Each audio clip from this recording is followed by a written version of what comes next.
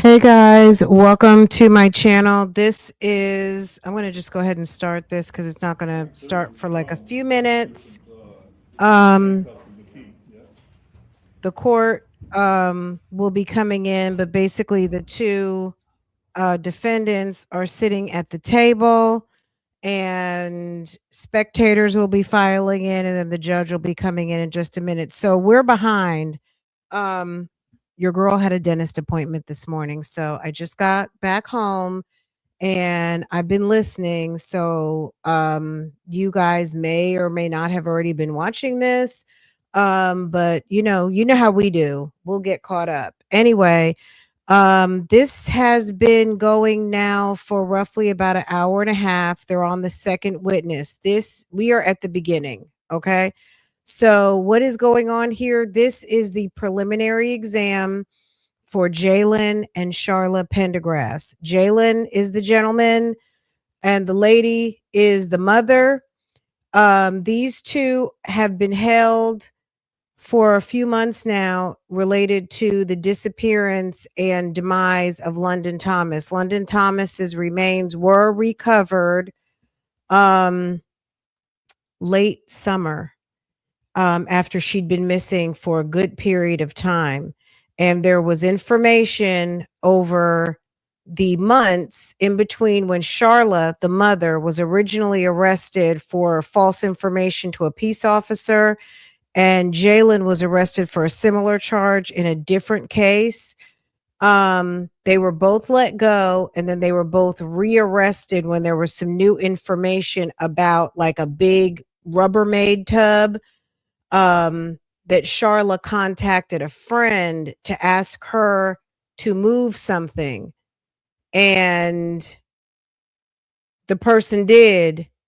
And subsequently, London Thomas's remains were found in a container similar to that.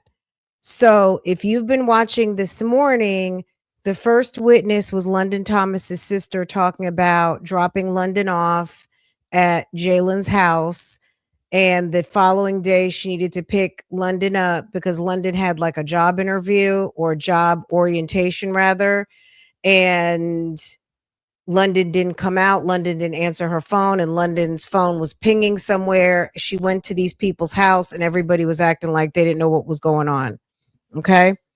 And then the second person is going to be somebody that Jalen. It's always there's always somebody who's like, I'm going to inject my opinion here. This young man had another girlfriend, and it sounds like he may have even made a confession to this girl, but we'll see it in a minute. So just hang on tight. If you've been watching, Portia, excuse me. If you've been watching, get in, we starting at the beginning because everybody hasn't been watching and we didn't get to watch it together. Okay. I'm going to make minimal interruptions so that because we have plenty of time to go through this witness by witness. So let's just watch it straight through and then we'll have time to talk about it. And any of you who are saying, I thought Jarvis had court today. He does. Keep in mind his court time was 10:30, but both of his lawyers are supposed to, not both, all of the lawyers had different assignments today, different court calls, trials, all kinds of stuff. And they talked about lunchtime. So even though the call was for 10:30, it's quite possible that they're going to be meeting up. I think they said something about lunchtime. So it could be that there's something going on in the Jarvis Butts case in the next, I don't know, half hour to an hour. We'll stick with this and I'll make sure if it's live that we record it. But in any case, this is the family over behind the prosecutors filing in, the mother, the father, the grandmother sitting behind. If you were following the London Thomas case, these are all familiar faces. The grandmother is going to be back there, the parents, everything. Okay.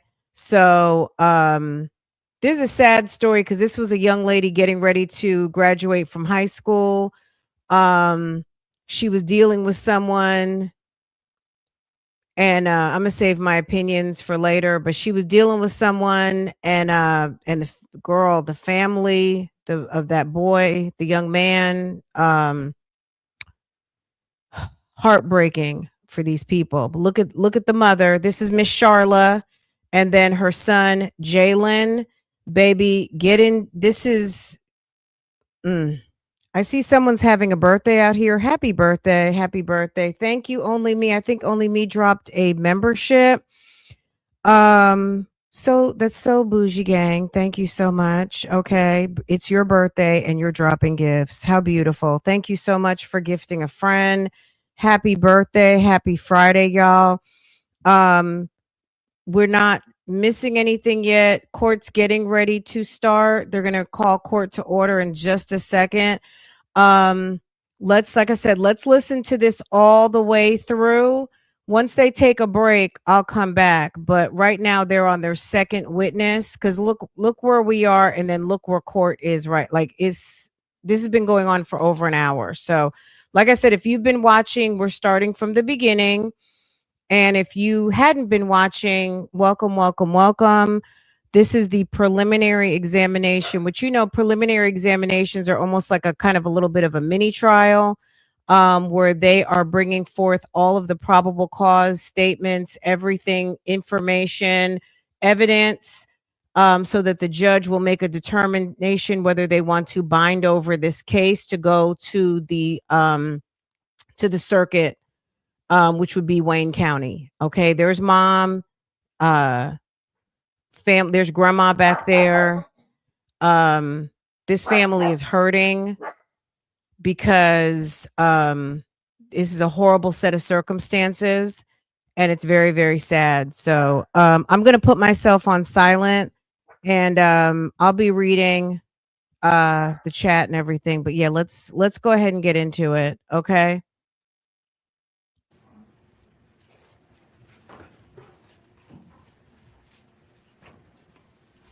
All rise. 42nd District Court is now in session with the Honorable Judge Sabrina Johnson. Good morning, everyone. Please be seated.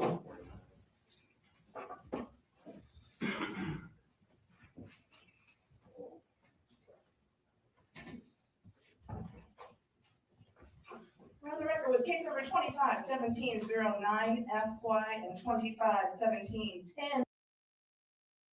Let me just say one thing. If you have headphones on, be ready to put them all the way up. They do have microphones, but some people are shy. Okay, some people are shy. I don't know what, but some of these witnesses they're gonna go into varying different degrees of talking low. Okay, there are microphones, but baby, the lawyers are doing their best, and they're very audible. The witnesses, witness 1 is pretty decent. Witness 2, baby, she's almost like at a whisper. So put your volume up. Put your volume up. Okay. A couple of times the attorneys are like, "Excuse me, could you please speak up?" Okay. All right. Okay, guys. Just so you know, because I'm sure I'll see it in the chat. Fran, I can't hear. Put your volume up. Put your volume up, because it's not your imagination. Some people will be talking low. Okay. And yes, they have mics. FY, People versus Charla Pendergrass and Jalen Pendergrass. Appearances, please. Good morning, Dominic DeGrazia, P69815 on behalf of People. And good morning, Your Honor. For the record, Terry Johnson, P70773, on behalf of Ms. Charla Pendergrass, who is present and seated to my left. Good morning. May it please the court, Judge. My name is Adam Limits. My P number is 77233. I'm from Perkins Law Group. I'm joined by attorney Kia Hickman from our firm as well. Kia Hickman, PA 678346. Good morning to everyone. Please, sir, please stand and state your name for the record. Jalen Pendergrass. This is the date and time set for preliminary examination. Do we have any preliminary matters we need to place on the record? A few things. Okay, go right ahead. First, Your Honor, I would ask for an order of mutual sequestration with an exception to the officer in charge. No, Okay, hold on a second, guys. Okay, CC is not available. As you can see, I'm clicking on CC right here. CC, because this is live. This is what I'm going to say for you to do. Go to if you're in Chrome, how you do it in another setting, I can't tell you. But in Chrome, go to settings, right? Hold on. If you know how to do live CC, hold on, Chrome, and then you do, oh goodness, which one is it? I feel like I've showed you guys this before, but now, because I haven't used it in a minute, now I can't remember. Okay, so you go to settings. Is it system? Is it live? Something? Is it, oh, maybe it's under accessibility. Live. Okay. Go, if you're in Chrome, hit your 3 dots, the ellipsis on the right. Go to accessibilities. Click live caption. Let me see if I can. I don't know if you can see it if I do it. Hold on.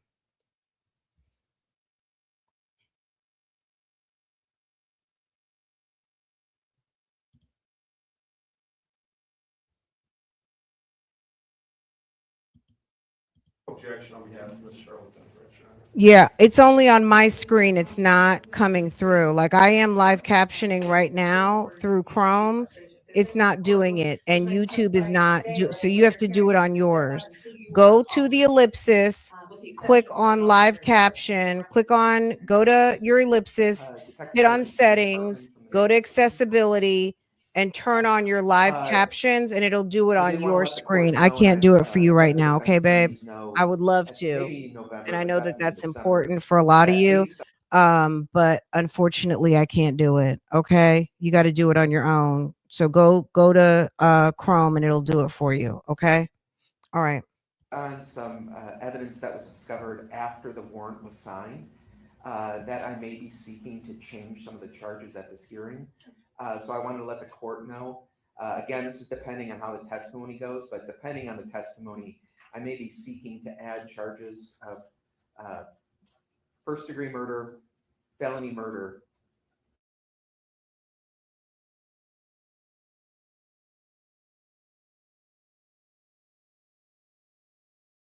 tampering with evidence.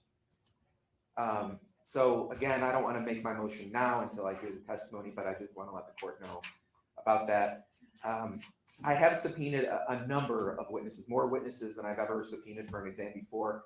One of those witnesses told me that he is sick and he's not here. My intention is to proceed without him. But again, depending on how things go, that is still an outstanding issue. I want to let the court know about that. Other than that, Your Honor, at this point, I'm moving to admit as People's Exhibit 1, an autopsy report authored by Dr. Sean O'Brien, the Deputy Chief Medical Examiner of the Oakland County Medical Examiner's Office. I'm seeking to admit this at this time. Any objection on behalf of Ms. Charla Pendergrass? None, no objection for preliminary purposes only, Your Honor. Thank you. On behalf of Jalen, no objection. We are admitting People's One. And that report, in summary, just indicates that an autopsy was performed on the body of London Ryan Thomas on April 27, 2025. It was her determination that the cause of death was asphyxia and that the manner of death was homicide. And may I publish this to the court? Yes. Thank you, sir. So with that, Your Honor, the people would call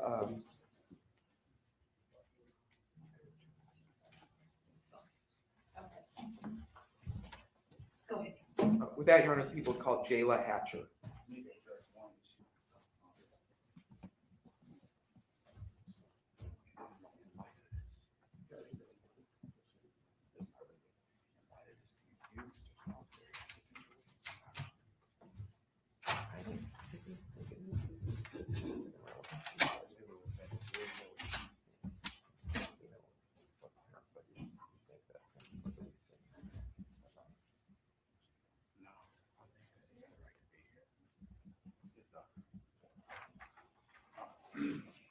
Sorry, Your Honor. Thank you. That's okay, that's okay. And the only other caution I have and consideration is my court reporter said everyone needs to be speaking from the podium when you come up. So, podium and then the witnesses have to all speak in the mic so everybody can be picked up. Was that the announcement? Yeah, okay, all right, just so everyone knows, we have to be at the podium. Thank you. Your first witnesses.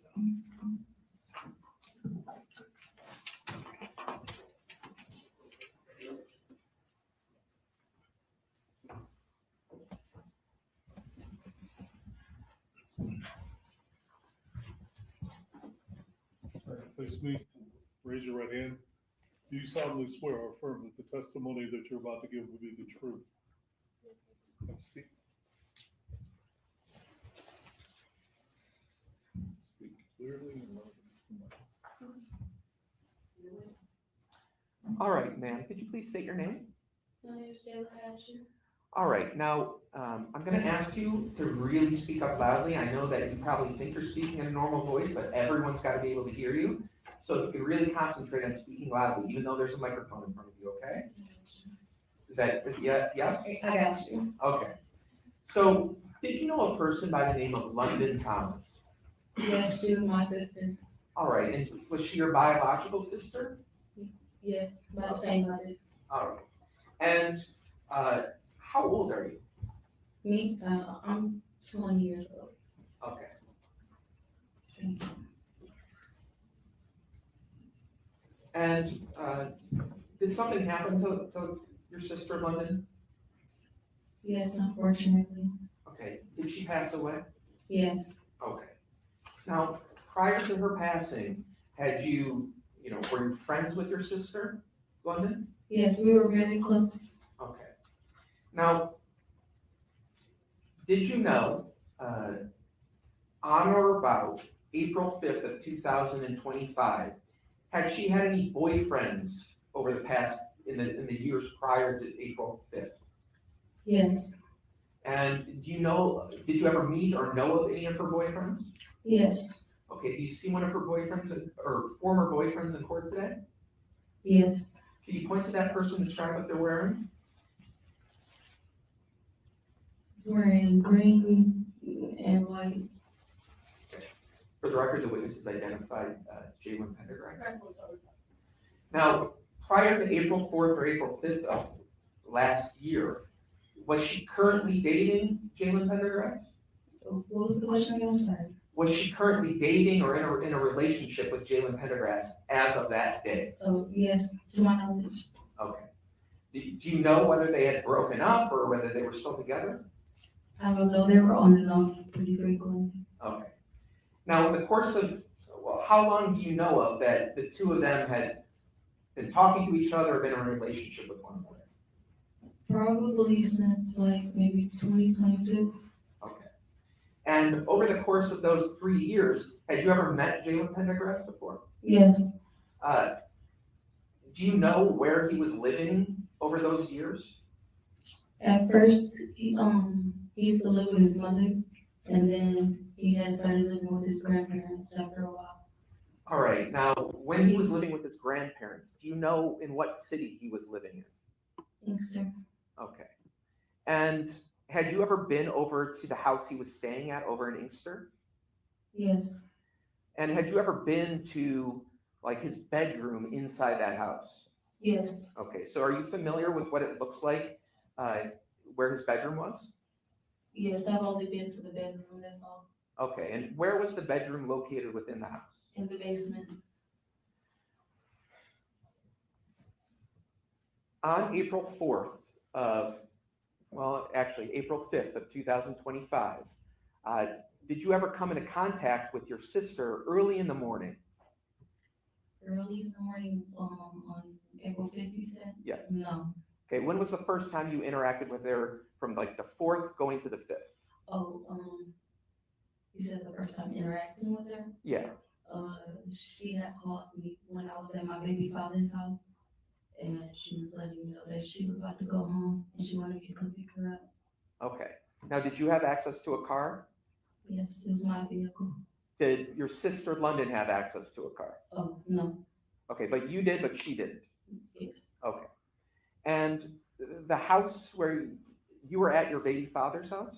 yes. before, we were together. Yeah. Okay. And you don't have to tell me what the address is, but is that house located in Detroit? Yes. So ultimately, did London ever make her way over to the father of your child's house? No, not that day. Okay.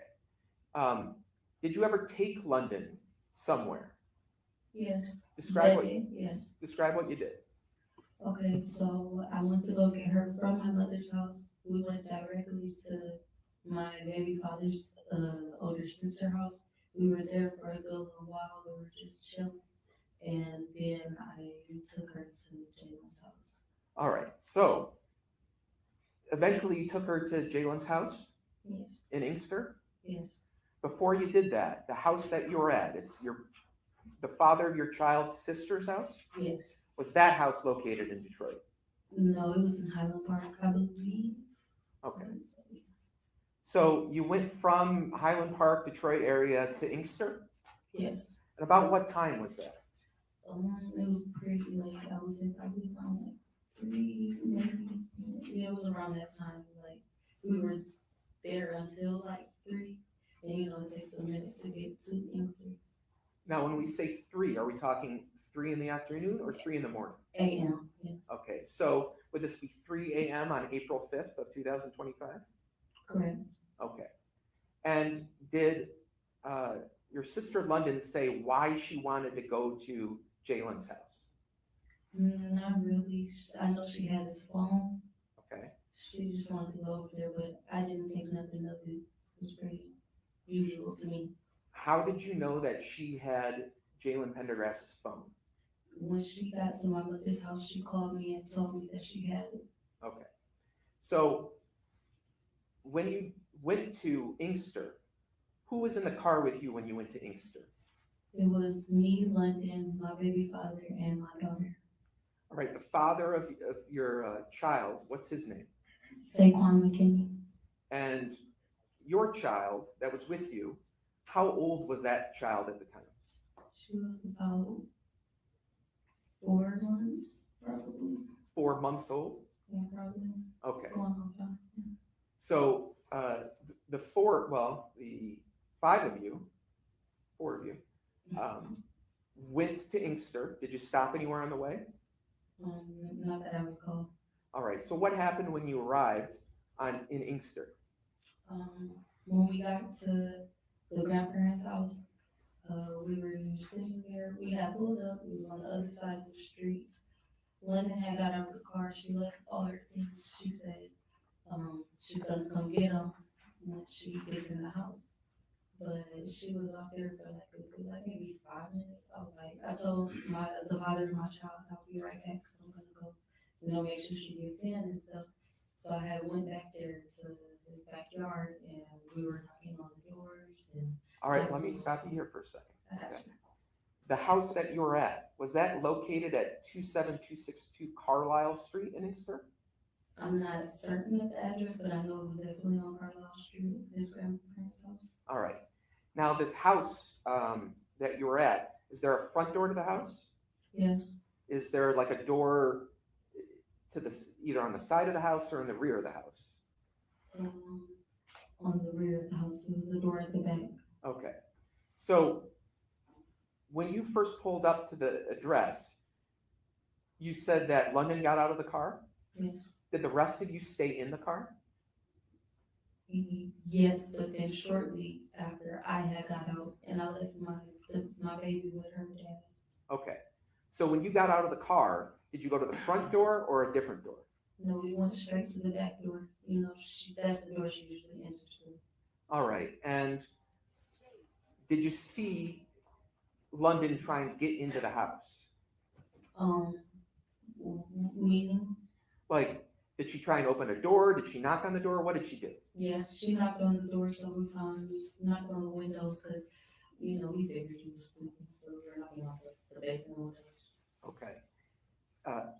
As you were standing out there, did you see the door ever open and London go inside? No, not what we were saying. All right. So as you were standing outside and, the door was being knocked on, what did you decide to do next? Well, we just kept trying for a good little minute. After a while, I had went to my car to check on the baby. And when you say like a little minute, are you talking like literally 1 minute or more than 1 minute? More than a minute. I'm just, Okay. like probably like a good maybe 15 minutes. We tried because we thought he was sleeping.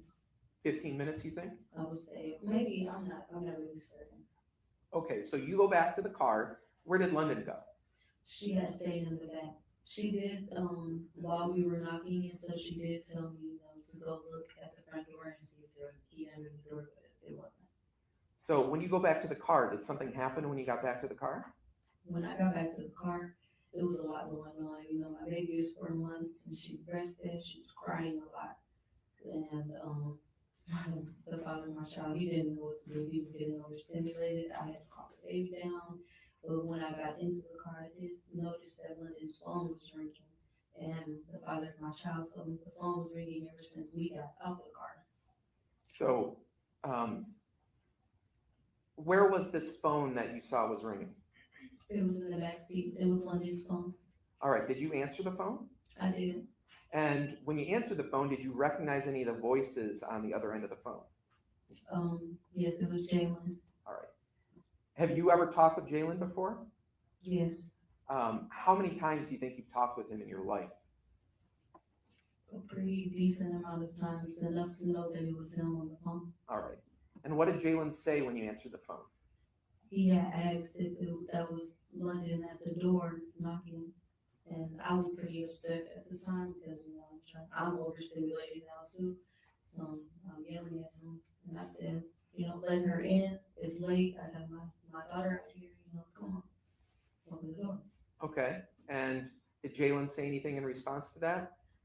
Honestly, I don't recall what was said. I know I told him to open the door for sure. Okay. Now, after that phone conversation, did you get back out of the car or did you stay in the car? I don't know. I had stayed in the car and then London came and she got her stuff, I believe. I believe so. So she came back to the car that you were in? Yes. And what kind of stuff did she get? She had grabbed her purse. I know whatever she had in her purse, I know for a fact she had both of her phones and her blue iPad plus Jalen's phone. Okay. Now, do you remember any of the clothes that she was wearing that night? I'm really not certain. I know she was wearing maybe a black jacket for sure. Okay. Her hair was not ponytail. You don't remember, like, she had any designs on any of her clothing or anything like that? I'm not certain. Okay. So after she grabbed her things, where did you see her go? She had went to the back door. Okay. And from where you were at in the street, is your car parked in the driveway or on the street? In the street. From where you were at on the street, like, could you actually see her once she went to the rear of the house? No, but she said her goodbyes, and when she said, I love you, I said, I'll call you later, sister, you can go, basically. That's what she told me, so. All right. I didn't see her going though, but So after she went to the rear of the house, what did you do next? I had pulled off. And before you drove away, did you wait for some period of time before you left, or did you just basically leave as soon as she went out of your eyesight? I don't recall. I probably stayed there for maybe about 2 minutes. If I did, I'm not even certain. Okay.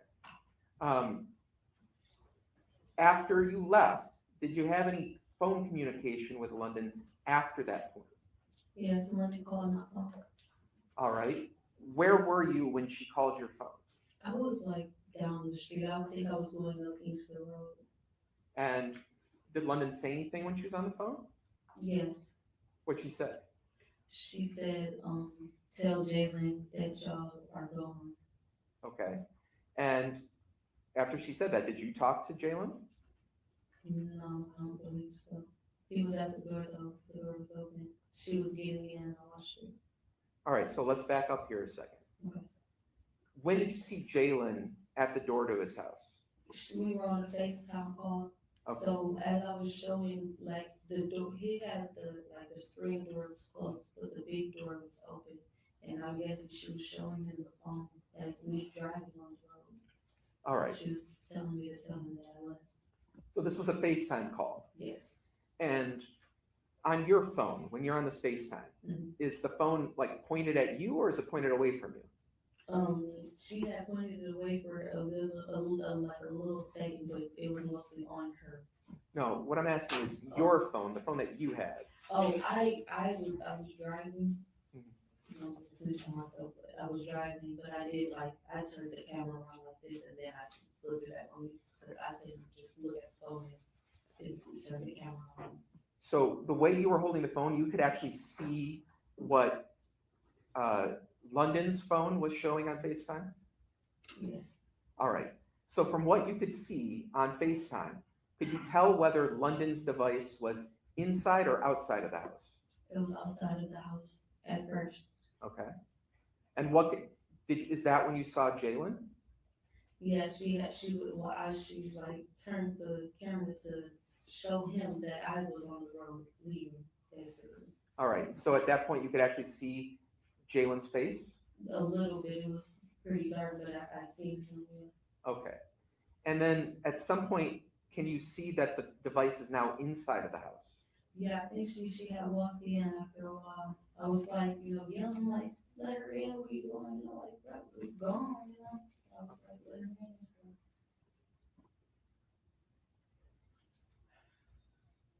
At some point, either on this FaceTime conversation or any other FaceTime conversations that were taking place in that early morning, could you ever tell that London's device was in the basement of the house? When by the time I had got back to my baby father's house, she did FaceTime me. I don't believe he was in the room, but she FaceTimed me and she was in the room. I saw the red lights. She's sitting on the bed there. All right, when you say red lights, what do you mean by that? He has red LED lights in his room. Are the LED lights like attached to anything in the room? I believe they're attached to the ceiling, if I'm not mistaken. Okay.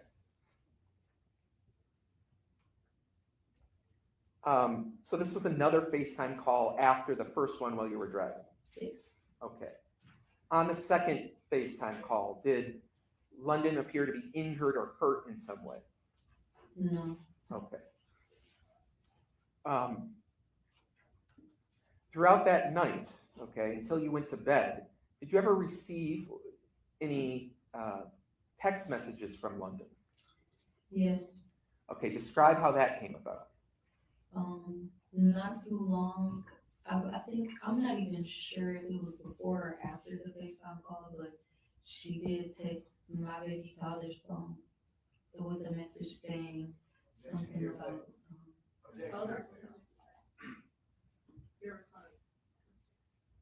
Well, I'm not offering for its truth. Then I would ask what is being, then I would ask what is being offered for, Judge. Well, I think it goes to the occupants of the room at the time the message was sent, not the content of the message. I'm not offering for its truth. Mr. Johnson, I concur with Mr. Clements on this, Your Honor. This is hearsay, and he's getting into the details of the message. I don't think that's appropriate. I don't know of an exception to the hearsay rule that would allow that.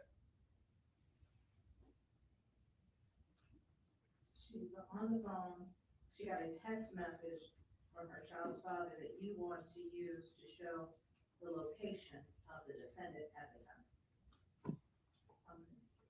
I want to use it to show who she was in contact with at the time the message was sent. What did the text message say? It says Your Honor, I'm sorry, I know the court's already ruled, but this could be brought in through another witness. And it would not be hearsay because she could testify to who this was, that, the person who potentially authored it or received it. And I think that would suffice. But again, I just want my objection noted that he's getting into the crux of it And if he wants that, I think he could get that in through another witness. Thank you, Your Honor. The message was like along the lines of, now this fat bitch is saying she doesn't trust me. Did you ever respond to that text? I'm not certain, I recall. All right. If so, I probably just asked, what are you talking about? If you can remember, about how long after you got home did you get that message? Or was that message received on your baby father's phone? Yeah, it was received on my baby father's phone, but it wasn't that long after we got home. We were still up, we were pretty tired, but we were still up. So do you think it was, if you know, was it within an hour of you returning back to the home? Was it 2 hours? Definitely within an hour of us being home. Okay. After that communication, did you ever have any communication with London after that? No, when we went to sleep. Now that I think about it, if the text may have been before the FaceTime call, I'm not really certain. I don't remember. Okay. So you went to sleep. Yes. When did you wake up the next day? I woke up around maybe like 3:30, 4 o'clock. All right, It and was late. I said something that was confusing there. Yes. You went to bed still in the early morning hours of April 5th? Yes, around like, yeah, when we got home, it was probably around maybe going on 5. I'm not certain. I know it was early in the morning, maybe going on 6, I'm not sure. So maybe around 5 o'clock in the morning, that's when you went to sleep. Is that true? Timing, I'm not really certain, but it was definitely early in the morning, yes. Okay. Then you went to sleep and you woke up at around 4 p.m. also on April 5th. Correct. All right. Now, when you woke up, did you do anything at some point after you woke up to try and talk to or communicate with London? Yes, I called her phone maybe twice. And was that like right when you got up, or was it hours after you got up? Do you remember? Maybe like, I would say maybe like 30 minutes after I got up, I had to attend to my daughter and stuff, get myself up. Okay. Now, when you tried communicating with her, did she ever answer the phone? No, it went straight to voicemail. Did you ever try and send her like text messages or social media messages that weren't verbal? Yes. Did she ever respond to any of those messages? No. So what did you do after you weren't able to get in touch with her? I started, like wondering, like, it's late, this isn't like her, why is she not taking or answering the phone? Her phone, she doesn't let her phone go dead. That's one thing about her. So then my baby father recommended, hey, why don't you look at her location? I looked at her location. All right, so let's break this down for a sec. Right. Did you or London have a setting on their phones which would allow you to see the location of your devices? Yes. Okay. And what program did you use in order to try and see the device locations? Meaning the app? Yeah. It was called Find My, I believe. Okay. Find My iPhone, something. So when you tried to find out where the location of London's device was, what did you find or see? It was said that she was at some elementary school or near some trailer parks in Westland, Michigan. Now, did you think that was unusual? Yes, Why is that? because I dropped her off in Easter. Her orientation was in Radford. All right, you've made reference to an orientation right now. What does that mean? Orientation meaning she had an orientation for a job the next morning. Jalen said that he would take her to it. It was at Little Caesar's Pizza in Radford, Michigan. Okay, so she had like she had an appointment with her job. Had she just started working at this job? She didn't even start working there yet. Orientation is, like getting your shirts and stuff, Okay. Stuff like And the location of this business was in Redford. that. Yes. So did you have any reason why that device would be at a field in Westland? I wasn't certain. That's why I was so eager to figure out. All right, so what did you do after you saw that? I called my mom. I let her know what was going on, you know, like Linda was answering her phone. And I dropped my baby off to my mother to then go to the location in Westland. All right, and so did you go to the location where it indicated the device was? Yes, Did you see London there when you got there? no, Did you find her device when you got there? no. All right, so what did you do after you didn't see London or the phone there? We went to his house, When you say his, or his grandfather's house. you mean Jalen Pendergrass's? Correct. So that's in Inkster? Yes, So when you did you go to the same house that you'd gone to earlier that day? yes, And when you went there, did you see London there? no, Did you see her phone there? no. So what did you do when you got there? When I got there, instantly I seen his mother coming from or she was in the backyard, but as I was getting out the car, she was walking down the driveway. All right, now when you say his mother, whose mother are you talking about? Jalen Pendergrass. All right, this person that you referred to, do you see them in court today? The mother? Yes. Yes. Can you point to that person and describe what they're wearing? Okay, and what is the person wearing? Green and white. Now, there are multiple people here wearing green and white. Is she the person closest to me or farthest away from me? Closest. For the record, the witnesses identified Charla Pendergrass. Now, before that day, had you ever met Charla Pendergrass before? I've met her maybe like once. Okay, where was that at? It was at the house he used to stay at with his mother. Okay. So when you first saw her, was she outside or was she inside the house? When I first saw her at the grandparents' house, Yes. she was outside in the backyard on the phone. Did you talk to her? When she came down the driveway as I was walking up, yes. Okay, and what, did you ask her anything or what did you say to her? I was basically saying, "Where's London? Have you seen her?" She's not answering the phone. And what was Charlotte's response to that? She said, "No, I haven't seen her." Okay. Did she say anything about London besides I haven't seen her? Well, I really don't recall. I know I was getting pretty rowdy because it's my younger sister and I dropped her off here last night. And you're here, you don't live here. And I'm asking where my younger sister is. And you as a mother, you know, expecting me to know, you know. Did you ever ask her if you could talk to Jalen? Yes, I did. What was her response to that? She said, "No, he has work. I'm not waking him up." Okay. How did this conversation between you and Charla Pendergrass end? She walked away and at the end she had walked away and ended up going to go get him, I believe. Okay. She was standing outside. Now, from you having this conversation with her, did it seem as if she was trying to help you, or how would you describe her behavior? I object. I object. That would be speculation from the didn't see.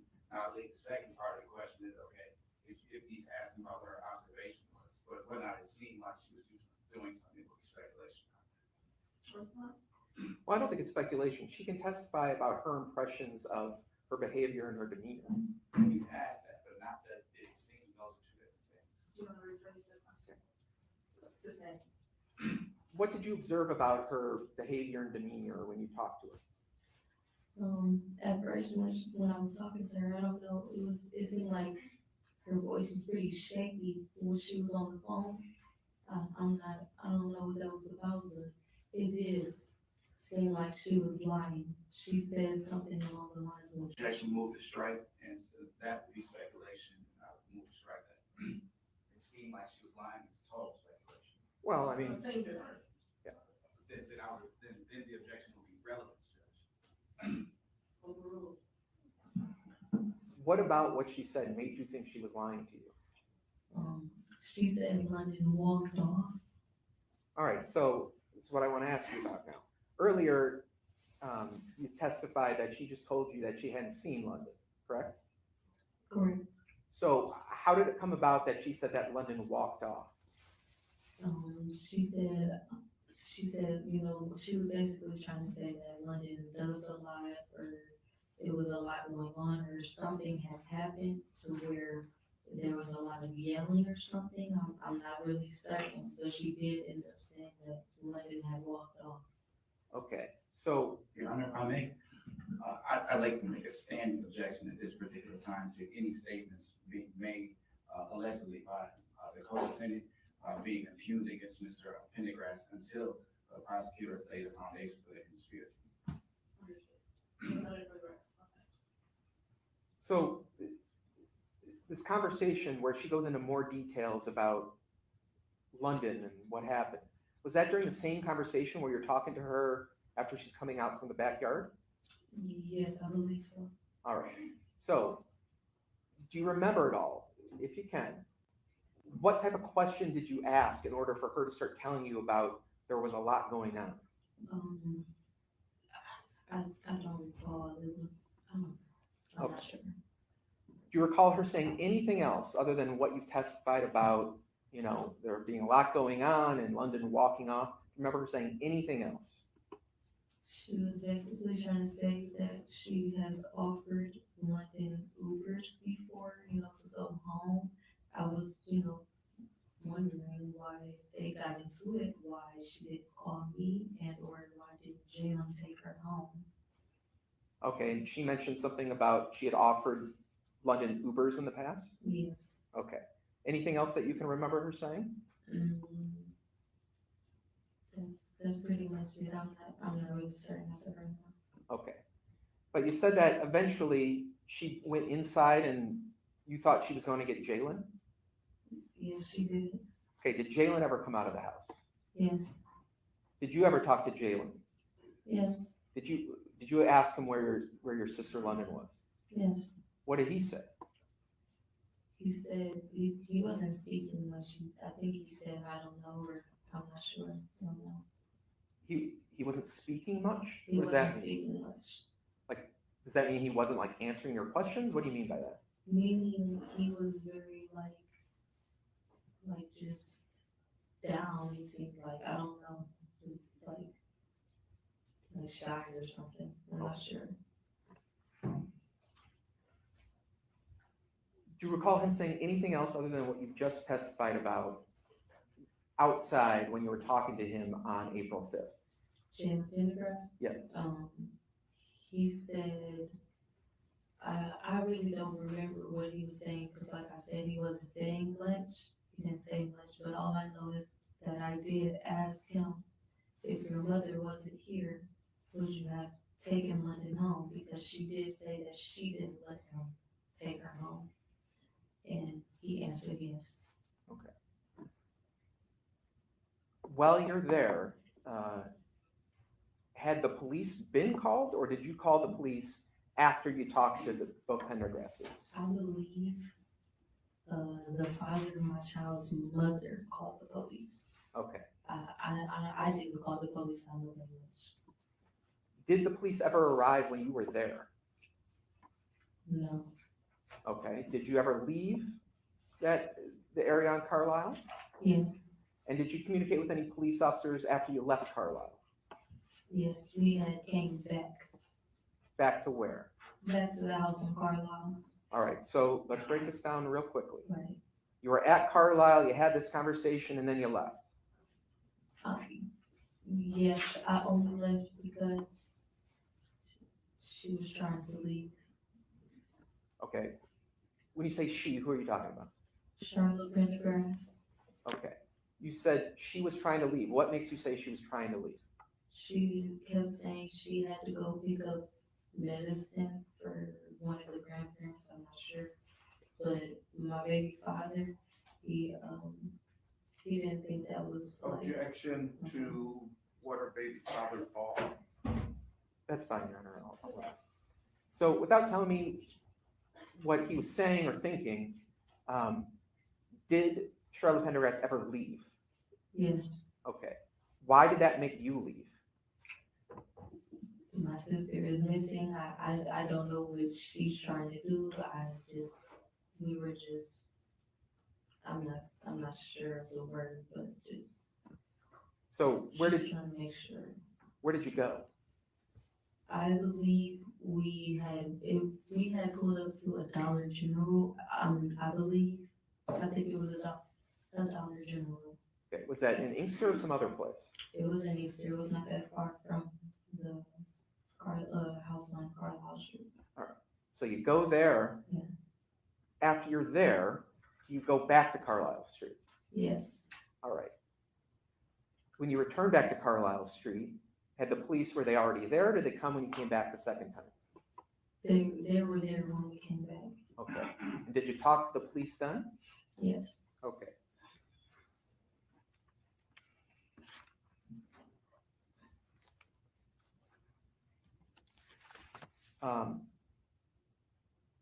Do you remember what your sister's phone number was? Yes. What was her phone number? 313-680-2421.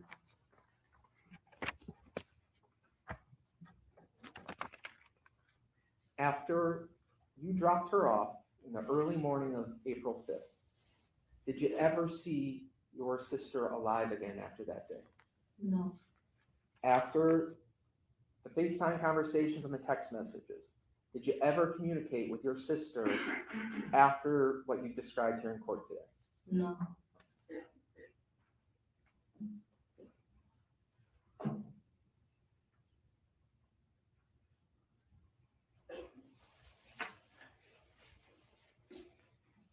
In your experience, did you ever know your sister to just, disappear for days or weeks at a time without having any communication with you? Never. Okay. Had you ever known her to just run away and disappear without communicating with anyone? Never. I don't have any other questions. Mr. Johnson? Thank you, Your Honor.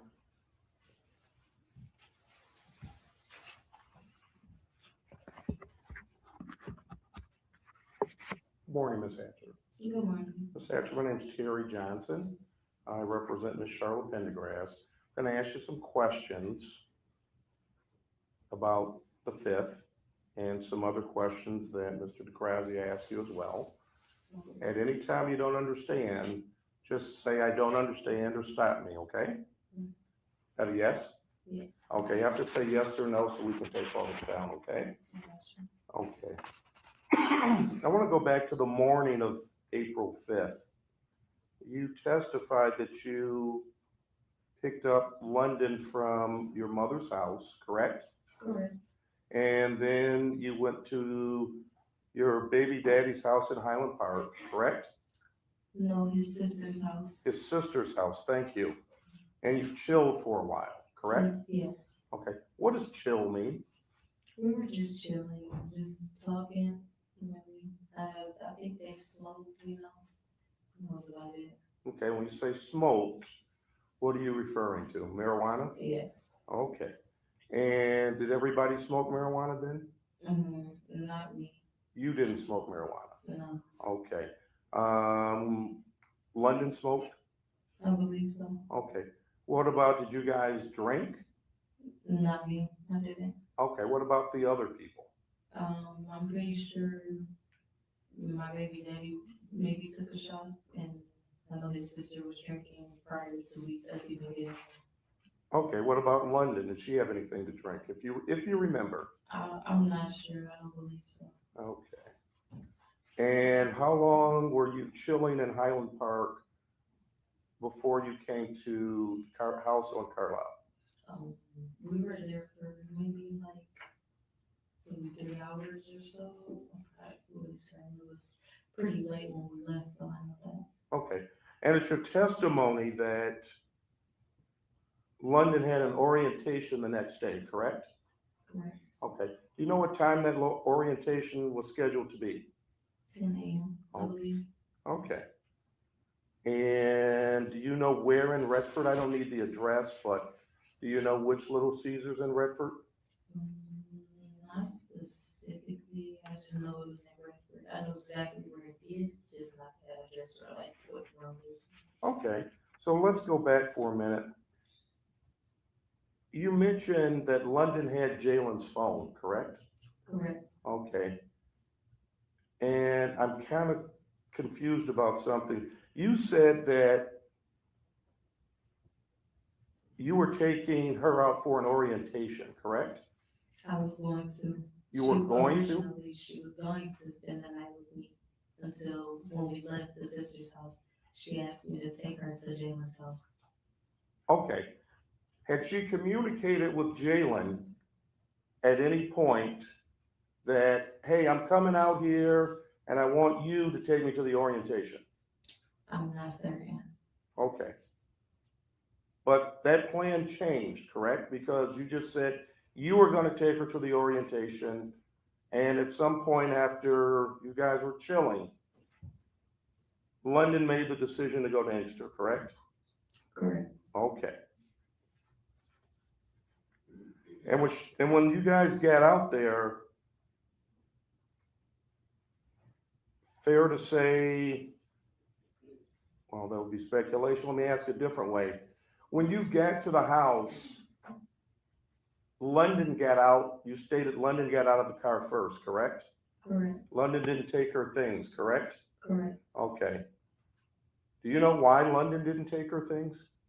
No, I'm pretty sure she was just trying to make sure she was able to get in the house first. Okay. So she wasn't able to get in the house for a while, correct? Yes. Okay. And I just want to make sure I understand your testimony. You stated you went around the front to look for a key? Yeah, Had you done that before? no. Why would you look for a key? I'm just curious. She asked me to. Okay. And Mr. DeGrazzi asked you also about this house. This house has a back door, which you were at, correct? Yes. And has a front door, correct? Yes. Did anybody knock on the front door? No. Why didn't you knock on the front door? I'm assuming because his room is in the basement. Okay, but I'm not asking what someone else did. I'm asking why you didn't knock on the front door. I don't usually knock on the front door. How many times have you been to that house in Inkster on Carlisle? I'm not sure how many times. I know I was there for sure once before, but I don't think it was many times after that. Okay, when you say once before, when was this once before? It was like maybe the year before on his birthday. No, yeah, I think so, yeah. So you hadn't been, just so I'm clear, you hadn't been to that house in a year, correct? Other than dropping her off now. Okay. And in the past, when you dropped her off, had she, to your knowledge, communicated with someone, hey, I'm on my way over here, I'll be there in a few. Had she done that before? Not to my knowledge. As of that night, no.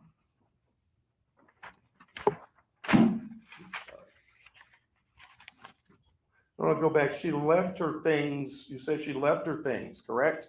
Correct. And at some point, you and her got out of the car. Yes. Did she grab her things at that point? Not at that point. Okay, and you're banging on the door, both of you at that point, correct? Correct. Okay. Why was it so important that you got in that house that day? I'm not sure she wanted to be there, so I was just trying to make sure she got in. I mean, did you say to her, he's not answering the phone, he's not coming to the door, I'm gonna take you back home? Did you have that conversation? No, but her phone was in the car. We never called him when we arrived. She had his phone.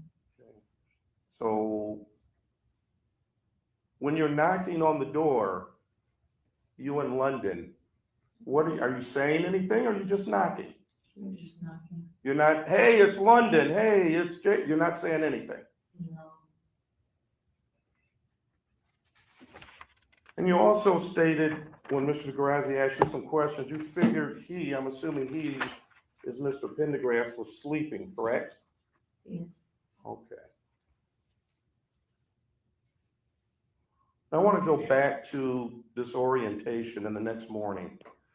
What's the longest, I'll strike that. This orientation, you just stated you knew where it was, correct? Yes, Okay. You stated it was at 10 a.m., correct? yes, around that time. Okay. Did you ever, when you did not hear from your sister, contact this establishment in Redford and say, did my sister come up here today? Yes, I tried. When did you try this? I think it was when I had woke up around that time, maybe, like, when I was for sure on the 5th. Okay, so when you, Before I left the house. so before you left the house, you called up there to this Little Caesars and said, did my sister show up today? Yes, I was asking, hey, did London Tommy show up here? She had an orientation. Because she wasn't answering the phone. Did you get an answer? They said no.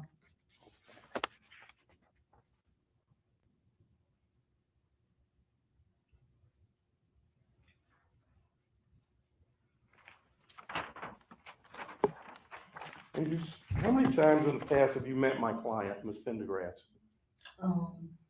Maybe like once before. When was that? That was at, I believe it was her residence. I'm not sure where it was specifically. It was not the residence in Inkster, correct? No, And when you met her, how much time did you spend with her? not that much time. It was just an introduction. So it was a hi, how are you? Yeah, she offered us, I think it was ice cream or something. We were getting ice cream out the fridge or something. Okay, would you say that interaction that you had with Ms. Pendergrass lasted 3 minutes or less? Not really, but she was talking to Jalen, I believe, when we were just there. Okay, but I'm talking about your interaction with Ms. Pendergrass, not anybody else's. No, Okay, how long would you say prior to April 5th, how much time had you interacted with Ms. Charla Pendergrass? not that much time. Okay, Very little. very little. Yeah. Okay, so when you make statements about she was nervous and other things, you really don't know her well enough to know whether she's nervous or not, correct? I don't know her enough, but Thank the you. look is familiar. You say the look is familiar, but you You don't. can tell when someone is anxious and over nervous. It's not that hard. Do you know what else was going on in her life that day? I'm sorry? Do you know what else was going on in her life that day? No. Okay, and you mentioned it was getting rowdy. I'm sorry, I was getting rowdy, Correct. meaning you. Yes. Okay. So when you were getting rowdy, did she appear nervous at that point? I'm not sure. My judgment was clouded because I was just trying to figure out what my other sister is. Okay, and you didn't like the answer that Ms. Pendergrass gave you, correct? No. And Obviously then you started becoming rowdy, correct? Not really rowdy, but I was sort of kind of like trying to just understand what she was saying. I wasn't understanding because I dropped her off at that house last night or the morning, and she's not here now. Right, but her phone, you have the location app on your phone, correct? Correct. And that location app pinged in Westland, correct? Correct. Okay, so what led you to believe? And let me ask the question before I get there. Yeah. What time did that location ping in Westland? I'm not sure of the time. It's on the screenshot though. Can we stipulate, Mr. DeGrasse, approximately 9:48? So I'd like to obviously be cooperative here, but the issue is, there could be phone testimony that talks about communication with the tower. The last communication with the tower was not in Westland. So I don't know why it's being in Westland or what the conflict is there. So that's why I don't want to agree to that right now. Well, I'll ask it this way. I'm just going to her state of mind. So I'll withdraw and ask it this way. Not it was the morning, correct? Would you agree with that? The time when her phone was Yes. in there, I believe so. Okay, so you wake up, you see her phone that pinged in Westland at that time, correct? Correct. Okay, and you go to Inkster to ask questions, correct? After I went to the location. Okay, Where her phone was pinging. right. Did you go to anybody's house around that school where that phone pinged and say, did you see my sister? Here's a picture of her. Yes, You did. I did. Okay, did you ever tell the police this? That we were checking the location. That you went to other people's houses? I believe so. Okay. I didn't know that. And let me ask you this, in addition to that, did you go to the Westland Police Department and say, my sister's phone last pinged here, did you do that? Not the Westland Police Department. I believe they were called though, and we were checking out that area later that night. Okay, so you went, just so I'm clear, you went to Westland, saw an open field, and then you went to Inkster? Correct. Okay, But I looked around, we got out of the car, we were there for maybe almost an hour. I'm sorry, ma'am, can you say that again, please? I said we were there for almost an hour looking around, asking questions. Okay, who did you ask questions of? Well, as we were trying to get to the school, there's like trailer park homes around the area, and there were kids. I was asking, could you get your parents? We were trying to ask questions about my younger sister, who was not answering the phone and stuff. And they said that she's pinging here. So, yeah. And you also mentioned one other thing that my client was trying to leave, correct? Correct. Okay, and are you aware that there were elderly grandparents in the house? Yes. Okay, were you aware that Ms. Pendergrass left and came back in a short amount of time? Yes, I followed her. Oh, you followed her. Correct. Why did you follow her? I wasn't certain of where she was going. I didn't know she was lying. I don't know. I followed her. Is this before or after you called Inkster Police? I didn't call, but they were there. I'm sorry? I never called Inkster Police. Okay.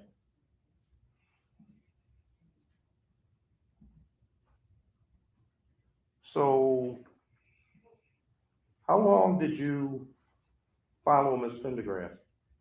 Until she got to the location. What location?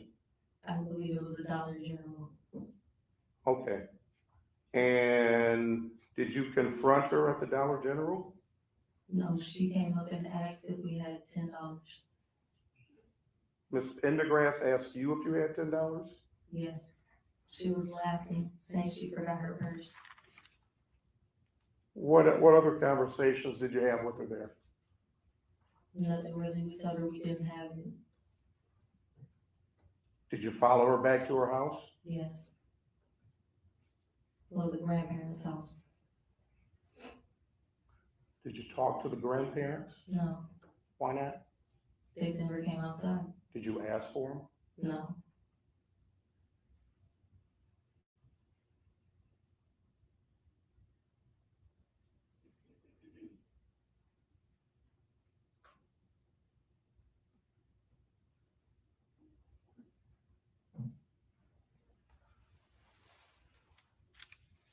I have no further questions at this time. Am I able to stay here?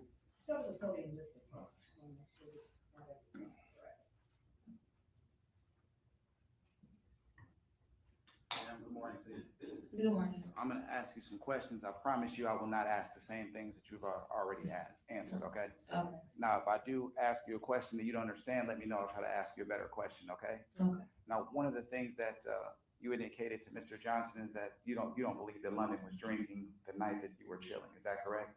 I don't believe so. When you had an opportunity after this happened to your sister, this unfortunate event, did you have an opportunity to meet with some detectives in a vehicle? Detectives in a vehicle? Yes, particularly this gentleman here, seated in the back seat with a young lady in the front driver's seat. May I approach you? Just tell me if this is you. Oh, yes, that's me. Okay. Do you recall telling that detective, the female detective, that on that particular day that London may have had a shot of Terramina? Oh, then that might be accurate. Okay. Do you think that what you said in this interview is accurate, or do you remember now better, or do you think that what you said here would be more accurate? I'm not certain. I would have to see. Okay. I'm gonna play a little bit for you and see if this refreshes your recollection. Okay.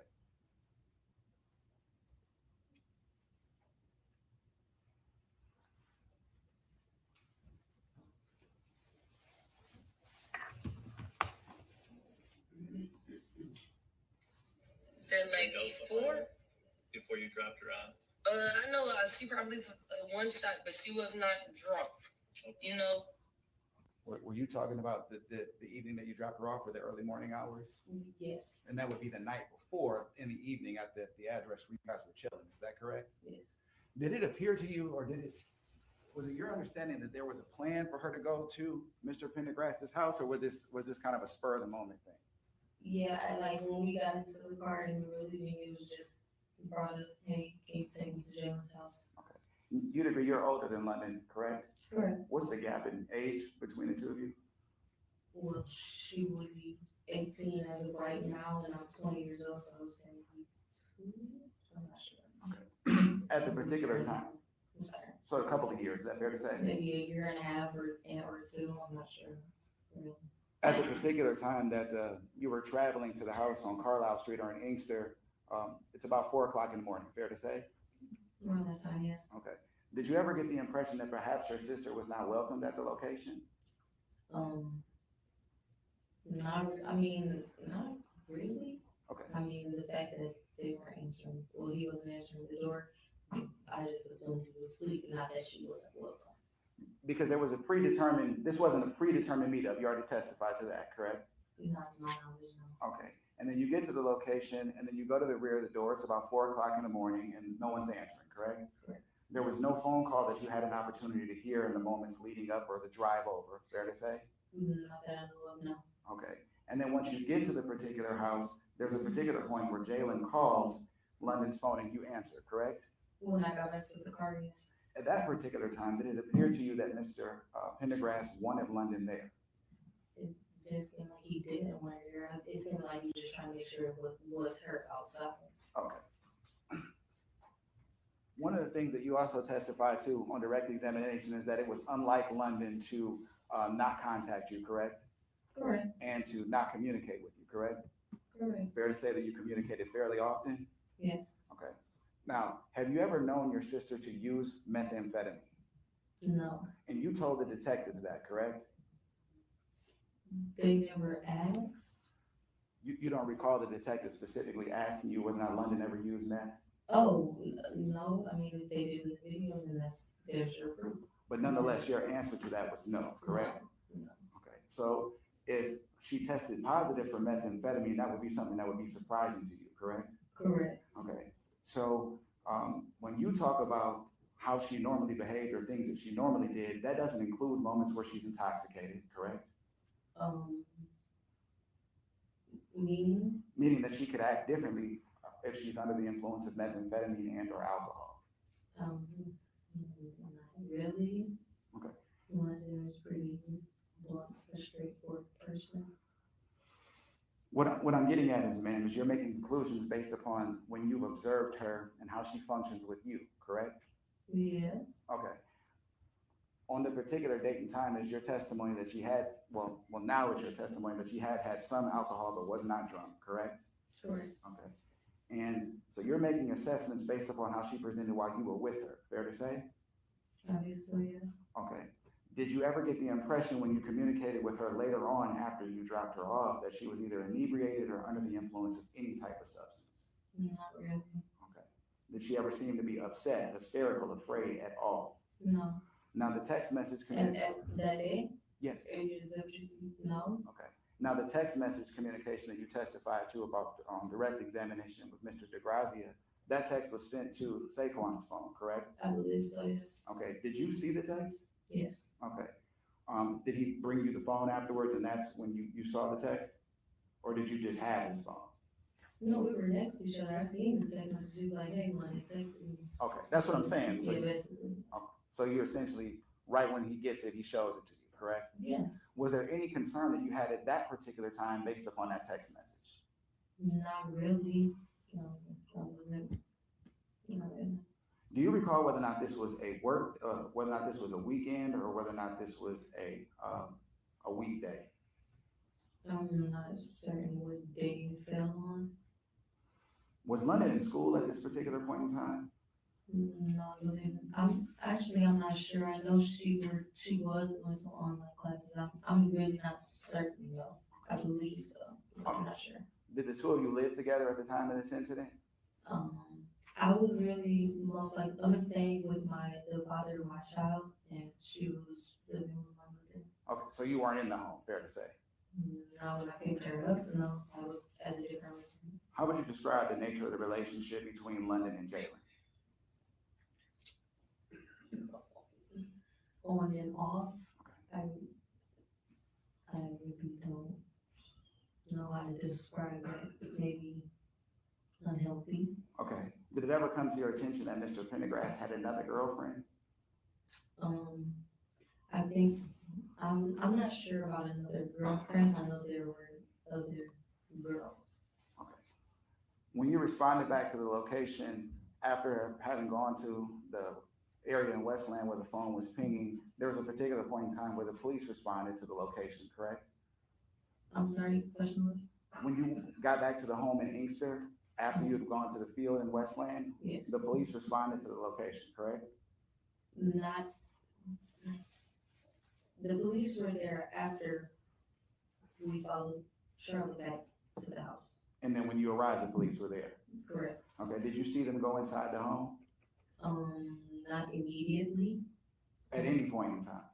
I believe they went in maybe later on that night. I'm not certain. It may have been sometime after that. I'm certain. When you say later on that night, this is not in the morning hours when you? Yeah, honestly, I'm not sure if they went in that day. I'm not sure. Okay, let me ask a more centered question. After going to the field in Westland, what time was it approximately when you went back to the home on Carlisle and Inkster? You said after going to Westland? Yes. It was immediately after, so maybe we were there, maybe like a 15-minute drive or so from where that was at and the house was, I believe. Are you able to give us an approximate time, if you know? I'm not certain, maybe around 15 minutes. Okay, but it's not in the evening though, correct? In the evening? Yes, it's not in the evening. It wasn't dark outside, if that's what you're asking. Certainly, I'm trying to get a ballpark. Okay, you get there and there's no sign of your sister, correct?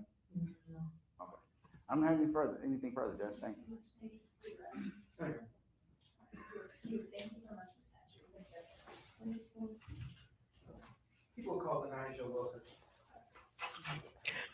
Okay, guys, let me just say something really quick. Okay, so this lady here, who was sitting with her coat on, that is London Thomas's sister. If you hadn't figured that out already, that's her sister. Maybe she's only 2 years older. She dropped London off over to Jalen's house.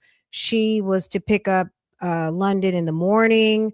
It was late in the morning, and it was like, I don't know what they say, 4 o'clock in the morning. She was supposed to circle back and pick her up. And her sister obviously had a gut instinct something was wrong. Okay, that's just my opinion, but that's what she's saying, not saying, is that she knew something was wrong and she was not leaving without answers, right? I feel like that's what you could get from this testimony. This next witness is a young lady who was basically staying with Jalen, another girlfriend. Her and London had some back and forth. You're going to hear some really interesting testimony. And if you didn't think something about Charla Pendergrass before, baby, you getting ready to hear something now. It was shocking to me. So I'm not going to ruin it. Because this is pretty crazy. So anyway, let's get into it. We're not super duper far behind. Then they also took a break. This particular witness, put your phones all the way up, put your earphones on all the way up. she's talking low. Eventually, she is going to speak up. The judge is going to have to call her out and be like, ma'am, can you please speak up and speak into the mic? Put your volume all the way up. Okay. All right.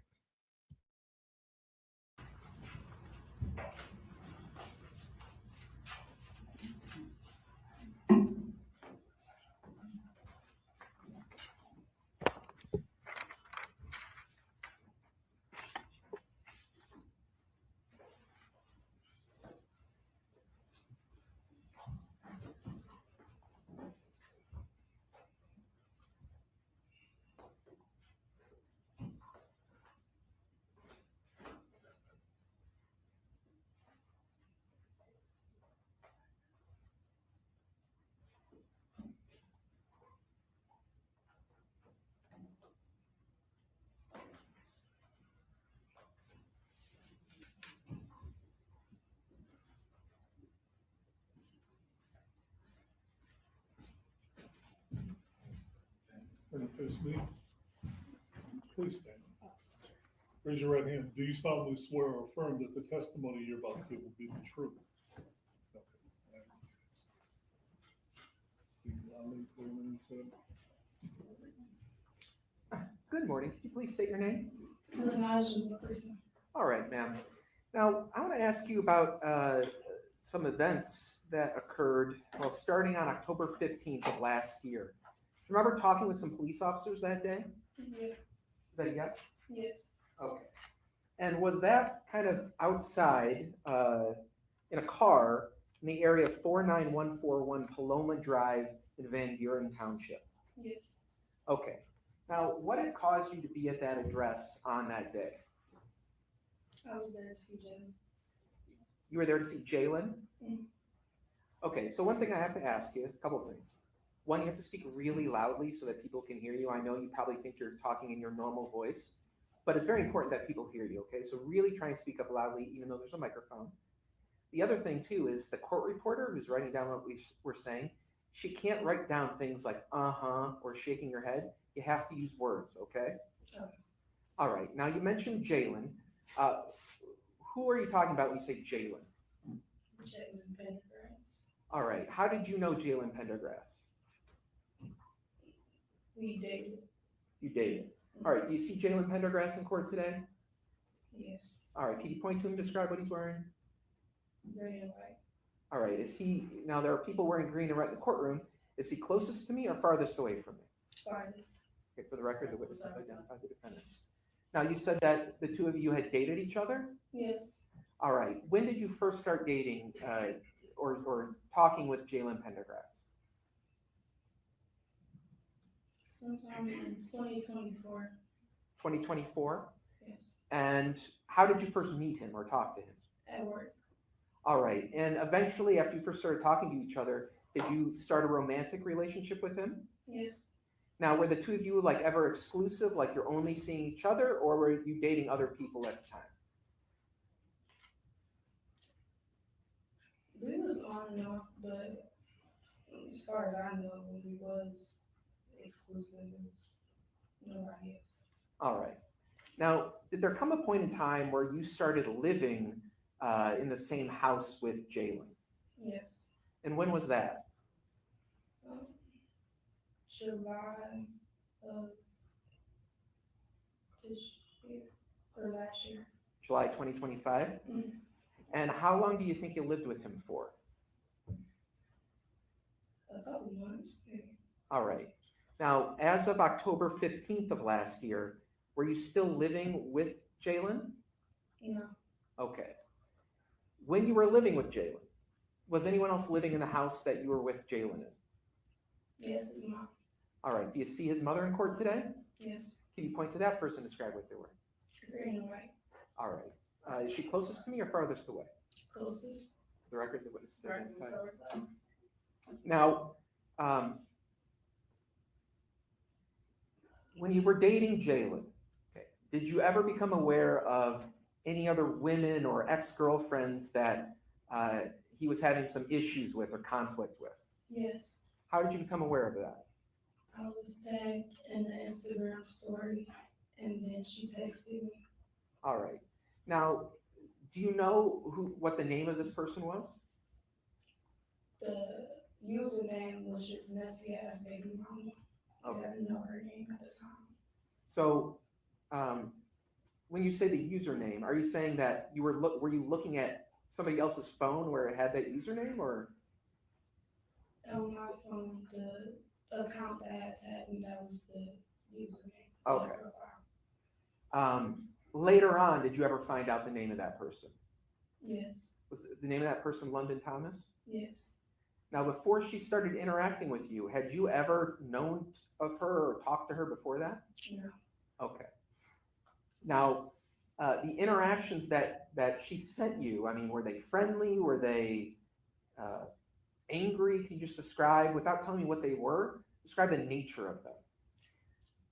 At first, they wasn't really angry. The anger was more directed towards him, and I was just in the middle of it. And it was basically just her being mad that Jalen was showing attention to my kid and not the kid that she allegedly was pregnant with. Okay, so earlier you said her comments were directed at him. By him, do you mean Jalen? Yes, All right, and did you become aware that this person who's later identified as London Thomas was claiming that she was pregnant by Jalen? what's the question? At some point, did you become aware that this woman was claiming that she was pregnant with a child by Jalen? Yes, and I was tagged in the Instagram story, so that's what she was saying. Okay. What did Jalen ever say about this girl when you were tagged in these conversations? Before I even saw it, he called me, he said, don't pay no attention to it, she's lying. Okay.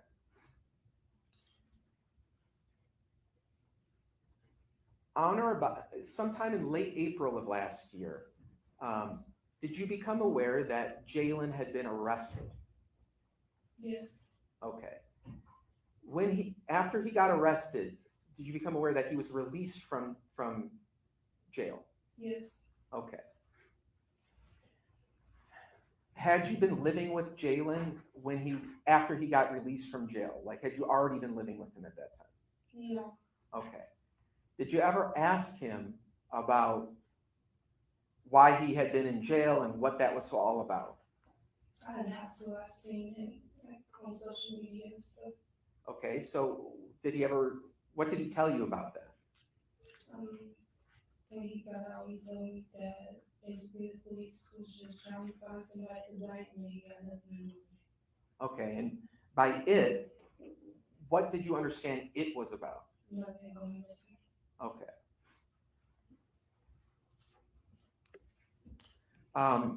Did you ever have any FaceTime conversations with Jalen after he was released from custody in April, where he talked about why he had been in jail and about London? Yes, Okay, what did he say over FaceTime about it? nothing specifically, just pretty much like song lyrics and hand gestures. All right, you said song lyrics. So was Jalen a fan of the musician NBA Youngboy? Yes, Okay, so when he's referencing song lyrics, was it by that musician? yes, What song lyrics did he reference? she was playing with the slimes. Playing with the slimes? Mhm. Is that a yes? Yes, Now, what did you understand a slime to be? somebody you care about, somebody you love. Okay.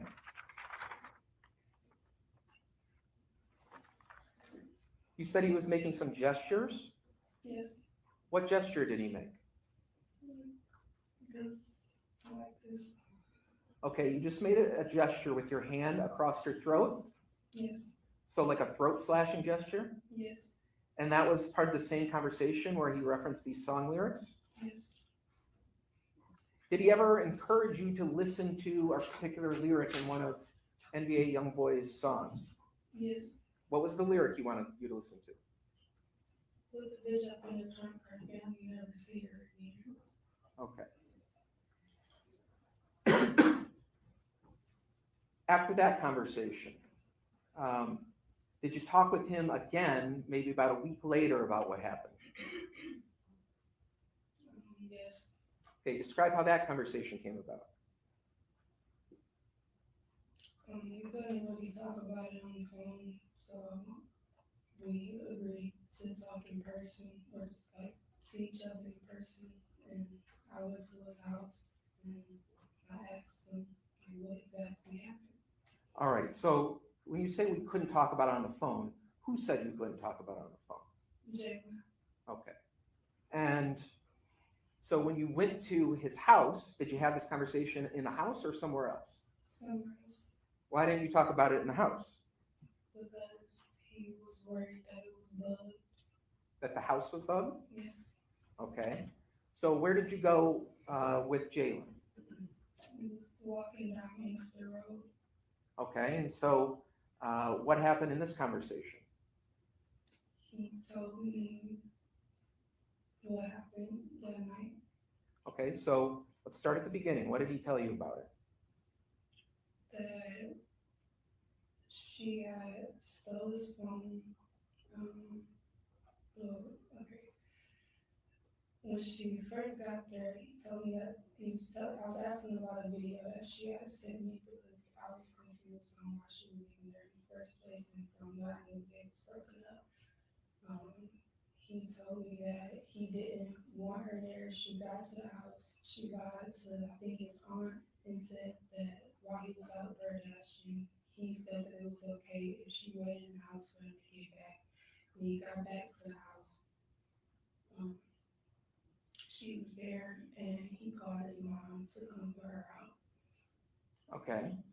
Now, is this incident he's talking about with his aunt and putting her out of the house, is this prior to his phone being taken from him? This is before. Okay. So did he describe this event where the phone got taken from him?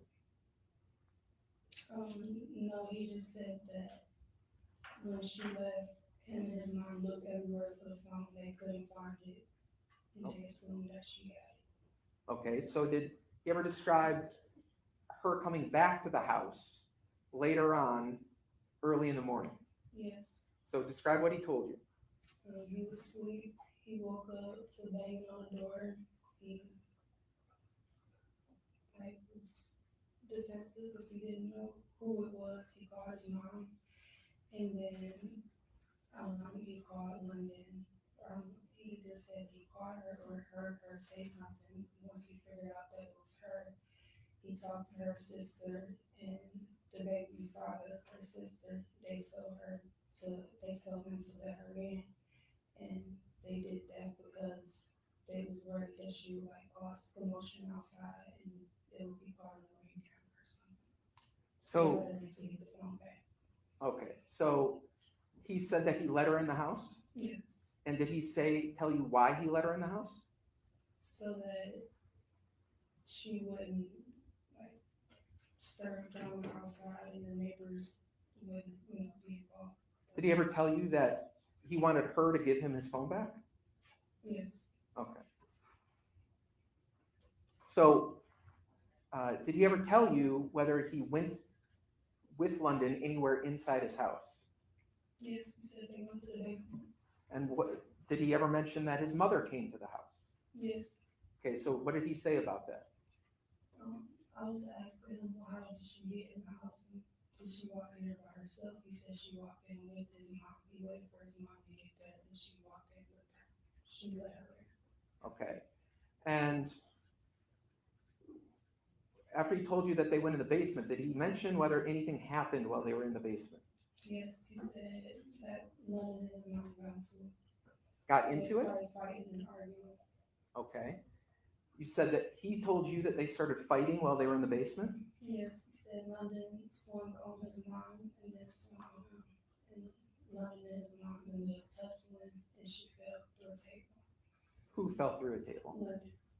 And did he tell you that the table broke? Yes. So what happened after the table broke?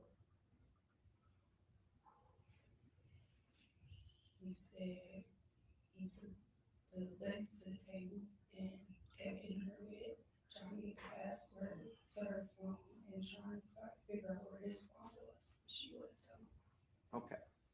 So he told you he started hitting London with the table leg?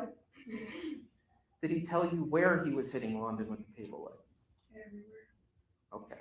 Did he mention any specific parts of her body or no? No, I just said everywhere. But he said that he was trying to get the password from his phone from her Yes, while he was beating her? and for her phone and asking him where his phone was. Okay. He had found her phone when he looked through her bag, but not his phone. He was trying to go through her phone and get his phone back.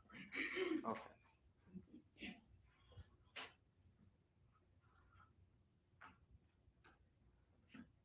What happened after he was hitting her with the table leg? Did he tell you?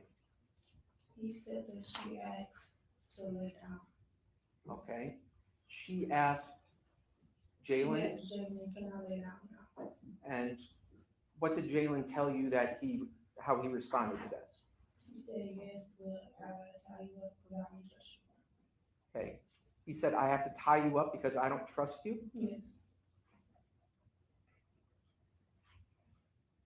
Did he ever describe where his mother, did Jalen ever tell you where his mother was while this was happening? he said she was in the room. And Okay. that she told him that was enough. I just stopped it. Okay. Did he ever tell you about any other conversations he had with his mother? Yes. What did he tell you? When she was on the bed, he said he stepped out of the room and went to talk to her and ask her what he should do now. And what was the response? I need you to get mad. And his mother told Jalen that? Yes. Did she tell him did he tell you that she told him anything else? Together. Okay. So what did he tell you that he did in response? He told me that he pulled her off the bed, he stood her up, he grabbed the belt, and he strangled her until she fell. Okay. Did he tell you where this happened? Yes, like in front of the bed. Okay.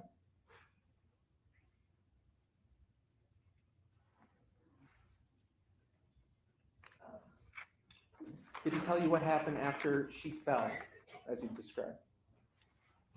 Yeah, he said that his mom and grabbed her and put her in the plastic bed and taped it up. Okay. Did he ever say what they did with the bin? Yes, he said his mom called all of her friends and had him call first.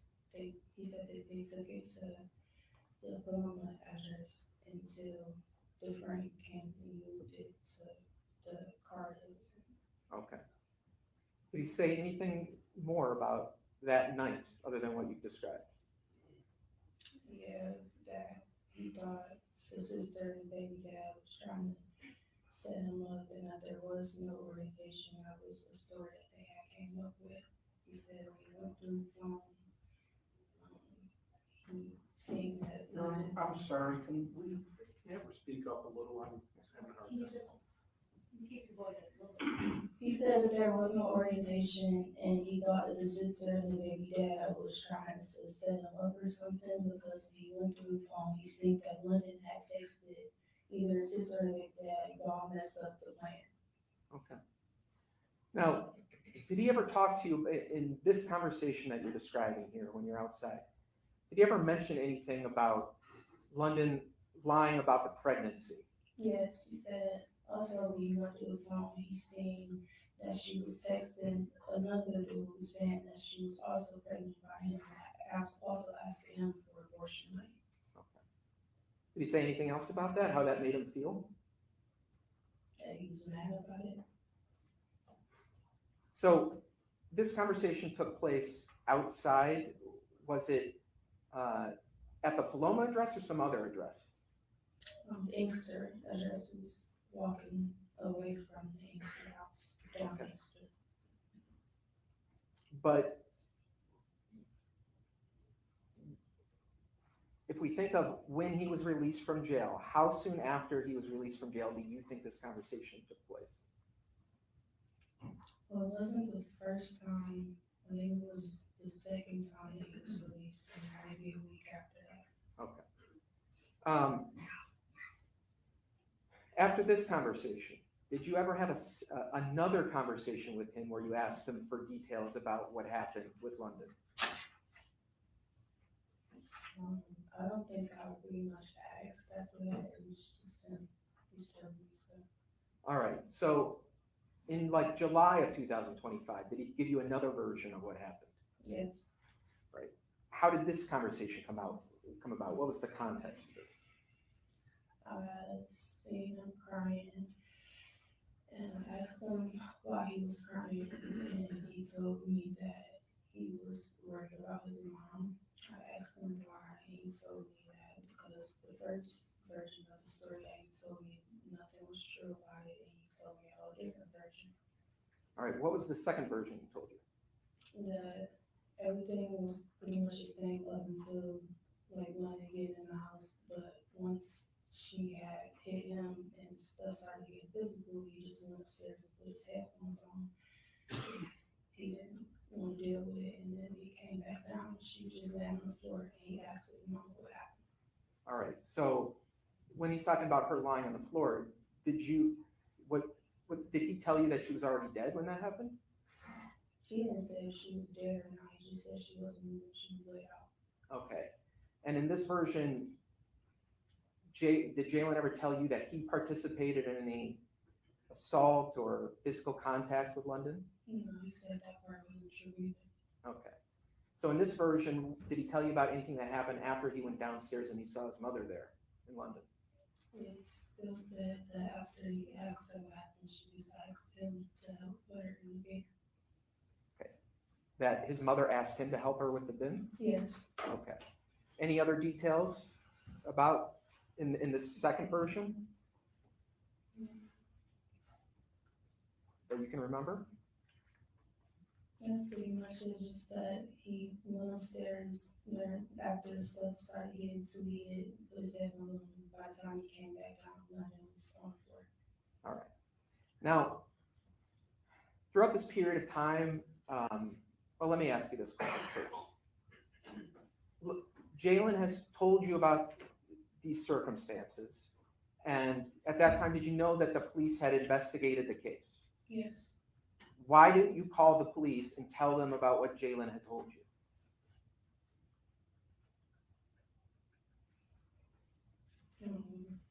He was really all I had at the time.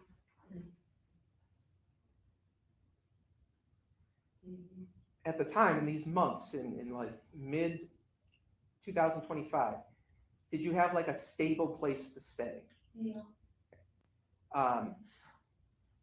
Did you have any friends or family members who were offering to let you stay with them?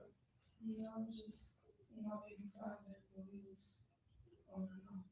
Okay, so was Jalen the person who was helping you? Yes. Okay. At the time, or were you in love with Jalen, or were you just like, was this just like a friend that was doing favors for you? What was your relationship with him? Okay. Now, in this period of time, did you ever ask Charla about Jalen's mother about what happened that night? No.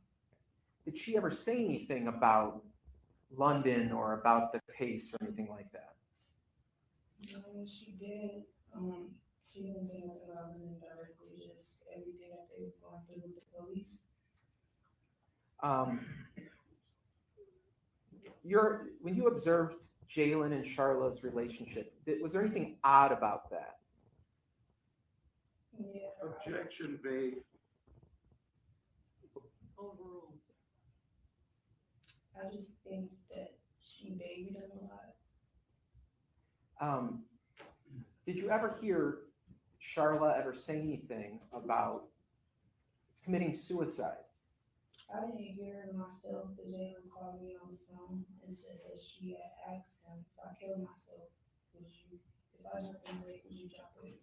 Okay. That's something Jalen told you? Yes. Okay.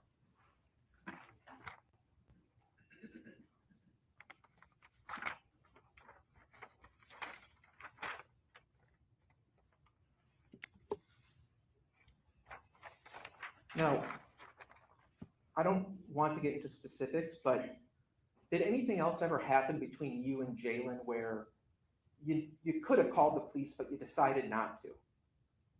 Yes. Why didn't you call the police on those other occasions? What occasions? I'll move on.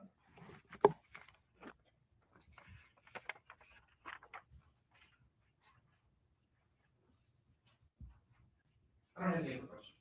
All right, Mr. Johnson, your call? Okay. Please. Ms. Wilkerson, we're gonna have you step down for a short break.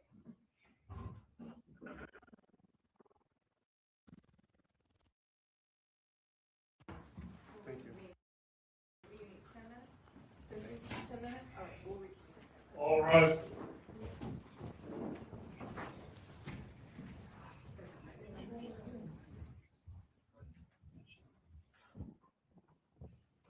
You may be seated.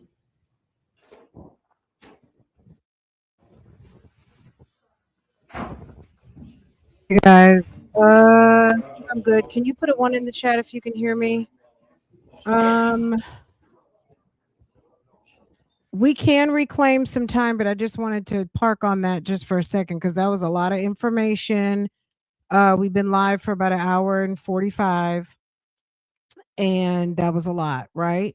We heard from the sister, and sis obviously felt like something was wrong, and she, you know how it is when you're a sister. It's some not on my watch type thing. You drop your sister off, your brother, you got to go pick them up where you left them off, and you know what I'm saying? Like, she obviously had a feeling something wasn't right, right? Um we got to hear from the sister's point of view, kind of what happened. And look at weirdo Charla. Okay. Charla, she's giving bookworm. No offense to any librarians out here. Keon, say thank you, boo. Thank you to all of you guys who have been dropping memberships. You have no idea how much I appreciate. So words can't even really express how much gratitude I have for you supporting this channel. And I just want, thank you so much. Dropping stickers, all of the things that you guys do, hitting the like button, sitting here watching, soaking in this content.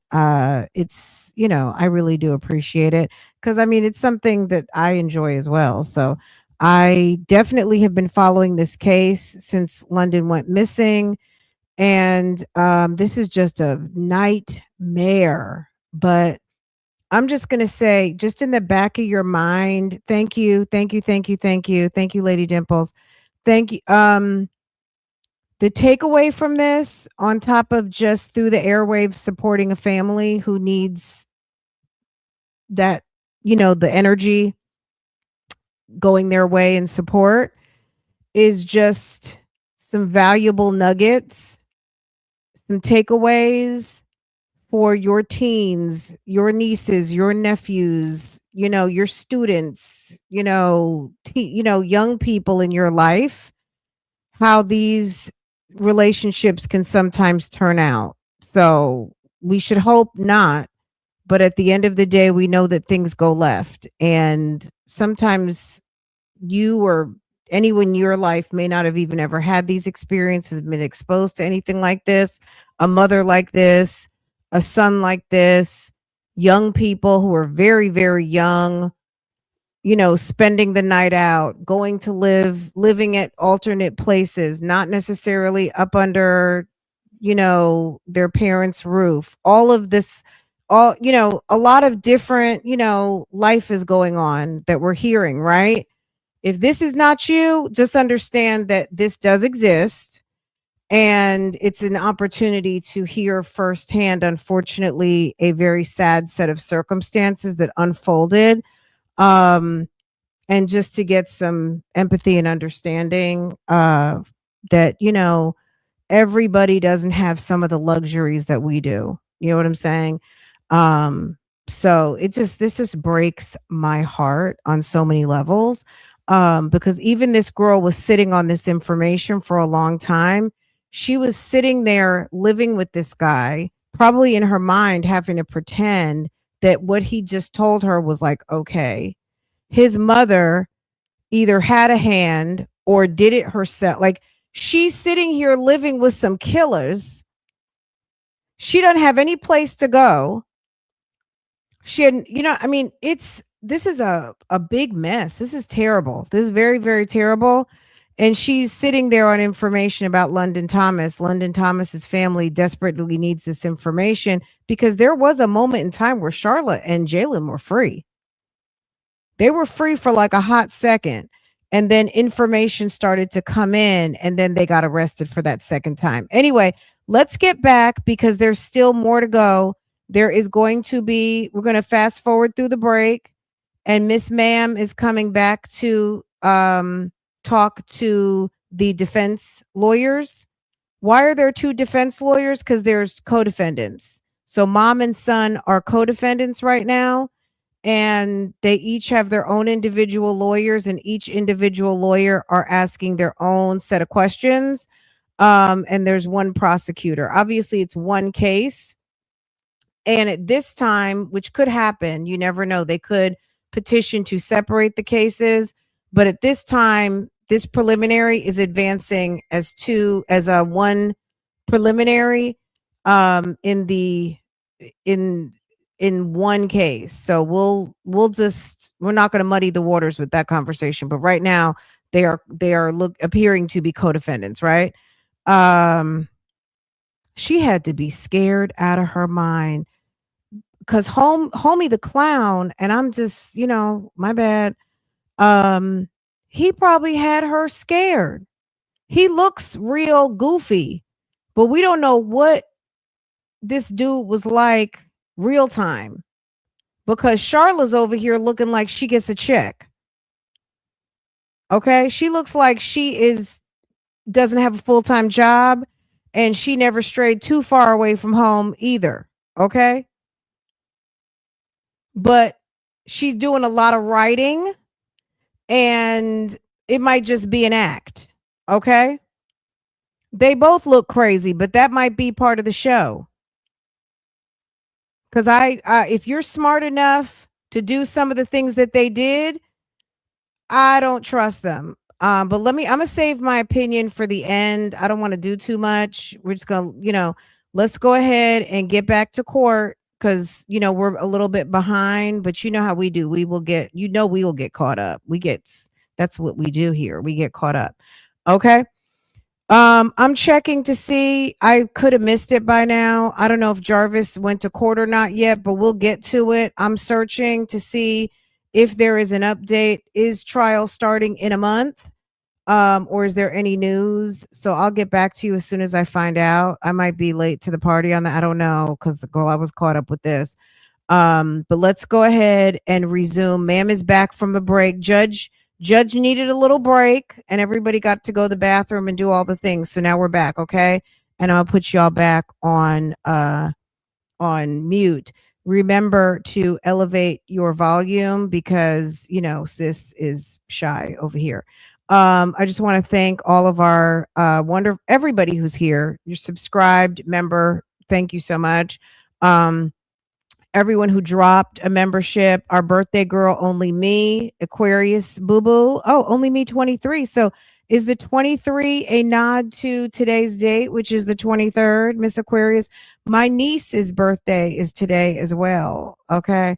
Yeah, I know a couple. Yeah, Aquarius, is popular with me too. But yeah, my husband's birthday was yesterday. That's my Aquarius Bay. And Brother Brown, thank you so much. Miss Mary Frederick, thank you so much. Keonce Boo Boo, and member Milestone from Lady Dimples. Okay. All right, guys, let's get back into it. If you're eating lunch, you want to drop your lunches and all of the things, please feel free to do so. But like I said, I'm gonna keep it on mute so we can focus on the testimony so we can talk about it afterwards. Okay.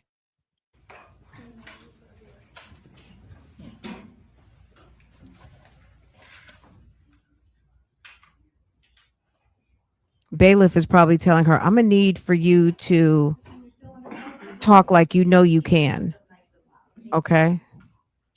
We know you can talk louder than that. Thank We heard you on the jail Ms. phone Wilkerson, calls. Good, we're still in the morning, yep, still in the morning, good morning.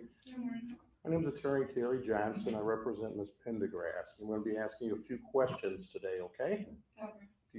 Anytime you don't understand any of my questions, just ask me to ask again, and I'll try to rephrase it, okay? Okay.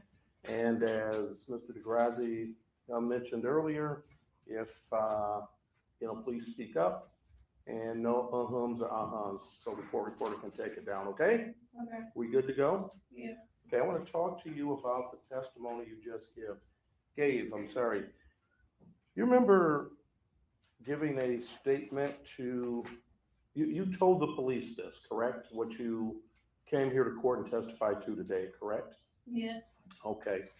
Isn't it true you said you didn't believe the second story that Jalen told you? You remember telling the police that?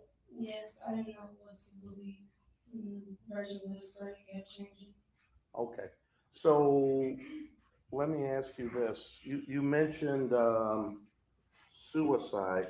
My client, you've never heard my client say she wanted to kill herself, did you? No, And how long were you living at this house? about 2 months.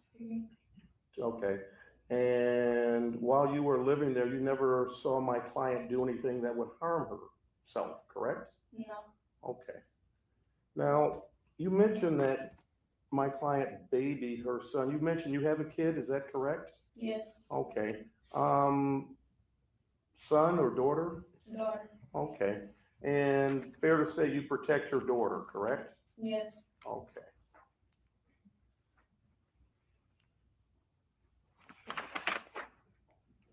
Do you do drugs, ma'am? Let me rephrase it. You've come here today. Are you under any influence of any type of drug? No. Okay.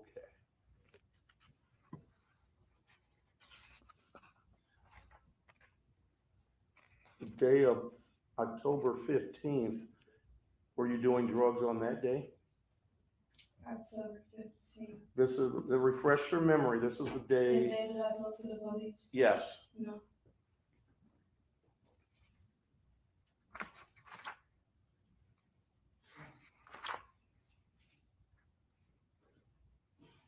You ever been to the house in Inkster?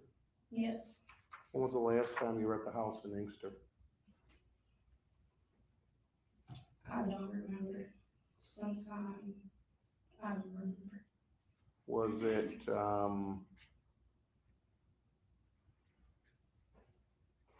had you been to the house in Inkster after London had gone missing?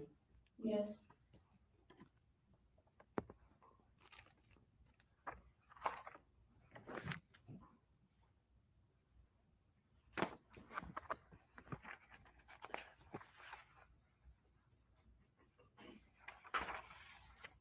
And you stated, I'm sorry, just so I'm clear in your testimony,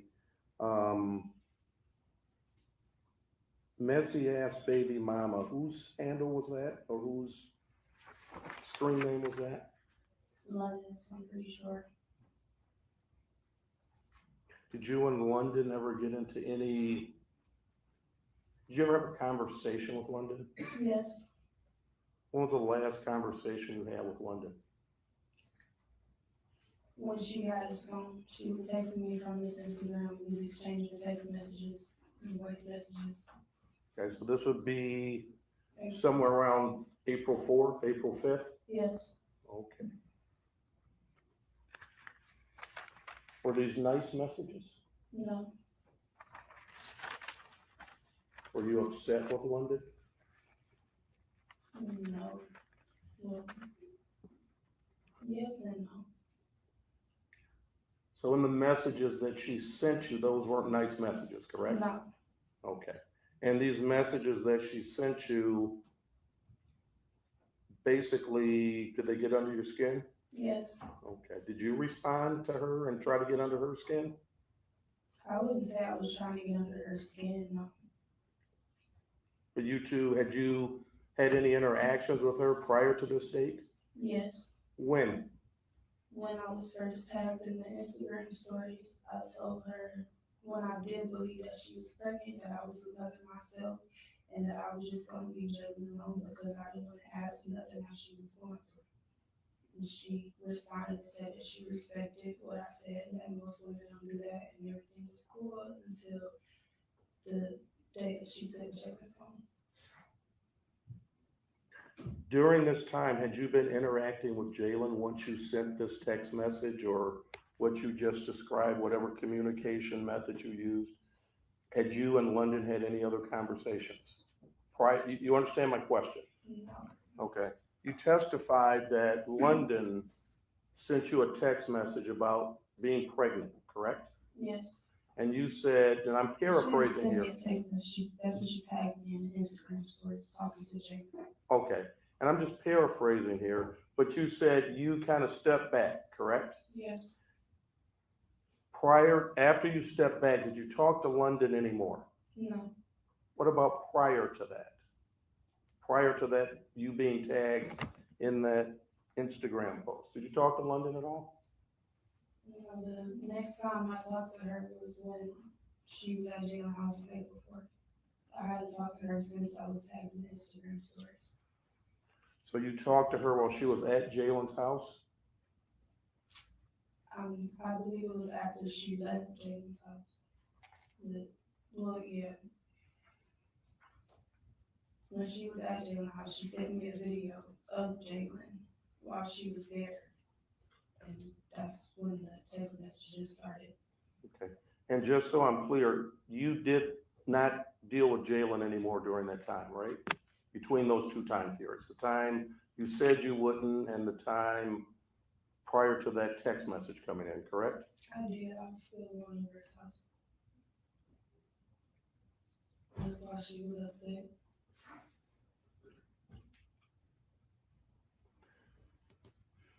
Did the police ask you where you were on April 5th when London went missing? I don't remember. You don't remember if they asked you, or you don't remember where you were? I don't remember if they asked. Okay. Do you know where you were around April 5th when London went missing? Ever. Okay. No further questions. Yes, please.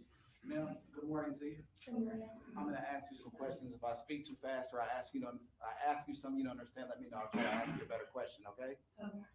When's the last time you communicated with Mr. Pendergrass?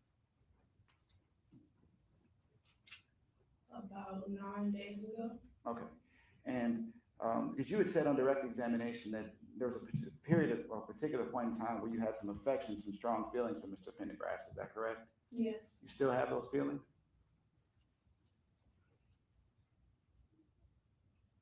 No. Okay, so they changed? Yes. Didn't you tell my client recently that you loved him? Yes. Did you tell my client recently that you were hoping that he would get out so the two of you could get married?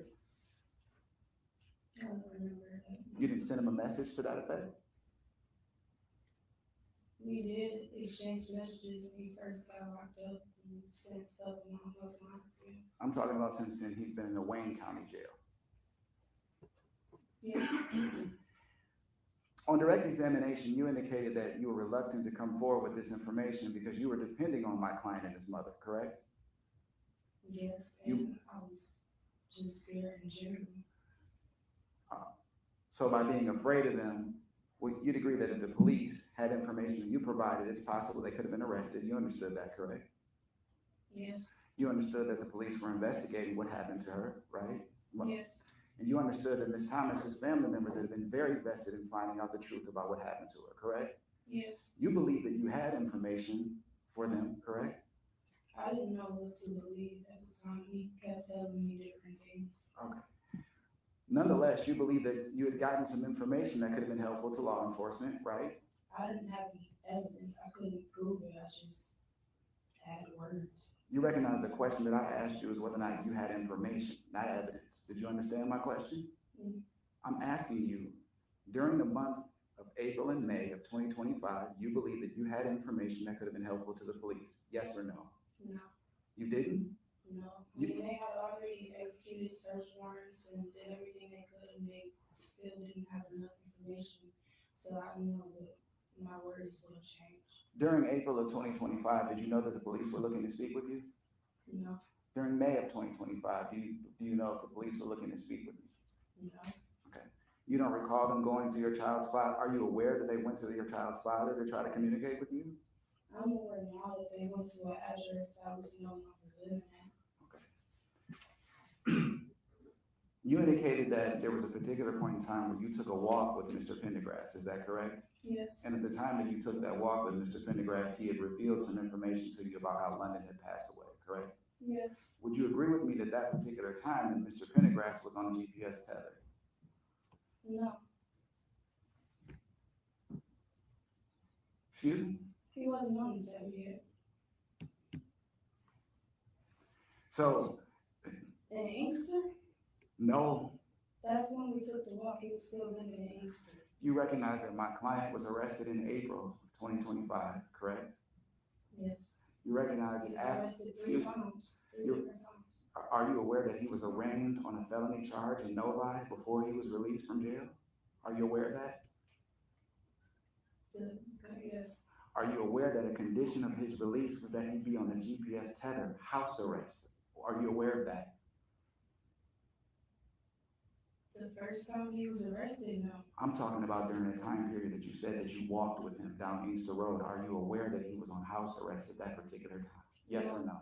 I wasn't aware that he was on house arrest until I seen him wearing the tether. I don't think he was wearing the tether. So at the time that you had these communications with him, at that particular time, you didn't see a tether on his leg. Is that your testimony? No, they didn't have him. Okay. You'd agree that specifically, ma'am, in relationship to the information that Mr. Pendergrass provided to you, you told the police specifically that he conveyed that information to you in song. Is that correct? Yes, What does that mean? He conveyed it to you in song. some song lyrics. Did you tell the detective that he sent the song to your phone specifically? Yes, Okay. So did he send you a song or did he sing a song to you? both. It was 2 different songs. Okay. And at the particular point in time, there was a particular reference to a set of lyrics where he talks about Miss Thomas, where he talks about an individual being found in the trunk. Is that correct? Yes, You knew at this particular point in time that a young Miss Thomas's body was found in the trunk of an SUV, correct? no. You weren't aware of the media reports to that effect about where her body was discovered? This is when she was still missing. Okay. What I'm saying to you is, did you learn at a particular point in time the conditions of her discovery by law enforcement? Yes, When did you learn that? whenever the day that her body was found and got to the jail again. Okay, so you learned that day? Yes, Okay, you saw the media reports? yes, Okay, so again, at that particular time, had you had the conversation with Mr. Pendergrass about what had happened via song at that point? yes. Okay, so now they gave you some confirmation, correct? Confirmation of what? You were, originally, when I began my questioning of you, you said you didn't have any evidence to support what you were saying, correct? Did you say that? Yes or no? Yes. Okay. I don't see how him sending me a song. Would you let me ask you a question and you answer it, please? Thank you. So after that message is conveyed to you in a song, and then you learn that that her body is found in the trunk of an SUV, is that evidence to you? No, During the course of your testimony and direct examination, you said that Mr. Pendergrass admitted to you that he struck Miss Thomas with a table leg. Is that correct? yes, Did he say where on her body that she was struck? no, Did he say how many times she was struck? no, Did he indicate if she was knocked unconscious during that time period? no, he just said here. Did he indicate that she was bleeding, injured in any way? I didn't ask. Okay, but you were trying to figure out what happened to London Thomas, though, correct? Yes, In fact, you told the police specifically that that you purposely were looking to drink with Jalen so that he would tell you what happened, right? I knew that if we were drinking, that he would be more likely to tell me the truth. I appreciate that, but my question to you is, didn't you tell the police specifically that you were looking to get Mr. Pendergrass to drink so that he would tell you what happened to London? I didn't say I was trying to get him to drink. No, it's not word for word. I said What was the purpose of you getting him to drink?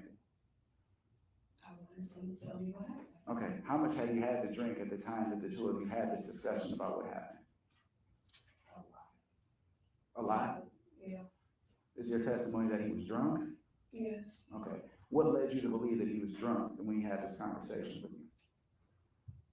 I just know how he is and how he talks and how he acts when he's drunk. You were drunk too, weren't you? Yes. Okay. So, how long had you been drinking during the particular time when he made this admission to you? A couple hours. When you had an opportunity to meet with the detective, did you tell him that Jalen was drunk when he said these things to you? You didn't tell him that, did you? I'm pretty sure I mentioned that he was drinking and I told him that the drinking was what I didn't tell him what I thought would even tell him the truth.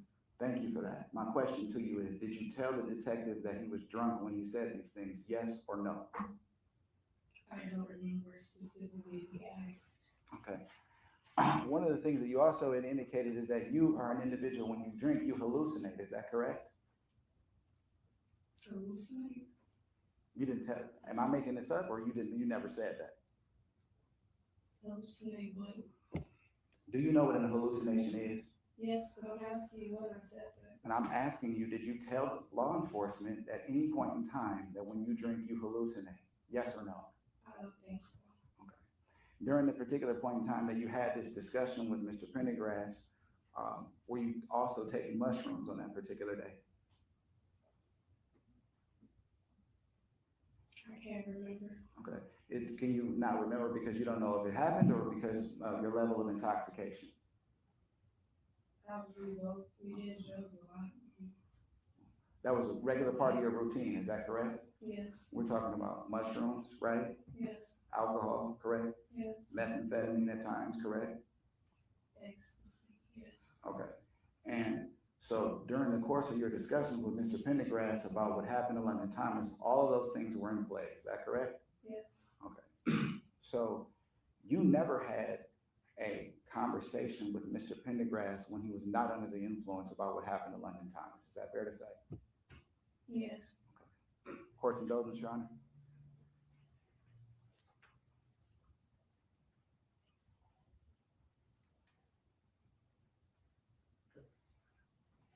When you had this walk with Mr. Pendergrass on Inkster Road, how far did you walk? A few blocks, maybe. Okay. And when you say a few blocks, where was the starting point? His house.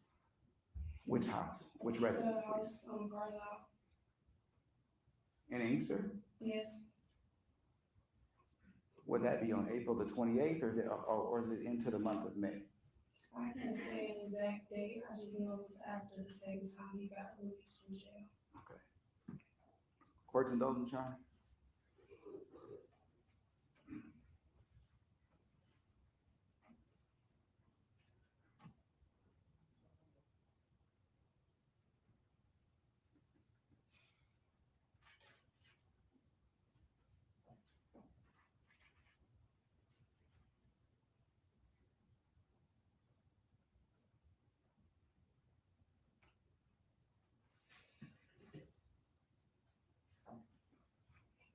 You indicated on direct examination, ma'am, that one of the factors or reasons why you didn't want to come forward is that because you were depending on the Pendergrasses to help you. Is that correct? Did you tell Mr. DeGrazia that on direct examination? Yes. Okay. And you had indicated that you moved in with them in July, correct? Yes. But you had this information about what happened to young Miss Thomas in April, right? Yes. In May, correct? Yes. In June, right? Yes. So at that particular point in time, that didn't factor in. You just didn't bother to provide the information, correct? I don't understand the question. Okay. During. During All I knew was what he told me. all, And even then, he kept switching the stories. may I? Are you finished? Okay, I don't want to cut you off, man. Are you ready? During the month of May and June, you had the opportunity, if you wanted to contact law enforcement to provide them with the information that you had, correct? Yes. Okay. And you'd agree that when you started the interview in October with the detectives and they asked you if you had any information about what happened to Ms. Thomas, you told them no initially, correct? When I talked to them in the car. In October, when you're That's sitting, when I told them what I knew. I appreciate that. When the detective initially asked you if you had any information about what happened to London Thomas, isn't it true that you first told him no, you didn't? I told him everything that Jalen had told me at first. So you don't recall on that particular day telling them that you don't have any information for them initially? It's your testimony that right away you began telling them what happened when he asked? No, not right away. Okay, right. So initially, he I didn't tell him until he told me that they were actually charged with it and wouldn't just be getting out again. okay. And you'd agree that that was roughly 30 minutes into his discussion with you, correct? What was? Where he revealed to you that they had been charged with homicide. Yes. Okay. Prior to that time period, he had asked you whether or not you had any information about what happened to London Thomas. Yes or no? Yes. And you said no, right? Yes, I didn't feel comfortable Excuse me. talking to him at that time. I'm just asking you, was your answer no? Your answer was no, correct? So you lied to him, correct? I wouldn't say I lied. So if the law enforcement officer asked you if you have information about what may have happened or whether or not Jalen said anything to you about London, and you say no, but I you, didn't straight up say no. I told him, I still told him things. I didn't just say no, I don't know anything. We still talked, I still gave him information. nothing further, Judge, thank you. So I think in those last questions, you were saying that it wasn't until the officer told you that they were being charged and were going to jail that changed your mindset about what you were going to tell the police? Yes. What about that fact made you change your mind about what you were going to tell the police? Because if I told them everything, knowing how Jalen would react, he was just gonna get out again in 72 hours and work that with me. Okay. Was there anything about your relationship with Jalen that made you afraid of what Jalen might do? Yes. Okay. Now, you were asked some questions about using drugs, correct? Yes. Would you use these drugs and drink alcohol with Jalen when the two of you were together? Yes. And did that happen frequently when the two of you were together? Yes. So, drinking alcohol, for example, like would Jalen Pendergrass drink alcohol frequently when you were with him? Yes. So are you familiar with how he behaves and when he's under the influence of alcohol? Yes. And similarly with drugs, are you familiar how he behaves when he's under the influence of drugs? Yes. So the way he was behaving when he was talking to you, was that like somewhat normal behavior when you're around him? Yes. I don't have any other questions. Cross, Mr. Johnson. None on behalf of Ms. Pendergrass. Mr. Clemens, any recross?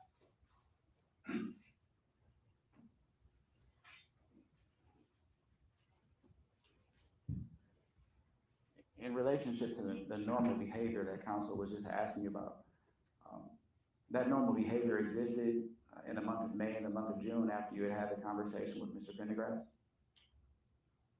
Yes. I don't think it's been many times I've been around Jalen sober. Almost every time we were together, we were either drinking or doing drugs. Okay. That was normal. And the walk to Inkster during the particular time, is it your testimony that he was also drunk? You already testified that he was drunk, correct? Yes. He wasn't aggressive with you during that time, right? No. Didn't threaten you during that time, correct? No. And we're talking about in the ambit of time, this would have been in May, correct? Not on that day at that moment, no. But during the walk, you recognize I'm asking about the walk because this is when you claim that he made this, he provided you with this information, correct? Right. Right, and we're talking about during the time period in the month of May after he was arrested and released the second time, correct? Yes. Thank you, nothing further. Ms. Wilson, you can step down. Thank you so much. Next one. We will call Jermaine Lynch.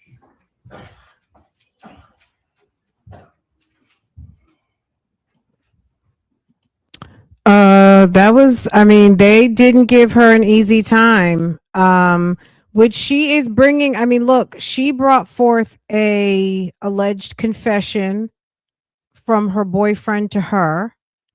Um, she's connecting Jalen directly and also connecting Charla direct. Like her testimony could send these two to jail for life, right?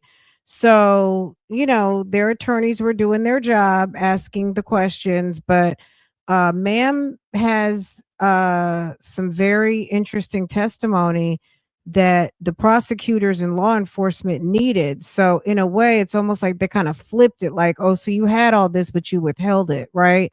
So it's interesting the way that they questioned her, even though, and also simultaneously discrediting her at the same time. Her lack of expediency to deliver information, knowing good and well that that girl's family wants this information ASAP. And also the fact that you're using these people and you needed them, and using that to kind of discredit her. But anyway, okay. Let's get to the next witness. Okay. All right. Okay. If you're here, you hadn't hit the like button yet, go ahead and hit the thumbs up for me.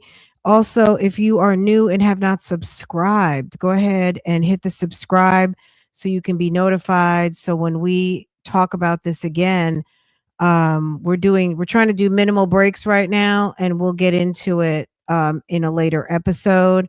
We're just trying to absorb the testimony right now, and then we'll come back and talk about it. So if you want to be here when that happens, make sure to subscribe and set your notifications so you can be here when we get into it.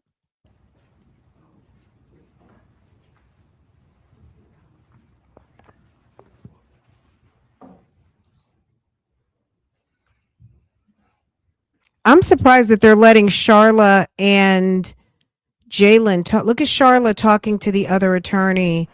You know how some districts, some courts, they don't want the co-defendants talking. You're not allowed. And I mean, maybe they can't not, maybe, I don't know. Maybe because that's the mother and a son, they can't interfere in a blood relationship. I don't know. But it's interesting that she's sitting over there chitty chatting with his lawyer and passing notes and etc. You know what I'm saying? Like, ma'am, focus on your table. Leave your you watch out for your adult self and let your adult son, who should have been adulting, and stop messing with little young girls. Okay. Okay. You should have been focused on some different activities. Okay, guys, I'm going back on mute.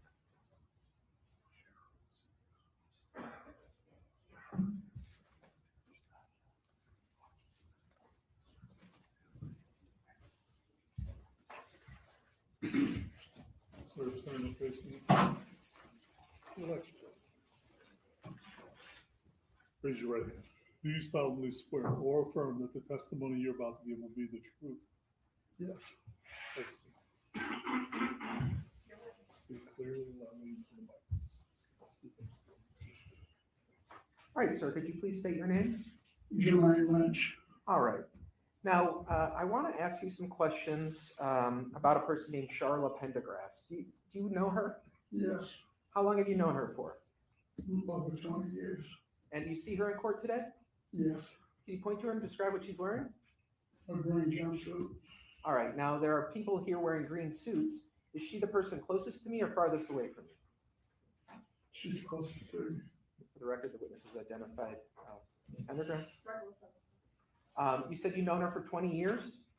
Yes, Just describe what your relationship with, were you just acquaintances? Were you friends? What was your relationship with her? acquaintances, friends, relationship, kind of. Okay. The two of you, at any point in the time that you've known her, had you ever seen her romantically? Yes, All right. Now, if we go to April of last year, were the two of you like together in a romantic relationship? friendship, Just a friendship?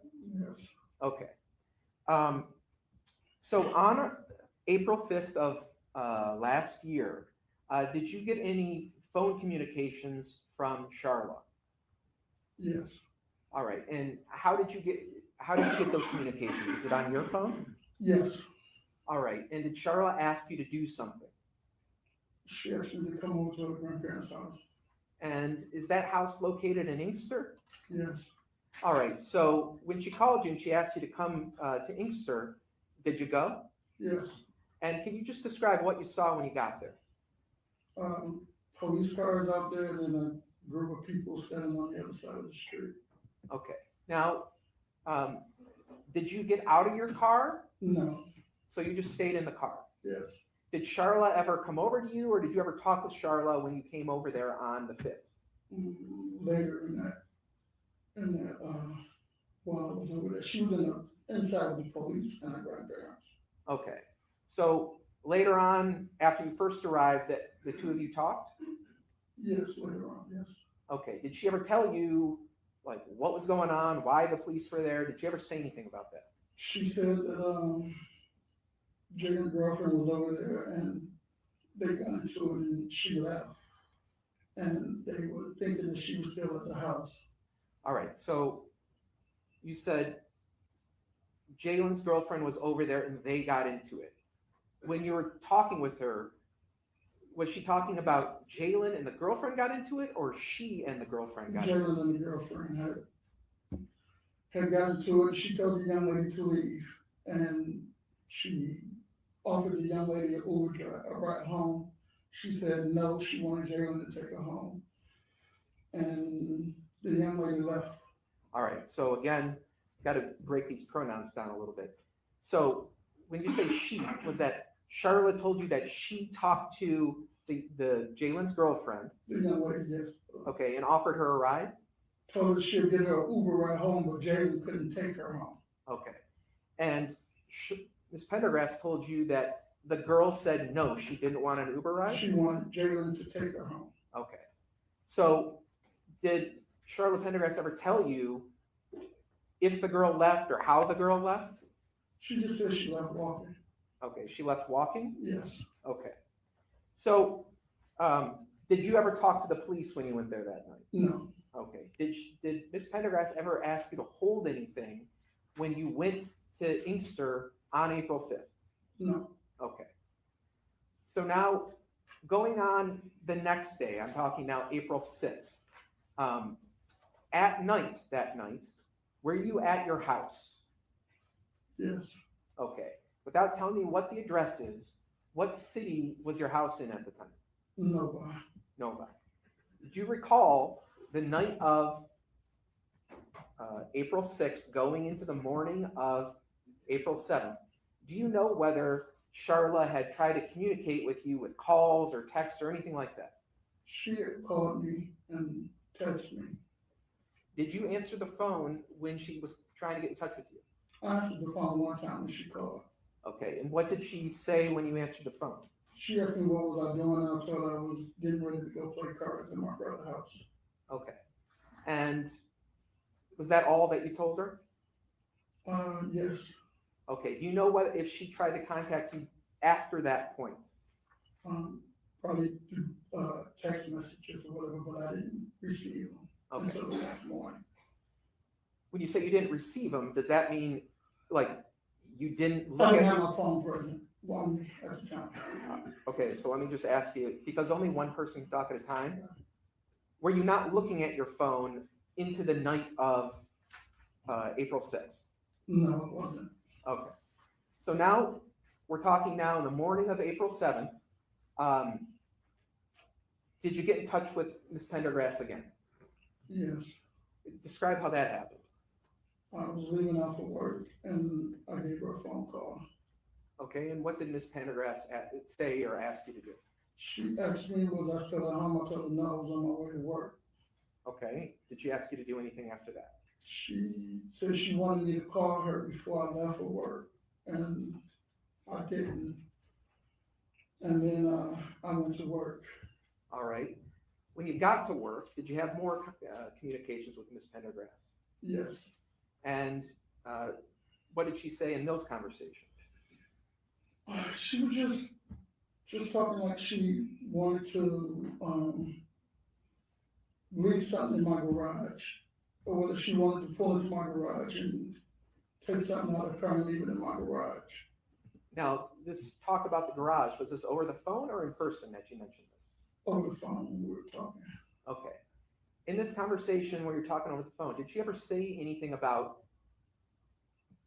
that she had gone to your house the night before? Yes, she said she was outside of my home, my residence. Okay. Now, she told you that she had gone to your house and was outside your house? She mentioned she was outside of my house and she wanted me to call her before I left for work. Okay. Did she ever ring the doorbell or knock on the door while you were in the house? No, And did you have any idea that, had there been any plan that she was gonna have come over to your house on the 6th? no. So after this phone conversation, you decide to leave work. I decided to meet her while I was at work, to meet up with her, yes. Okay. So did you meet up with her like at your work, or did you leave your work to go meet I up? left my job and I met up with her. All right. Where did you decide to meet up with her at? We met at Myers parking lot on Jefferson. Did she ask you to meet with her, or how did it come about that you agreed to meet with her? She wanted to talk, Okay. so I agreed to meet. I said, well, we can meet at the Jefferson, on the Myers on Jefferson. Because the warehouse where I'm working at, it probably would have been a little difficult for her to find it, so I told her we'll meet there. Now, in these conversations that you've been having with her now on April 7th, how did she seem to you, like, emotionally? Did she seem normal, unusual? How did she seem? Normal. Okay. And did you meet with her in a Myers parking lot? Yes. All right. And did the two of you talk to each other outside, in somebody's car? How did you talk to each other? She got into my vehicle. And what did you talk about when she got into your car? She was talking about the people posting stuff online, that they was protesting outside the grandparents' house, and they were saying things on social media. Okay. Did she ever talk about having you hold something for her? She was saying she had something that she wanted to leave at my home, in my garage. Okay. Was there ever any discussion about, taking the item from her? Yeah, I told her, well, you can just give it to me now, and I take it, and she told me no, that she wanted to do it in a private area, basically. Okay. So you offered to take whatever she wanted to hold for you right there in the Myers parking lot, and she said no? Yes. Okay. Did you ever ask her, what is the thing that she's trying to give you? No. Why didn't you ask her that? I don't know, I just didn't. Okay. So after you're in the Myers parking lot, do you decide to go somewhere else? Yes, Where did you go? to a car wash. And in what city or address, if you know, was the car wash located in? In Detroit. Okay. Now this car wash, can you describe, like when you're entering the car wash, can you kind of describe what the structure is of the car wash? It's like a big garage. You drive to the side, you go around the back, and you pull in. 1 or 2 cars at a time, and they clean your car in and out. So when you pull into the car wash itself, this is the type of car wash where, you sit in the car as it's going through the wash, or do you get out of the car and wait for the car to be clean? You get out and wait for it to be clean. All right. And the inside of the car wash, is that like enclosed so that if you're standing outside of the car wash, you can't see what's going on inside? Yes. Okay. So do you go to the car wash? Yes. And did Charla go with you? Yes. Can you describe what kind of car she was driving that day? She got a new car, a blue Nissan Kick, I believe. Okay. And what kind of car were you driving that day? Black Lincoln Navigator. Were you the only person in your car? Yes. Was she the only person in her car? Yes. So describe what happens when you get to the car wash. We were just at the car wash and we were just talking regular and talking about her grandparents and their health condition and everything, and just a normal conversation.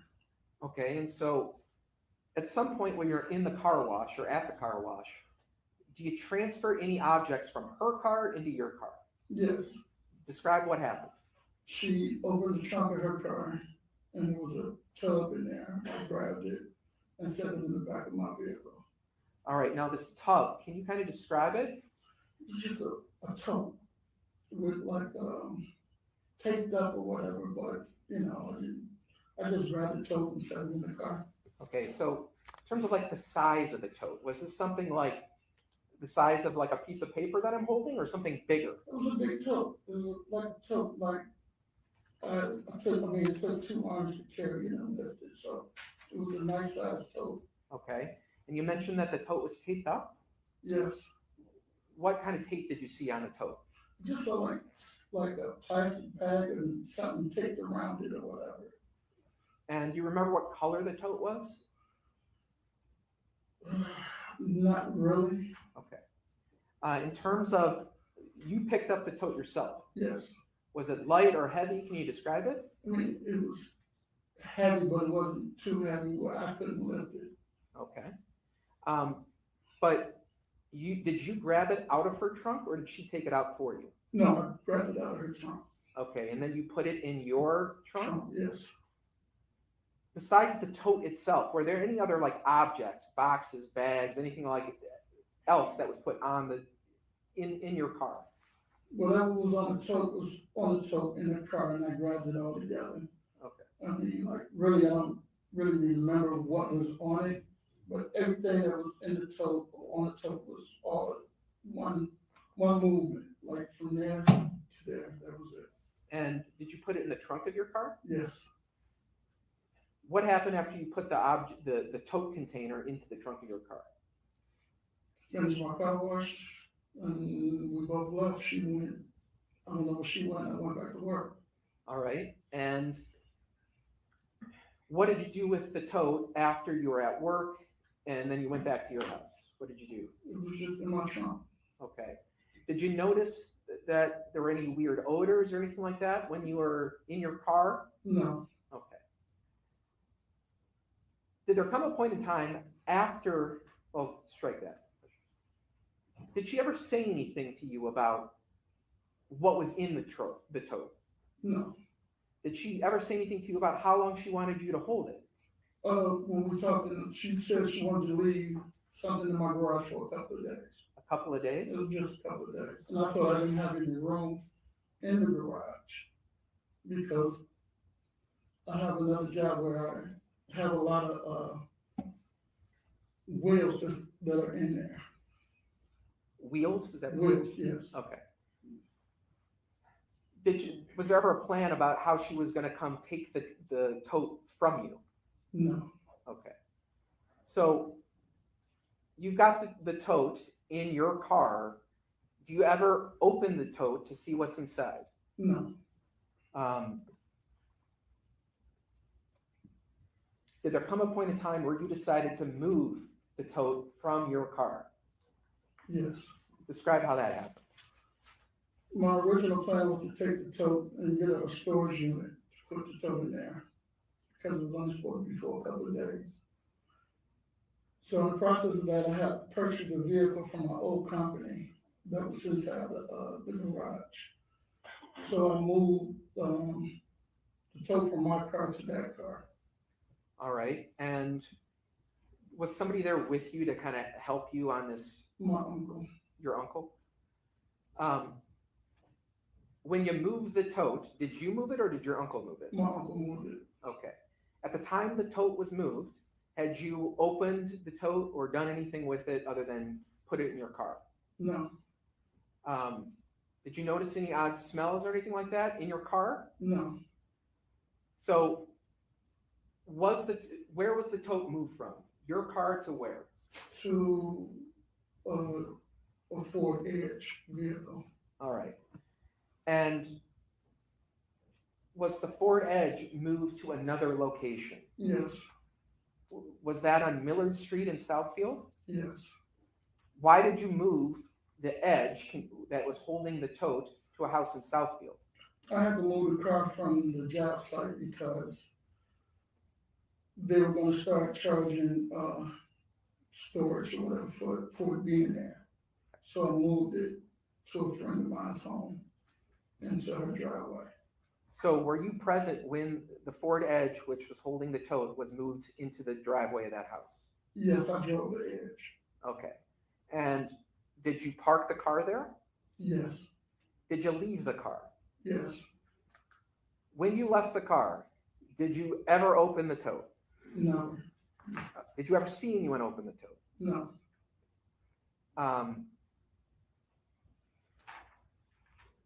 After you left the tote in Southfield, did you become aware that the police were investigating this missing girl that had a connection to Charla? yes. How did you become aware of it? It was on television, and then my cousin had called me about it. All right, so after you became aware that this whole thing was on the news, did you ever call Charla to ask her what was in the tote? Charlotte and I spoke a couple of days, and then she didn't have a phone anymore, so we wasn't able to communicate with each other for several weeks. Okay. Did you ever call the police to let them know that Charla had asked for you to hold that tote? No, Why didn't you do that? because I didn't think that she did anything wrong, and I wasn't assuming that she committed a crime or anything. Okay. So, on or about April 24th, did you find a way to communicate with Charla, and did you meet with her? Yes, Okay, how did you get back in touch with Charla? I went to her grandparents' house and sat out there and waited for her to arrive. All right. And did you have contact with her? Well, prior to the first day I went, I left, but yes, on that Thursday, I sat there about 2.5 hours. And then she came, and her and I drove off, and we had communication. So what made you sit out there and wait for her for like 2 hours? Because I hadn't heard from her. And it was supposed to be a couple of days, and then all this stuff was like in the news and all this stuff. So now it was like, what's going on? Okay. Like, what's going on with this? And did you go to a restaurant with Charla? Yes, Was it just the two of you? yes, And when you went to did you go inside the restaurant? yes. Did you try asking her questions about what was going on and about the tote, that sort of thing? You always taught me about what was going on, what was happening or whatever, and she was explaining to me some things that transpired. So while you're inside the restaurant, did she ever ask or tell you to write things down on paper rather than speak them out loud? Yes, Okay, describe how that happened.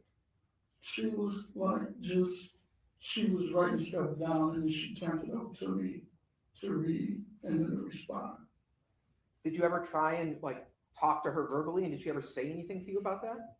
We talked verbally about certain things, about the home being searched again, and then they searched her uncle's home. But I mean, were there certain things that you tried to talk with her, like verbally talk to her about, where she said, no, don't say that out loud, things like, something like that? I don't recall any of that. We didn't really talk at the restaurant that long because she wanted to go somewhere else and talk. All right, so did you go to another place and talk with her? Yes, we went somewhere else and we had a conversation. All right, where did you go with her? To an empty parking lot, somewhere in the Westland, I believe. Did the two of you ever discuss why you were going to like a parking lot rather than one of your houses or anywhere else? Not really didn't discuss that. Okay. So what happened when you go to this parking lot? She gets talking about things are serious and what was going on with them searching the grandparents' house a couple of times. They searched the house that she was staying in a couple of times, and they searched the uncle's home. Did she ever ask you about the location of the tote? She asked me what was the tote. In the restaurant, I told her it was in the trunk of the car. And then she asked me, do I still have it? I told her yes. All right, so I gotta stop you here for a second. The first part in the restaurant, where you told her it was in the trunk of a car. Yeah. Did you say that out loud or did you write it I down? wrote it down. Okay. Now, the second part, where she's asking more details about that, did that conversation happen in the restaurant or at the second location? That's the second location. All right, so let's talk about the second location. What did she say about the tote there? She just asked that I still have it.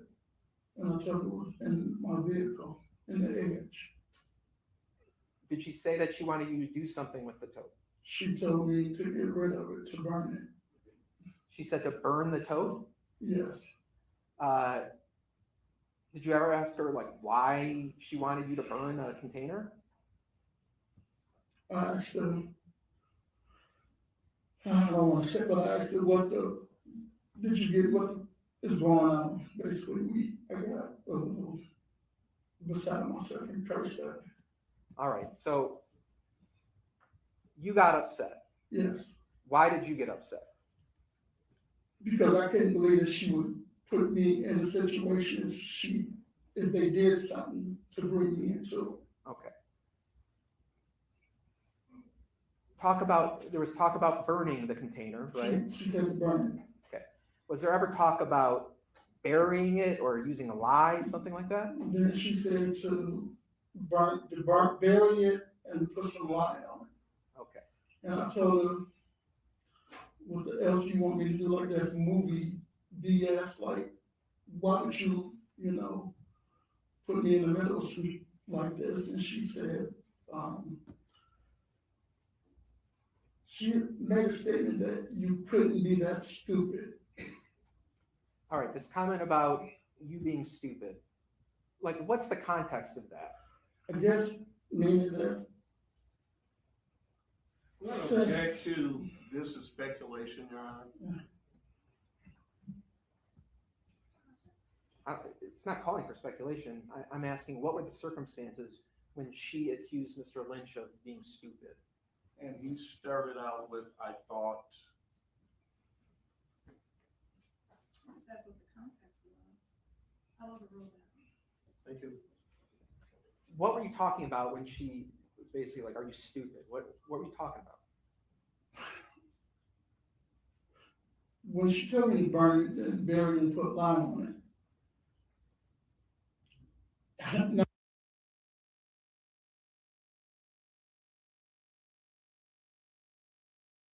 Did you ever ask her in this conversation, is there a body in?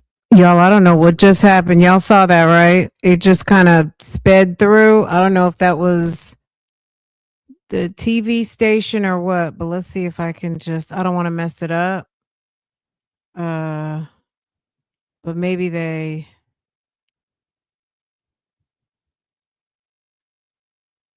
all right, I just went back. Let me go back another 5 seconds and see what it says. put lime on it. No, That might have been something they don't want us to know. I don't know. We can always get the transcript if we need to, but that could be a blip, a tech blip, or it could have been an intentional blip for I don't know. Did you ever ask her in this conversation, is there a body in the container? never. Okay. So did you ever ask her what's in the container? No. Okay. This comment about, are you stupid? What was she responding to when she said that? When I was telling her, like, I'm not burning anything, I'm not burying anything, I'm not going to get any lime and do anything like that. Okay. So after these comments, did you talk anything else about what she wanted you to do with the container? No, 'cause she was talking and I walked away and I got in my car and left. Okay. I was just irate. Wasn't anything else for us to talk about. So you just decided that you just wanted to leave the conversation? There was nothing else to talk. I was upset. And if I stayed any longer, I might have been getting myself into some trouble, so I left.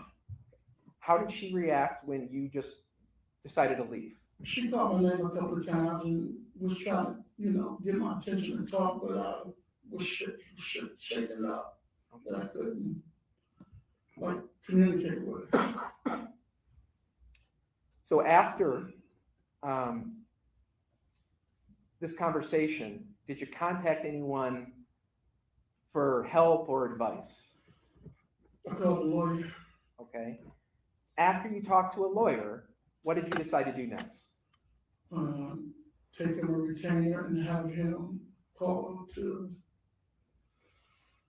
that we had some evidence probably pertaining to the case. All right, when you say he was gonna call them, who do you mean by them? He called a friend of his in the Eastern Police Department and left a message. And Does matter that we clarify who he is for the record before we talk? And I would also object if he doesn't have firsthand knowledge about this situation, what someone else did, that would be hearsay. I can ask some more questions. All right, I'll say. When you say he was gonna call a friend, are you talking about your attorney? my attorney, Who is your attorney? Christopher, I can't think of his last name, Christopher Quinn? Quinn, yes. Okay. Now, it was your understanding that he was gonna call somebody, a police officer in Inkster? I was sitting there with him Okay. when he dialed somebody in Inkster that he knew, a detective, but they didn't answer the phone. All right. Eventually, like, did you or were you present when your attorney actually got into contact with a police officer? No, not when he got in contact with him, no, I wasn't present. Okay. Did you eventually end up going to some police agency and getting them a statement about what occurred? No, I never went to a police station, and later on down the road, but at the time I didn't, like maybe a week or so later, Okay. I went to the state police office downtown on Second. That's when you made a statement? Yes, Before that happened, did you ever go to Millard Street in Southfield? yes, so I met with him on a Friday, When you say him, who are you talking about? Mr. Quinn, Okay.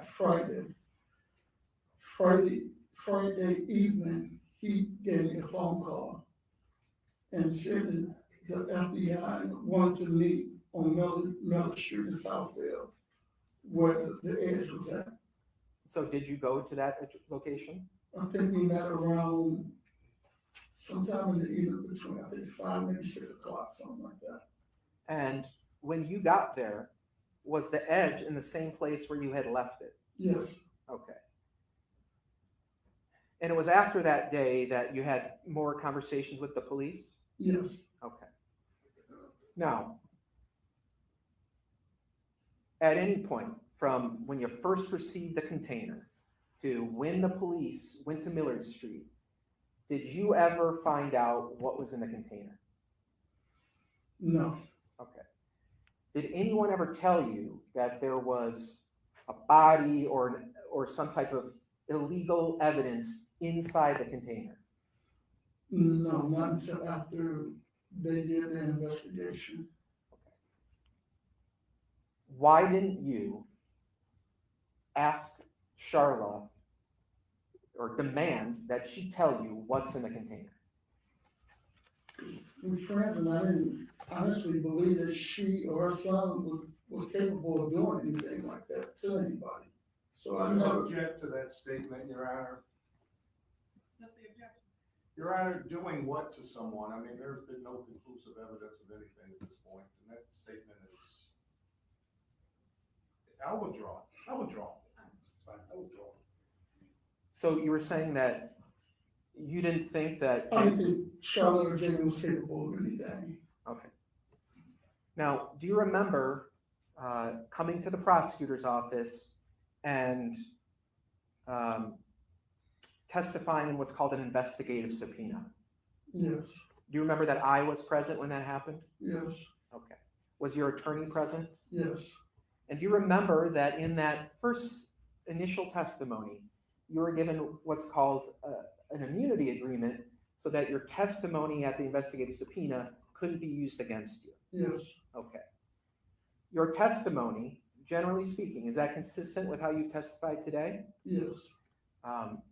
Is there anything, strike that.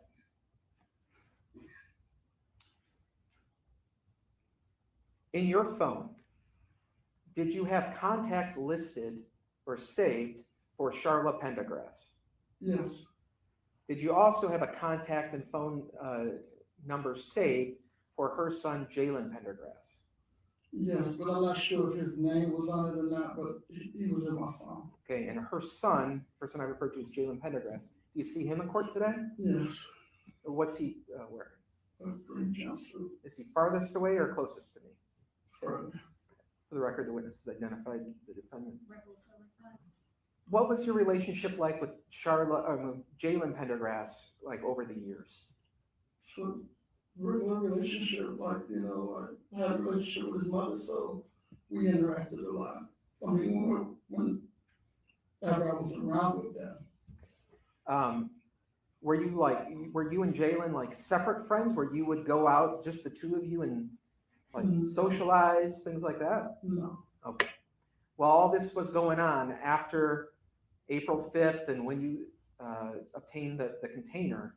Did you ever call Jalen to find out what was going on? No. Okay.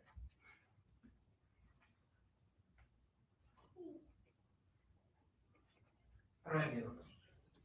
Can I have like literally 1 moment, 1 minute? Thank you, sir.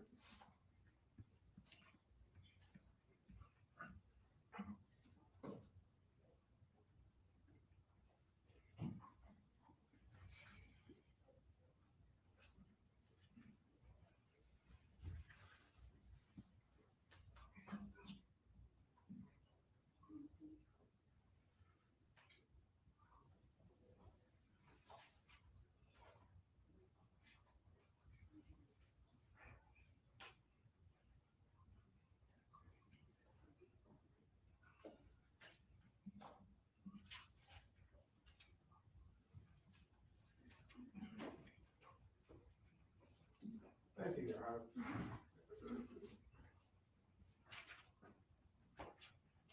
May I proceed? Yes. Thank you. Mr. Lynch, I'm Terry Johnson. I represent Ms. Charla Pendergrass. I'm gonna ask you some questions about your testimony, okay? Yes. Any point you don't understand my question, stop. I'll try and rephrase it, okay? Yes. Okay, thank you. What was your relationship with Ms. Pendergrass on or about April 5th? Friends. Just friends? We on and off relationship. We friends though. We're on and off. What does on and off mean? Sometimes we're in an intimate relationship, sometimes we're not. We're friends. Regardless of what, she's still a friend of mine. Okay. So right now, on April 5th, 2025, your testimony, you were not in an intimate relationship with Ms. Pendergrass, correct? On and off, yes. Isn't it true that you were trying to get back with Ms. Pendergrass prior to April 5th? It's true, I was being the man April 5th. Okay, well, we'll talk about what that means shortly. You sent her door dashes, correct? Yes. Okay.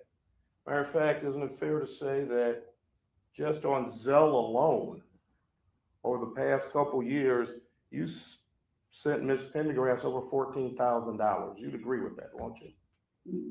Probably even gave her more than that, yes. What? I'm sorry, I had to break in on that. Did he say he was going to plead the fifth, whether he was trying to get back with her or not? And then he's over there sending her all kinds of Zelles? Girl. Okay, Charla might look like, girl. Charla is playing in our faces. Charla is trying to play like she is she's one way, but ma'am was finessing major dough out this guy. $14,000 on Zelle, baby.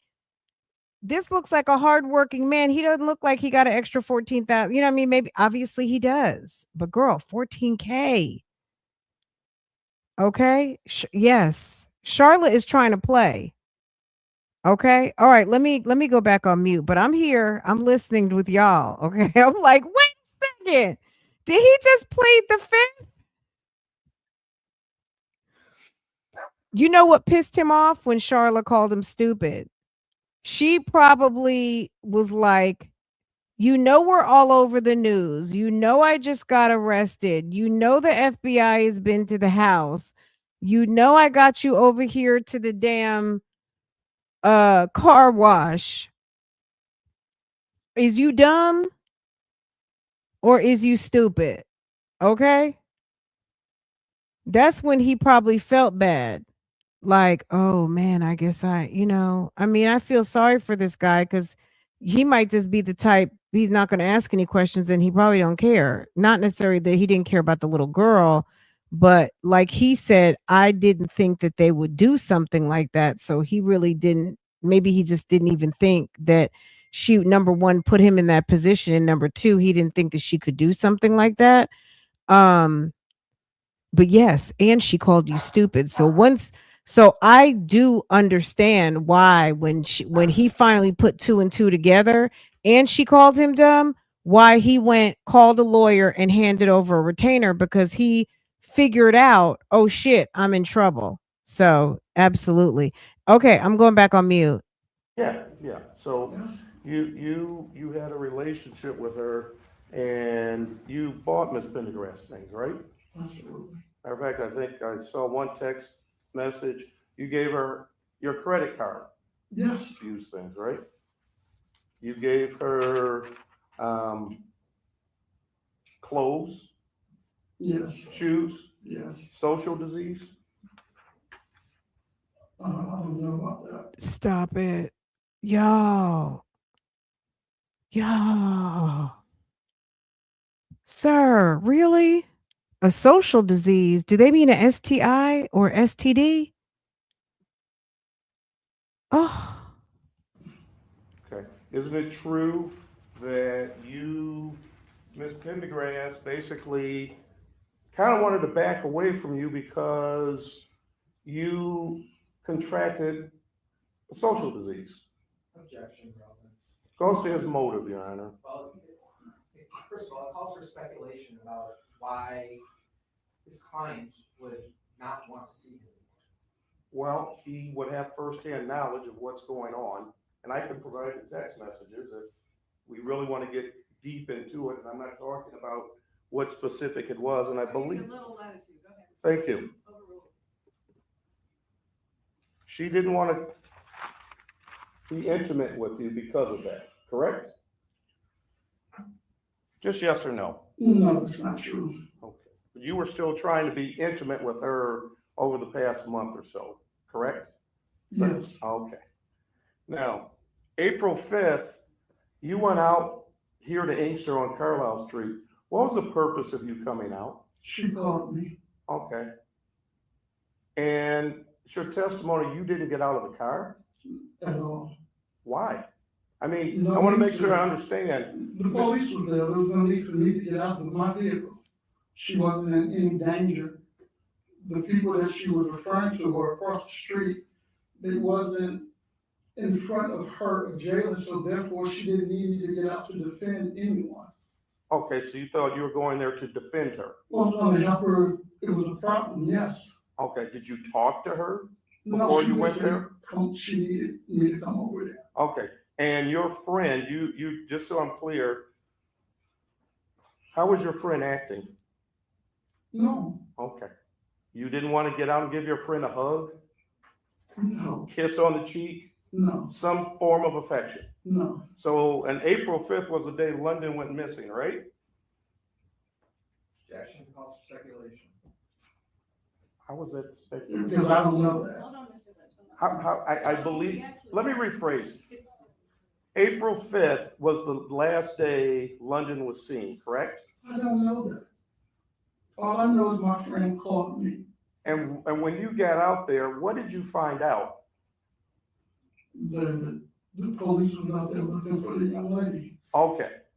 So you found that out on April 5th, correct? Yes, Okay. You left on April 5th, correct? yes, Where did you go? home. Call Ms. Pendergrass back to see how she's doing? Your friend? Probably not. You testified when Mr. Garazzi asked you before, did you talk to her on the 6th? You remember that question? Yes, You said you talked to her one time. That's correct. Y'all, why is the lady over there laughing? Do you guys see? I know y'all see. Hold on. Hold on. Look. I don't know if I don't know what her role is, okay? Ma'am. Miss Ma'am, do you see that? Y'all, she's busted, okay? Y'all see this, right? Okay, hold on. I'm not going to keep doing this cuz this is a very serious topic, but baby, I had to go ahead and point out the fuckery and the shenanigans, okay? Remember that question? yes, You said you talked to her one time. That's correct. you I can recall. And she looked at the camera. Why did she look One at the time. camera, y'all? That's correct. She needs to excuse herself and go take a break because baby, you know what I'm saying? Like we're holding it together. This is, look. Okay, I'm gonna let it go after this. Let me go ahead and go back on mute. One time. That's correct. You I can recall. That you can recall.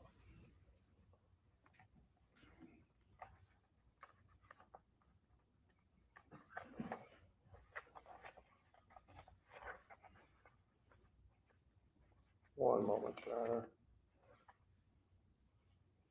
Would it surprise you to find out through your own phone records that you talked to her 4 times? It wouldn't surprise me. Okay. It's possible. Okay. But you asked me when I remember talking to her, and it was the once. So fair to say, based on your own phone records, you talked to her more than once the day after, correct? I don't know. I remember talking to her one time. Okay. But my question is, well, let me ask this. You let anybody else use your phone? No, Okay. So if there are phone records that show you talked to her more than once, you wouldn't dispute that, correct? the phone records show that the phone call was made, that we talked to each other. Okay. It could have been a voicemail that was left. I don't know that. So did she leave a voicemail for 3 minutes or 12 minutes or 10 minutes on that day? I don't know. I don't check the voicemail. Okay.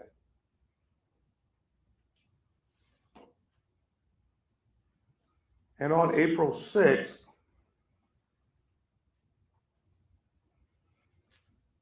what were you doing that day? I was at home. All day?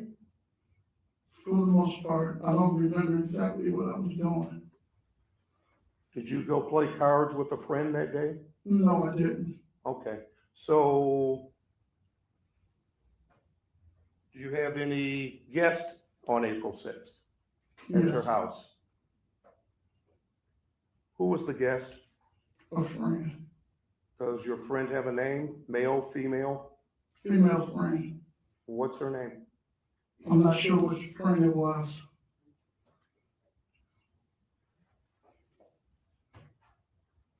Did you provide a name to, you know this gentleman sitting at the table here with the black tie? What do you mean by knowing? Do you know who he is? Yes, Okay. This is Detective Sergeant Hartman, correct? yes, Okay. Did you ever give Detective Sergeant Hartman of the Michigan State Police, did you ever give him a name of the person that you were with on the 6th? no, So all we have is your word on this, right? yes, And now make sure I understand. it was someone there, but you couldn't remember who was there, correct? Correct. Okay.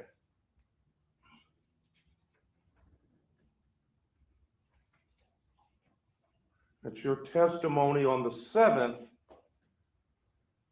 you met up with my client, correct? Correct. 7th of April, so the record is clear.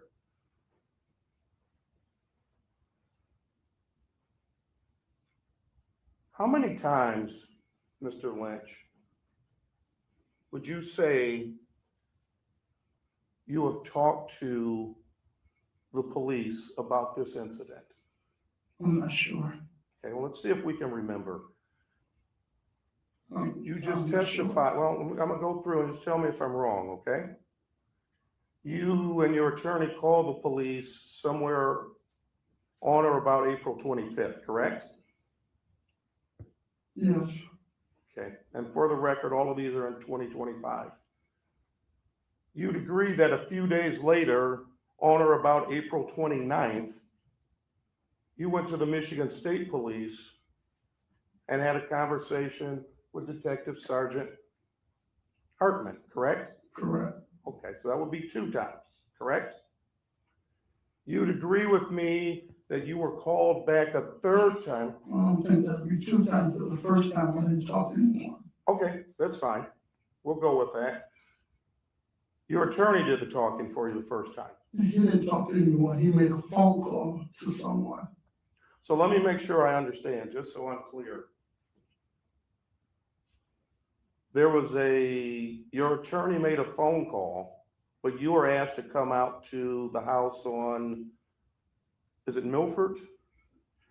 Millard, thank you. A house on Millard Street? Yes. Did you go there? Yes. Did you talk to anyone in law enforcement while you were there? Yes or no? Yes. Okay, so you talked to the police on that day, correct? Yes. You talked to the police on the 29th, correct? Yes. Okay. That will be 2 times thus far, correct? Yes. Okay. I want to go back to the 7th. You met my client at a Meyer parking lot, correct? Yes. Did you tell Sergeant Hartman on the 29th, when you sat down with him, that it was your idea to go to this car wash? I'm not sure, but I told him yes, that I told him I was going to get my car washed. Okay. So it was my idea for the car wash. Okay, so it was your idea to go to the car wash? Yes. Okay. So it wasn't my client's attempt to conceal something or not do something in public, correct? She didn't say that. You said, just so I'm clear, it was your idea to go to this car wash, correct? So if you didn't clear, she didn't want to give me the object in the open. She wanted to give it to me somewhere secluded. Okay. So if you're going to be clear about all of it. Well, I'm very clear because you remember on the 29th, and we can play the video back. You remember on the 29th, you were asked this question. Was there any conversation about the tote or a package or anything? And you said, no, it happened at the car wash. Do you remember making that statement? I don't remember the statement, but I Okay. could have said it. I'm not sure. Okay. Okay.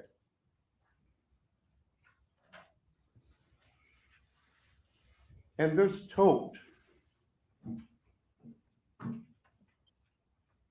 He's mad because he fell for the okey doke, but at the end of the day, the prosecutor gave him some immunity to be able to give his testimony and share fully what Charla got him into, because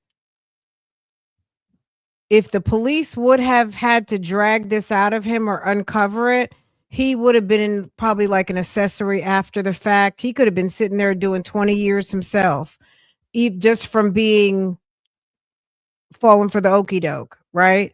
So good thing he woke up, because he would be in a green jumpsuit also. He just needs to be cool. Tell the truth. Be cool, tell the truth. and don't let this man get, because these people got a long way to go, and this won't be the last time you got to testify. So, okay. I know he's probably still hot about that $14,000 he was selling her. And I'll get to this part in a moment. You took the tote. How long did you have that? What did you tell Detective Sergeant Hartman on April 29th, your very first interview with the state police? How long did you tell him you had that tote initially? It was in my car for a couple days. What did you tell him initially? I don't remember exactly what I said back in April. Okay. Would you dispute the fact that you said to him, it was only in my car no more than 12 hours? You remember making that statement? I could have at the time. Well, wasn't it fair to say that they showed you video that you picked up this Ford Edge 4 days later? No, they didn't show me video of that. Oh, I'm sorry. They told you that you got it 4 days later, right? No.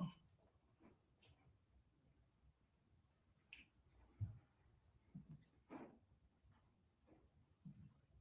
talk about this Ford Edge. You said you had to pick it up from your job, your former job, correct? Correct. How long had that Ford Edge been sitting at that former job? For over a year. Over a year. Over a year. Closer to 18 months? Could be 2 years. I'm not sure, but it's been sitting there a while. Okay. And just so I'm clear, all of a sudden, it's an urgency to go get this Ford Edge. So I received a phone call from the HR person of the company stating that I need to move the edge. And it just so happened to coincide with what was going on. So I was able to move it. Okay. And that text message, I believe it was, is that correct? Would you It was a agree? phone call and a text message. And a text message, okay. So that came on March 28th, correct? Correct. Okay. And in that text message, you said, I'll get it next week. Correct? Correct. Okay. You'd agree with me that between March 28th and April 11th is more than a week. Correct? Black. So I may say a week, it may be a month, but I said a week just to give me more time with it. So when she say something, I said I'll get it next week, man. I mean, what do you want me to do? Yes, I told her a week. It took me longer than a week, Okay. but I knew she would give me leeway to pick it up. So just so I'm clear, well, no, I'm not gonna ask that. Let me ask you this. So you got more time. Were you supposed to do anything when you got the Edge? I was gonna take it to my friend's house, and when I was gonna get it fixed, I was gonna drive the Edge. Let me rephrase the question. Did you receive any instructions from your previous job of what you were supposed to do before you picked up the Edge? I'm not following that question. Okay. Weren't you told to come and get the title when you come get the car? Wasn't that part of the text message? Yeah, they have to sign the title over to me. Did you get the title signed over? Yes. When? I don't remember when, but at the time when I got it signed over, I was dropping some wheels off that had to be shipped to China. So when I was in the process of me doing my job, I hadn't signed the title since I was there. So just so I'm clear, so you had the title signed over on or about April 11th? I'm not sure when it was done. Was this before or after you transferred the tote? I'm not sure when the title was signed. Would it surprise you if you do a search on lien that it's not even titled to you? Would that surprise you? Because I haven't registered the car. I don't even have a car.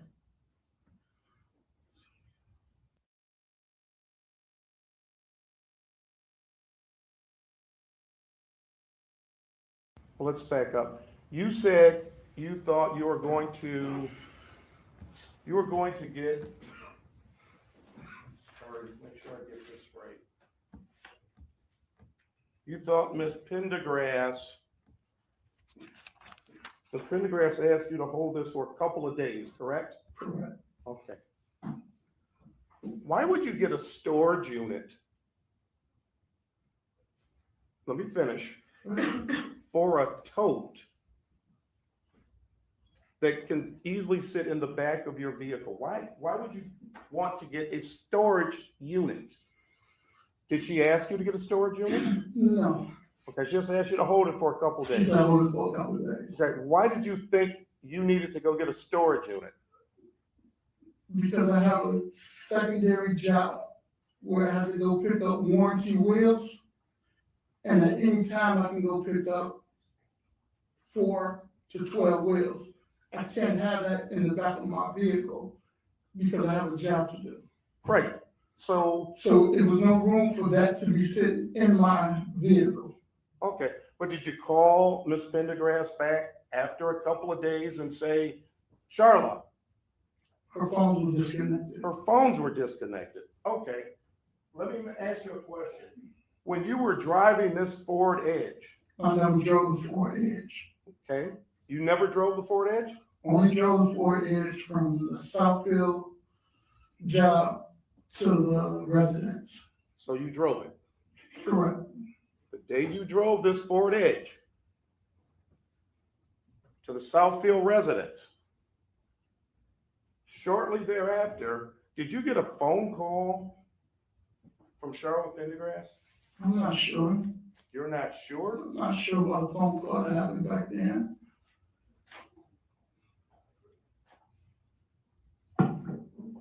So if your phone records indicate you were on the phone with Miss Pendergrass Then I was on the phone with her. for 19 minutes, Yes. okay, That's what it says. so you won't dispute that? If that's what the phone record said, yes. Did you say to her at that point, Charlotte, I got this tote, I gotta get this out of here, you told me a couple days. Did you say, No, why not? because we didn't talk about that. We talked about everything that was going on in her life with the grandparents. It was a normal conversation. So now you remember the conversation? I don't know, I just know that we never talked about the total anything anymore. Okay, so you talked to her, according to the records, 2 times on that day. And you never, in your recollection, you never talked about the tote, correct? Correct. How do you know this lady, your friend, Shantae Williams? And just so the record's clear, this is the Millard address. Correct. Okay, did you call her and say, Shantae, I'm bringing this to your house? Probably 2, yes. Are you guessing or you're sure? She knew I was bringing the car to her residence. I don't know when. How did she know you were bringing a car to her residence? We talked and we spoke about it.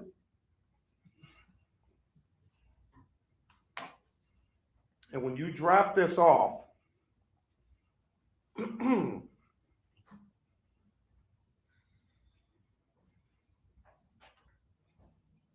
you didn't go back at any point until the police were called, correct? Probably I dropped her daughter off at home, then I picked her up from daycare At that house? at the house. So you had gone back to that residence where that Edge was parked, yes or no? Yes, Okay.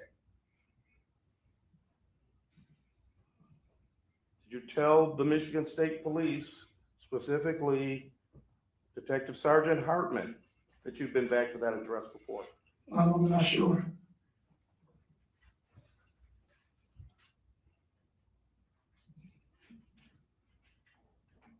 So approximately 13 days later, 2 weeks, actually, let's say 12 days later, you still hadn't called Charla, correct? I haven't spoke to her now. Because before you said you had no way of getting a hold of her. I tried to call the number that she had called me from, but no one answered. No one answered, okay. You identified Jalen Pendergrass, correct? Yes, And you said you had his phone number, correct? yes, Did you call Jalen and say, hey, I'm trying to get a hold of your mother? no. I never called Jalen when I was looking for his mother. So I wouldn't do it now.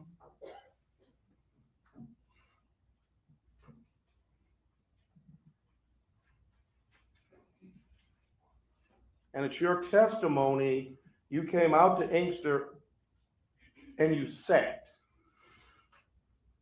on Wednesday, the 23rd of April. That's your testimony. Yes.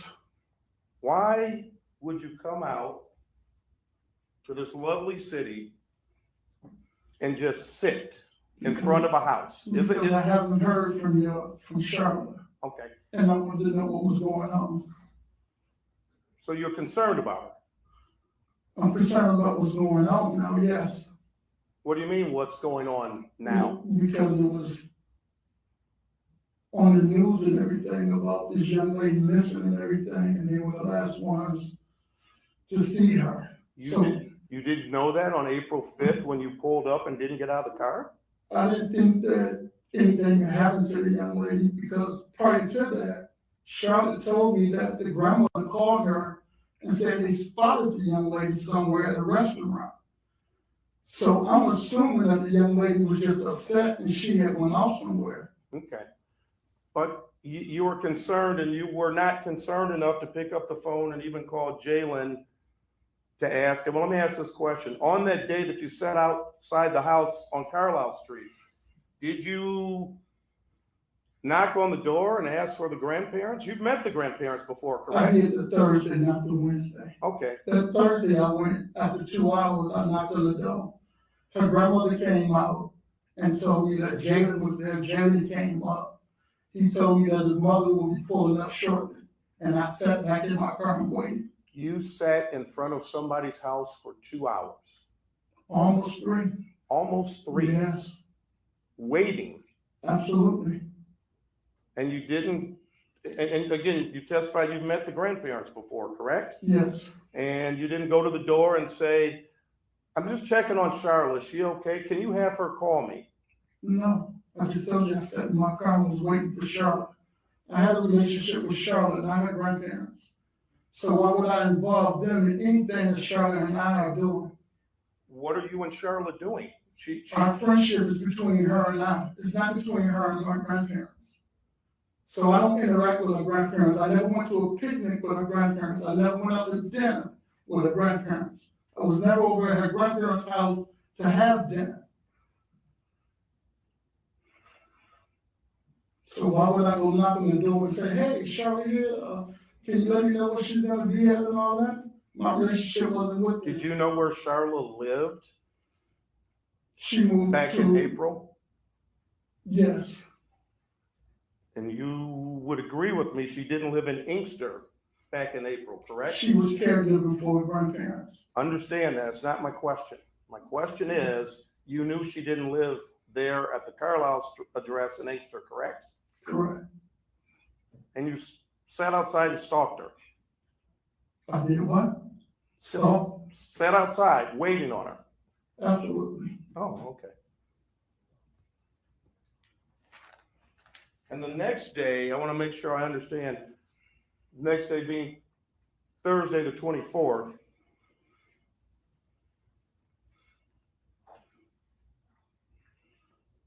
This day, you decided to get out the house, out the vehicle, correct? So Wednesday, I only stayed about 30 minutes and I left. That Thursday, I sat there for over 2 hours waiting. So, just to help you along. Oh, So it's I not get that I did it Wednesday and Thursday, I sat there for 2 hours each, no. Wednesday, I pulled up about 30 minutes or so and I left. to go pick Shantae's daughter up from daycare. So I couldn't stay. So that Thursday, I didn't have anything to do. That's the day that I stayed there and waited for Charlotte to arrive. On that Thursday, when Charla pulled up, this wasn't planned, correct? It was planned for me. It wasn't planned for her. All right, so your plan was to sit outside our house And until, wait till I saw her to speak with her. okay. And you saw her. Absolutely. Did you get out of the car and talk to her? When we went to the restaurant. It's not my question. When you No. first saw her on Carlisle, after waiting there, as you said, could have been 3 hours, did you get out of the car and talk to her? No, she pulled up, she waved at me while she was in the car to follow her, so there was no need for me to get out the car. She waved at you to And follow her. said, follow me, she did this. One moment, Your Honor. Sorry.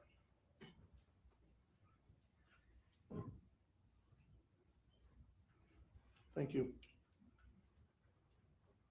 So you get to a restaurant, correct? Correct. And when you get to this restaurant, just so I'm clear,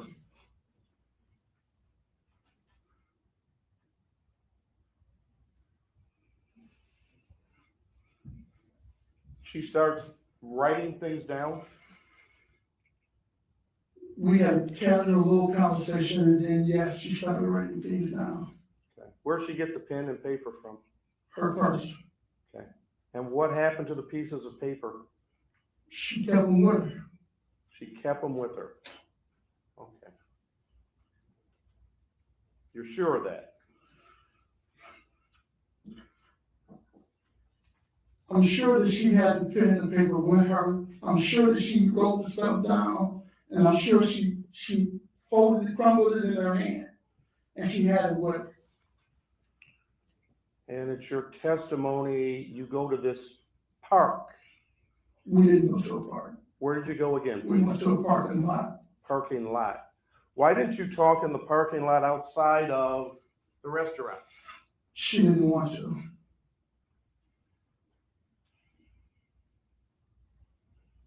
And it's your testimony, this is when you get to this parking lot, she tells you to get rid of this tote. Yes. First time she said that to you? Yes. Okay. And you remember talking again, I don't mean to continue to point at him, but he's kind of the officer in charge here, Detective Sergeant Hartman. You never told him when you first met him, when you first talked to him on the 29th, you never said anything about Ms. Pendergrass burning a tote, did you? Telling you to burn a tote. Maybe I can think of it, I'm not sure. Okay. But he has it in the statement written down or whatever. Okay, did you ever tell him? She told me to burn it, is what I told him. Did you ever, but you never told him about getting lye.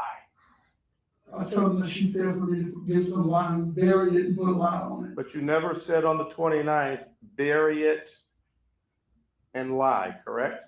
I'm not sure.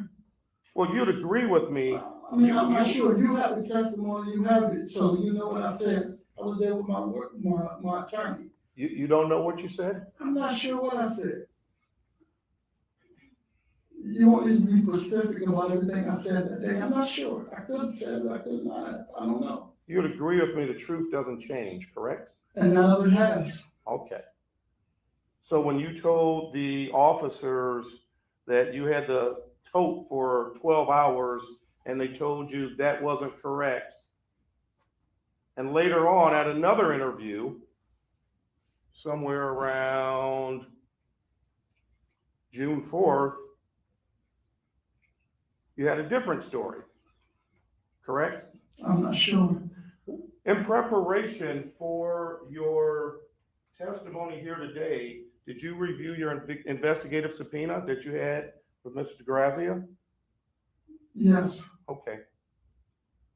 And you stated in there, if I'm not mistaken, I had it in my car I even drove by the police department. I had that tote in my car for 3 days. For however long she gave it to me until we transferred it over to the edge. Okay, so it wasn't for 12 hours as you first told law enforcement, correct? At the time of this, I don't know what I said. I was nervous and I probably spoke out of turn and said 12 hours. Well, you were. I've never been involved in anything like this. So let me ask a question.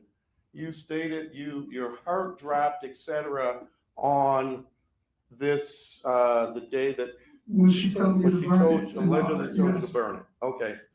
And how were you feeling at that point? Like I wanted to put my hands on her in a violent way. Have you ever done that? No, not really, no. I think we may have had a shoving match before, but never like where I physically jumped on her or anything like that. So what do you do when you walk away from her? Just walked in my car and left. Where do you go? I went to a friend's home. To do what? Play cards. Make sure I understand, just so I'm clear here. Someone had just told you something that you thought was so egregious, so despicable, and you said your heart dropped, and you were telling me how you felt, and you went to someone's house to play cards? And lost a lot of money that night too. Oh, wow. Yeah. You didn't call the police that night, did you? No, I didn't know what to do. My mind was wandering and racing.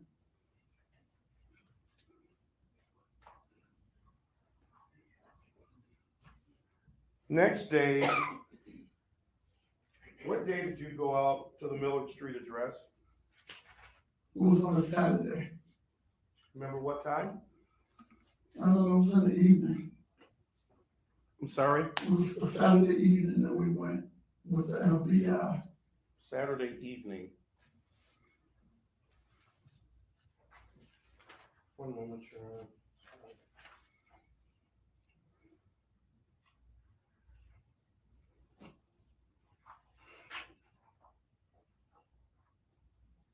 Other than your attorney on that Saturday, who else did you talk to about what was going on Millard Street?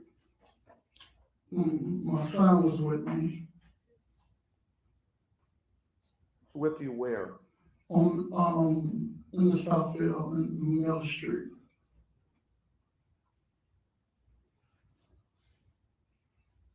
Did you talk to, were you in Canada that day?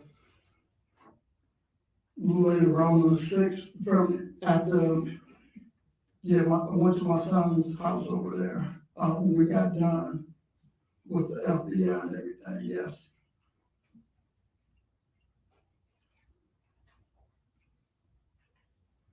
So you finished with the FBI, just so I'm clear, in the morning. It wasn't in the morning, It wasn't in the morning. no. You have a good memory, sir? I don't know, I have sleep apnea and I don't use my PPAP, so it comes and goes. Isn't it true that, one moment, Your Honor.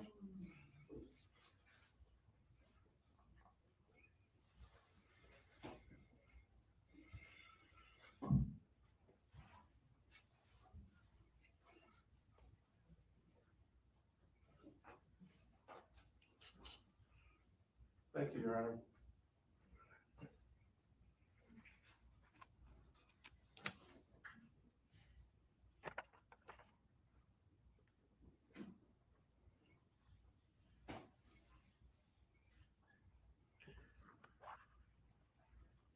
Is there a reason, if you were so concerned about this tote, you didn't take it back to Charla and Inkster when you were sitting outside of her house?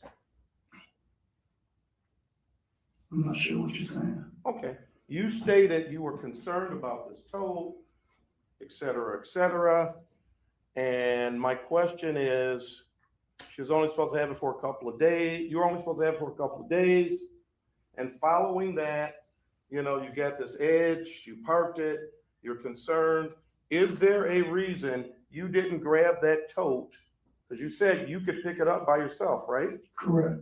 Okay. Is there a reason you didn't pick that tote up, put it in the back of your vehicle? Were you still in the black Navigator at that time? Yes. Is there a reason you didn't put it in the back of that black Navigator where it was for days and take it back out to Ms. Pendergrass? Is there a reason you didn't do that? Just waiting on her to come pick it up. Like I told you before, I had no reason to believe that anything was in that tote that was what was in there. I didn't believe that they would do anything like that. So I was never under the assumption that I was holding on to something that heinous in my possession. Did you ever say, I'm going to bring you this tote bag? You know, We never spoke again, I just told you that. We didn't have any more communication until I met up with her that Thursday. And you didn't say to her, when are you coming to get this tote? No. No further questions.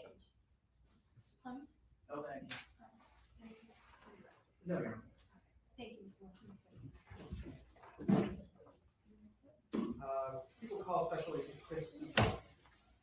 Sir, please watch your step.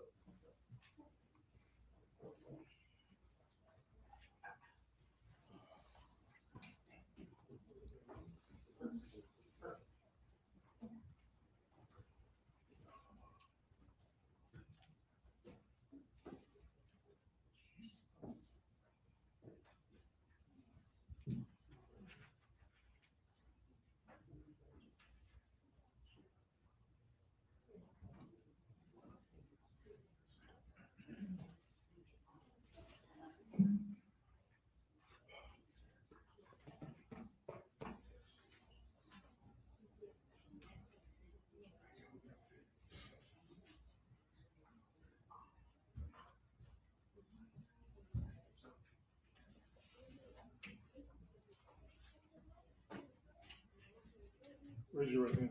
Do you solemnly swear or affirm that the testimony you're about to give will be the truth? I do. After you say.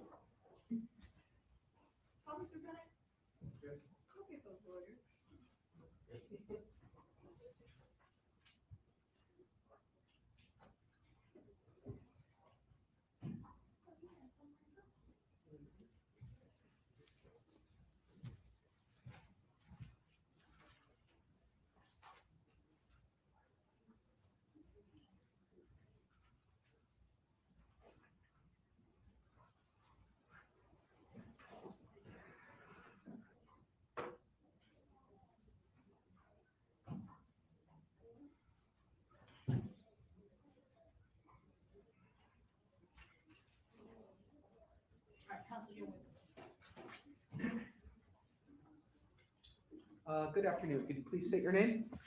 Yes. My name is Special Agent Christopher Siegel. And where do you work?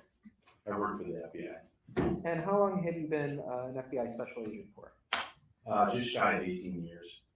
Did you work as a police officer for any other agencies prior to that, or just for the FBI? Just the FBI. All right. And did you, through your work in the FBI, become involved in the investigation into the missing person by the name of London Thomas? I did. And how did the FBI become involved in that investigation? We were originally contacted by the Detroit Police Department Missing Persons Unit. They asked for assistance in locating London. And so you were assigned to help in that investigation? I was. Were there other investigators from the FBI who were also involved? There were. And your team or unit with the FBI, were you handling this investigation by yourselves, or were you working with other police agencies like the Detroit Police? Yeah, that's correct. We were supporting the local police agencies. Okay, and you in particular, like what was your responsibility or job responsibilities in the course of that investigation? So I was assigned as the lead investigator on the FBI side of that investigation. Like I said, we were originally contacted by the Detroit Police Department, also Eastern Police Department as well. And so we were assisting with them with locating London and providing resources. Okay. And on February 8th of 2025, were you present during the execution of a search warrant at 27262 Carlisle Street in the city of Inkster? I was. And at that time, on February 8th, had London Thomas been found? She had not, no. Okay. And so when that home was searched, were you present for that? I was. At that time, did you observe any cellular phones in the house that were later collected and placed on evidence? I did. Were any of those phones located in the basement of the house? They were. Describe what you saw, if you can remember, about where the phones were in the basement. From what I can recall, they were located there was a corner in the basement that appeared to be a makeshift bedroom, if you will. There was a bed and a dresser, and phones were in that general area. Okay. Now, while you were there on the 8th, did you have an opportunity to speak with somebody by the name of Jalen Pendergrass? I did. And do you see that person in court today? I do. You point to that person, describe what he's wearing? He's over to my right and wearing a green jumpsuit. For the record, the witness has identified the defendant. Now, this interview, where was it conducted at? This was conducted right outside his home in my vehicle. All right. Now, at the time you spoke with him, had the defendant been placed under arrest? He had not. Okay. Was he in handcuffs in the back of your car? He was not. Despite that, did you still go over what are known as his Miranda rights with him? I did. How did you do that? I verbally read the rights to him verbatim. Okay. And when you spoke with him, did he appear to know and understand English? He did. Okay. Did he appear to know and understand his constitutional rights? He did.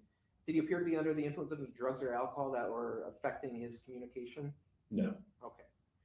And did you ask him, after you'd given him Miranda warnings, when he had last seen London Thomas?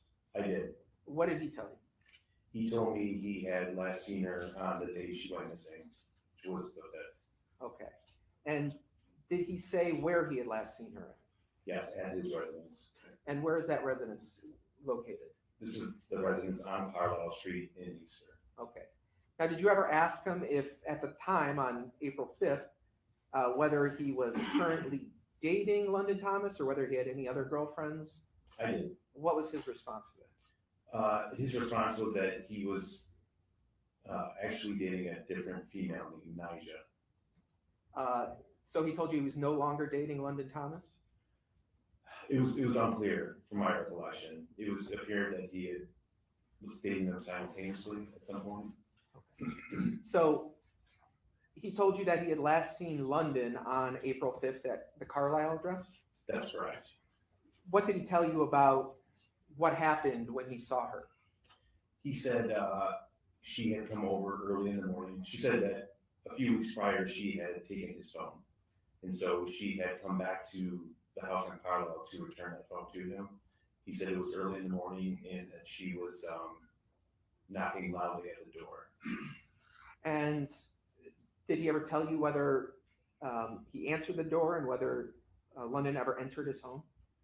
He did not. I asked him for those details, but he said he did not recall. Okay. Did he ever say whether he called anyone else to come over to Carlisle Street when this occurred in the early morning? Yes, I believe he said he called Charlotte. Okay. This person you referred to as Charlotte, do you know what her relationship is to Jalen Pendergrass? That would be Jalen's mother. Okay. And do you see her in court today? I do. You point to that person, describe what she's wearing? She's directly in front of me and also wearing a green jumpsuit. Okay. For the record, he's identified Charla Pendergrass. So he said that he called Charla that night? Correct. Did he ever tell you whether Charla came over that night? I don't recall.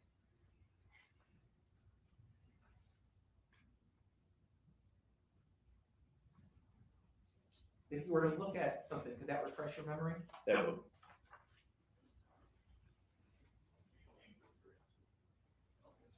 Okay, approach her.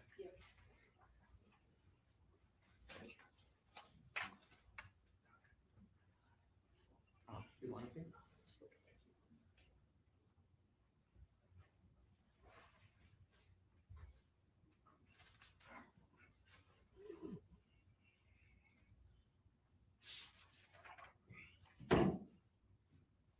Okay, does that refresh your memory about whether Mr. Jalen Pendergrass told you that his mother Charla had come to the house on Carlisle? It does.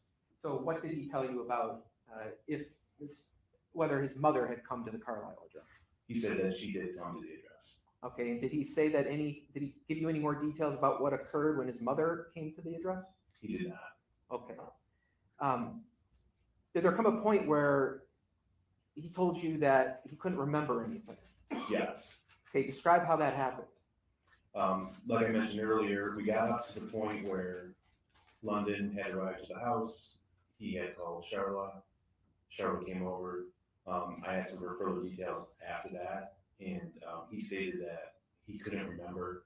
I believe he said specifically he couldn't remember because it was early in the morning. And you're asking about events that had occurred 3 days prior to your conversation with him? That's correct. Did he ever tell you he had some sort of memory issues or any explanation for why he couldn't remember events He did 72 not. hours before? He did not. Okay. So I now want to go to April 10th. Were you at a home located at 49141 Paloma in Van Buren Township? I was. And was there a search warrant executed at the home at that time? There was. And that day, while you're at the Paloma address, did you speak with Charla Pendergrass? I did. Where did that conversation occur? That occurred outside the home, also in my vehicle. All right. Now, had Charla Pendergrass been placed under arrest when you talked to her? She had not. Had she been placed in handcuffs? No. Okay. Regardless of whether she was detained or arrested, did you go over her Miranda rights with her? I did. How did you do that? I read them verbatim, and I also explained to her that she was not under arrest and free to leave. Okay. And did she appear to know and communicate with you in English? She did. She appeared to be under the influence of any substances that were affecting her ability to communicate? No. And did she appear to you to understand her Miranda rights as you read them to her? She did. Okay. So did you ever ask Ms. Charla Pendergrass when she had last seen London Thomas? I did. What did she tell you about that? She told me that she had last seen London also on April 5th at the residence on Carlisle. All right. And what did she tell you about what happened when she saw London Thomas at Carlisle Street? She said she didn't go into too many details about what happened in the house, but she said that London did leave by her on her own on foot. Okay. Did she ever tell you anything about offering to give London Thomas a ride or how she was going to leave the house? Yes, she said she offered to give London a ride, but London refused. Okay. Now, did you ever ask her whether or not she knew where London Thomas was headed or where she was going when she left the house on foot? I did, yes. She said she did not know. Okay. Now, do you recall asking her whether or not London Thomas took her phone with her when she left? Yes, I asked Charla that. Okay, and do you recall what her response was? She was not sure where the phone went, whether it was with London or somewhere else. Okay. So, in the course of this conversation, did you ever ask her whether, after Ms. Pendergrass had seen London leave on foot, whether she, I'm talking about Charla now, left the house on Carlisle? Yes, correct. Okay. So what did Charla Pendergrass tell you about leaving the house?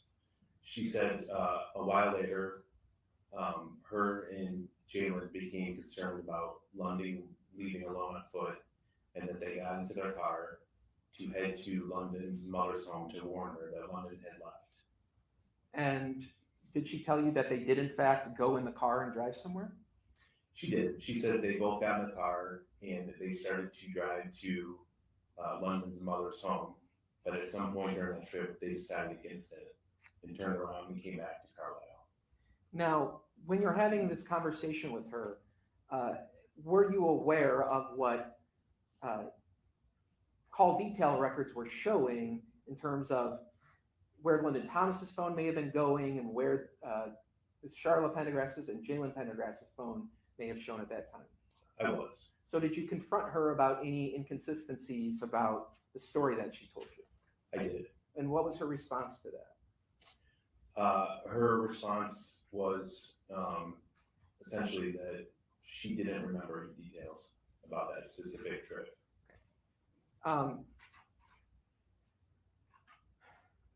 Did you ever ask her how it is that Lyndon Thomas's phone could be traveling in sync with her vehicle as it traveled away from Carlisle Street? I did. What was her response to that? Her response initially was that Charlotte often left her car unlocked. So her theory was London may have left the phone in the car at some point. When confronted some more, she said that maybe London was actually in the car for that trip, but she couldn't recall if London was actually in the car or not.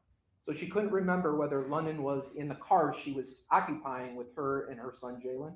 That's correct. Now, on April 26th of 2025, in the early evening hours, did you go to 23645 Millard Street in Southfield? I did. And why did you go to that address? Earlier that day, I had received a call from an attorney of Jermaine Lynch stating that his client had received a plastic tote from Charla, and he was concerned about the contents of that tote, and he wanted law enforcement to check it out. And so, did you and other law enforcement agents go to that address? We did. And when you got there, did you see any vehicles in or around that area that were of interest? We did. What vehicle did you see? We specifically saw a white Ford Edge in the driveway. And ultimately, were you present when that car was opened so that you could look inside the car? I was. And did you see anything in the trunk of the trunk area of that Ford Edge?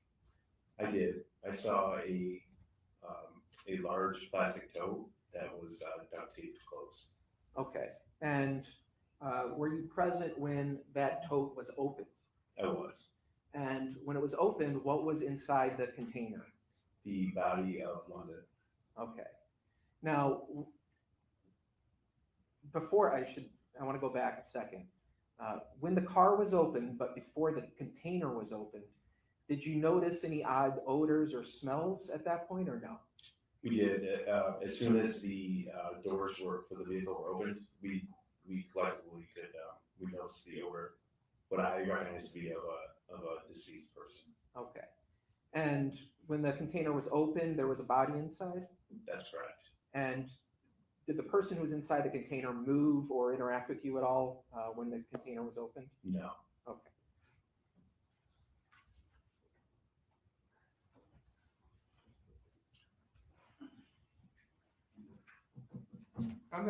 May I approach now? Yes. I'm gonna show you what's been marked as People's Exhibit number 2. It contains 4 pictures. You could just look at these and let me know whether you recognize what's depicted in those photographs.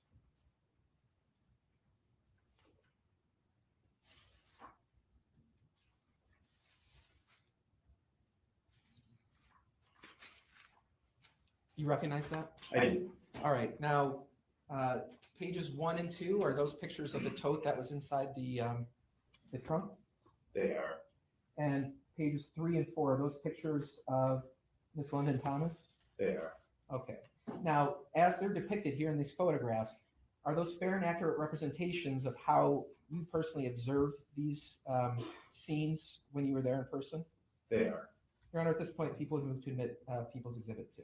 Any objections? No objection on behalf of Ms. Charla Pendergrass. Mr. Clemens, any objections? For exam purposes only, Your Honor. Okay. People's 2, minutes, 4 photographs. All right, so looking at page 2 of People's Exhibit 2, what is depicted in that photograph? This is a picture of the tote with the duct tape wrapped around it. All right, so the condition of the duct tape That is, as you first saw it? That's correct. Okay. And now, looking at Exhibit 4, that is a picture of London Thomas. That is. Is that a picture after she's been taken out of the container? Yes, that's correct. Is there anything about, or can you just describe the condition of her body when it was removed from the container? Yeah, so the first thing you can see is that she is bound by her wrist. And also there is, you can see decay on her face and the back of her head, as well as some bruising in her shoulder area and arms. Is she, in the condition where she was found, was she wearing clothing when she was found? I believe she was wearing bottoms, but that's nothing on top. Okay, so a pair of underwear and that's it? That's correct. And the tape that's around her wrist, or sorry, you said she was bound by her wrist? Correct. She bound by? It appeared to be some sort of tape. Okay. May, Your Honor, may I approach this to the court?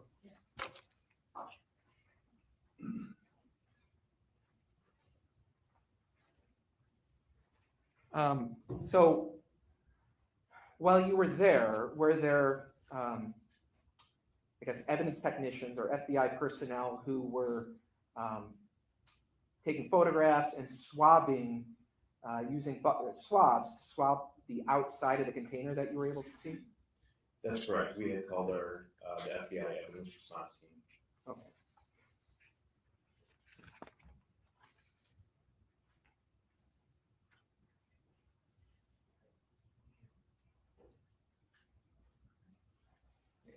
And just to be clear, I may have misspoken, said February in terms of the time frame we're talking about.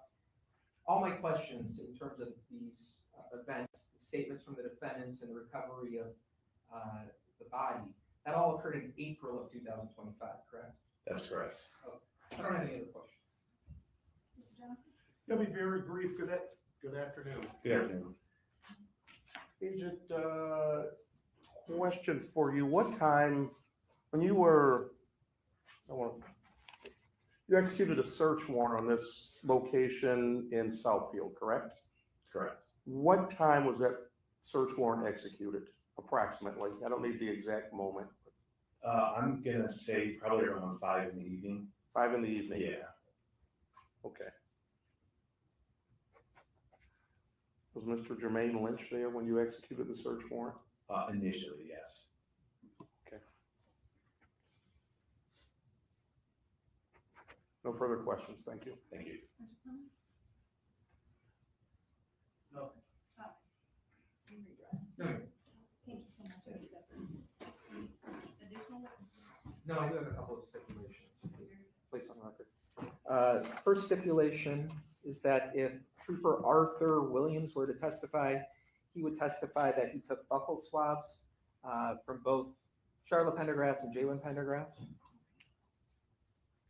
And that was in April 30th of 2025. No objection for exam purposes.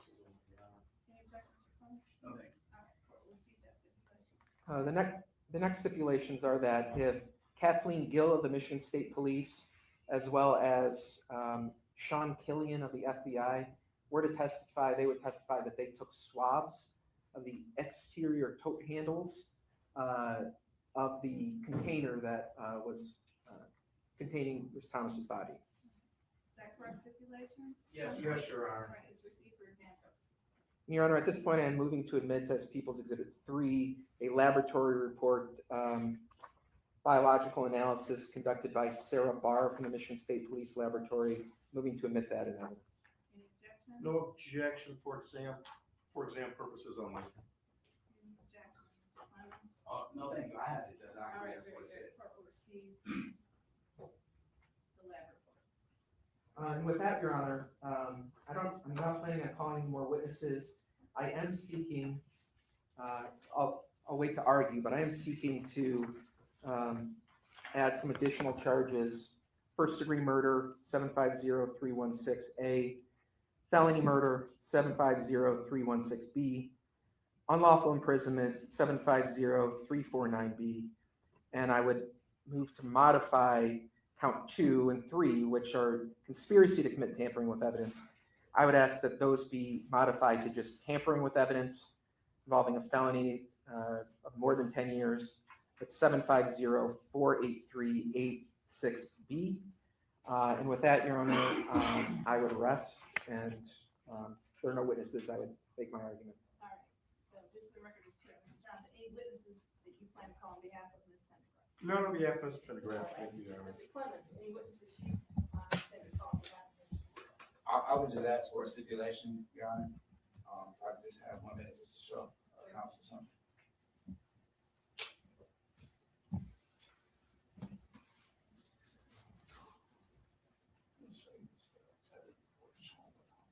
Oh, yeah.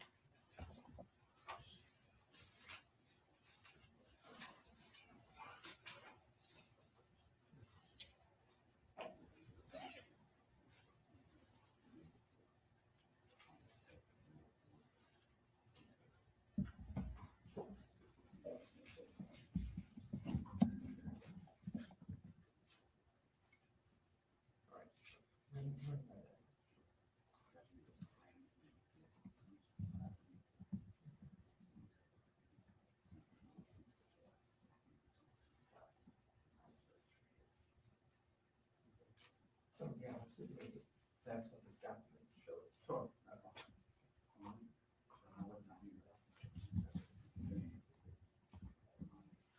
Yeah, I don't know what it's functioning, but yeah, absolutely.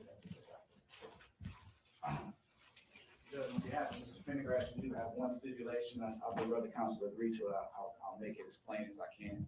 Is that Jalen Pendergrass was arraigned in the Novi District Court on May the 4th, 2025, and placed on GPS tether house arrest restrictions. Those house arrest restrictions were not removed until July 17th, 2025. Your Honor, you showed me a document, and that's an accurate reference to what the document says. I don't know whether the document is accurate, but I will stipulate that that is what the document shows, and I have no reason to contest it.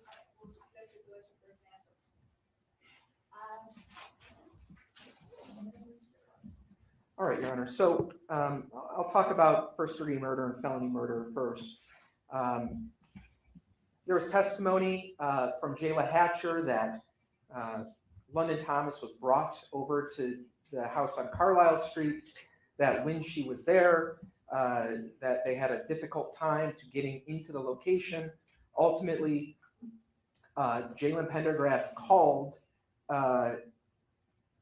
London's phone, and Jayla Hatcher answered the phone and was able to communicate with the defendant. He was asking whether or not it was London outside, and then ultimately London was let into the house. And we know that because Jayla Hatcher later saw a FaceTime video showing that London Thomas was in the basement of that house, which Jayla Hatcher was familiar with because she had previously been in the basement of the house. You also have the testimony that when she went to the house in Inkster the next day, that she was trying to communicate with Charla Pendergrass, that Charla Pendergrass basically told her, at least initially, I don't know anything about her. I don't know where Jayla is. I'm sorry, where London is. And that ultimately, as the conversation went on, I believe she testified that Charla told her that Jayla left. Okay, so there's an acknowledgement from both defendants that London Thomas was in the house at some point that morning. Next, we have the testimony of Lenijah Wilkerson, testified that Jalen Pendergrass straight up told her that London was there, that she was knocking at the door, that she was let in the house, that ultimately they came down, that there was conversation about this phone that had been supposedly taken from Jalen Pendergrass, and that in the course, and also that Jalen called his mother to come over to the house on Carlisle, and that in the course of this interaction, London Thomas and Charla Pendergrass got into a physical altercation. That violent altercation ultimately led to a table being broken, and that the defendant, Jalen Pendergrass, admitted to her that he picked up a table leg and beat London Thomas with it. And that after this, and that while he was beating her, he was essentially asking her, what's your phone password? What's the password so I can look at your iPad? What's the password so I can look at your phone? I think clearly, just based on this testimony alone, one can draw a reasonable inference that Jalen Pendergrass was angry at London Thomas, that he was mad about this phone being taken, that he may have been upset about these, this lying about a pregnancy, and that he was upset and angry at London Thomas. Then you also have the testimony that that Jalen told his mother, Lanijah, that his mother was part of this this altercation, this violent struggle. Then Ms. Wilkerson testified that afterwards, when Ms. Thomas asked to be let down, or asked to lie down, that Jalen essentially said, "I'm going to tie you up because I don't trust you." Afterwards, now that you've got a person who's, been beaten, she's now tied up inside the basement. Jalen supposedly asked his mother, what should I do? And the testimony was that Charla told Jalen, you got to get angry, you got to get mad. And that ultimately she told Jalen to kill her. And that, according to Ms. Wilkerson's testimony, that's what Jalen admitted to doing, by putting a belt around her neck and choking her to death. Afterwards, Jalen told Lanijah Wilkerson that the two of them put Miss Thomas inside a box, taped it up, and that Miss Charla Pendergrass called a friend to take the container. Now, obviously, I'm sure defense counsels are going to say, well, you can't believe anything Miss Wilkerson says, that this is just so far-fetched and unbelievable. What I would suggest is that her testimony is such that she knows certain facts and details. She was not present, and nobody's alleging that she was present. She knows certain facts and details about the circumstances of how London Thomas came there, what happened when they got inside, what the nature of what was going on, is such that that information could have only come from somebody who was present when it happened. And that lends her testimony credibility, Your Honor, when you're evaluating, well, what should I believe what she's saying? Then you have the other statement or admissions by Jalen Pendergrass that, referring to rap lyrics where I put her in the trunk and her family never see her again. Well, we know from the testimony of Jermaine Lynch that in fact the tote container, which contained the body of Miss Pendergrass, was inside the trunk of the car. And it's clear based on the nature of how that transfer was made, that no, the family was never going to see her body again or see Lanijah again. So those lyrics, they may not be completely overwhelming evidence, but those lyrics neatly match up with what the evidence and facts are in the case. Then you have the third version where Jalen essentially blames his mother for what happened. Quite frankly, I find it hard to believe that he would simply go upstairs and just pretend like nothing was happening while his mother is fighting with a woman down in his basement. But in any event, that's another admission by Jalen Pendergrass that London Thomas was there, that there was an altercation, and that she never left that basement alive. When we talk about premeditation, right, The key testimony here is the testimony of Jalen, that where he tells Lenijah Wilkerson that after I tied her up, I went and I talked and I asked my mom what to do. Right? That is premeditation and deliberation. What should I do with this teenage girl that is in my basement, who's tied up? What am I supposed to do with her? And what his ultimate decision was, is I'm going to put a belt around her neck and choke her to death.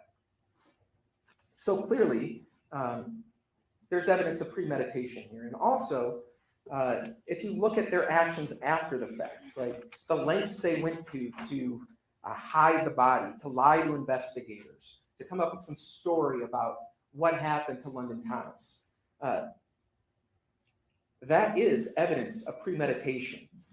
Prior relationship of the parties, the defendant's actions before the killing, the circumstances of the killing itself, and the defendant's conduct after the homicide.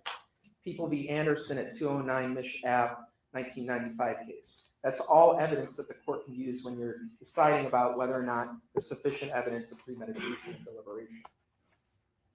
Talking about felony murder now, well, obviously, the same argument applies, except this time our argument is that the underlying felony is unlawful imprisonment. So if the court were to believe that an unlawful imprisonment occurred, then the court should also bind the defendant over on a count of felony murder.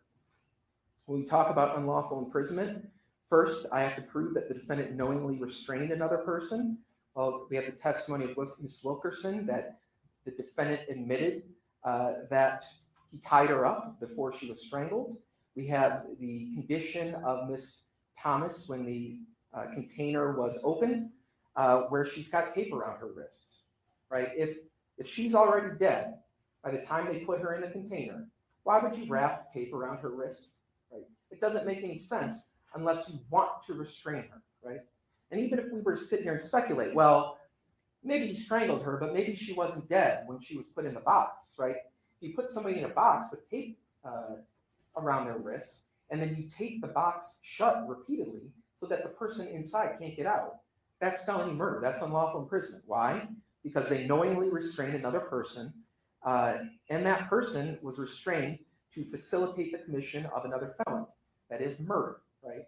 Tying somebody up so that when I put them in a box and I tape it shut, they can't get out. When I talk about, so I do believe there's enough evidence for unlawful imprisonment, and the next count would be tampering with evidence. I would suggest to the court that a body is a piece of evidence that the police were investigating the disappearance of London Thomas. They were aware of that, but they did not tell the police, oh yes, actually, she's in a box and I gave her to my friend, Jermaine Lynch. Here's where you can go find her. Yes, I did put her in a box. That's not what Charla Pendergrass did. Instead, they deliberately hid the body and lied to the police about the circumstances of her leaving the home in order to tamper with evidence and to hide evidence from the police. Now, if the question is, well, what does Jalen Pendergrass have to do with that?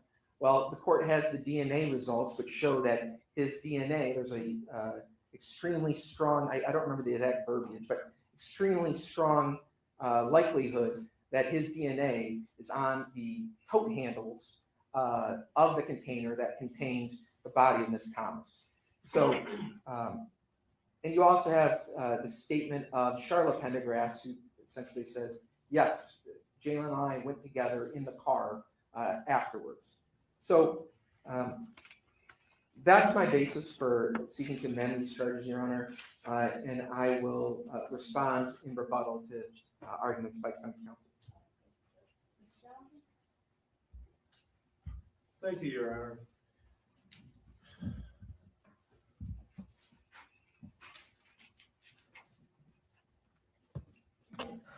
Honor. This morning was one thing that, an interesting argument that the people make.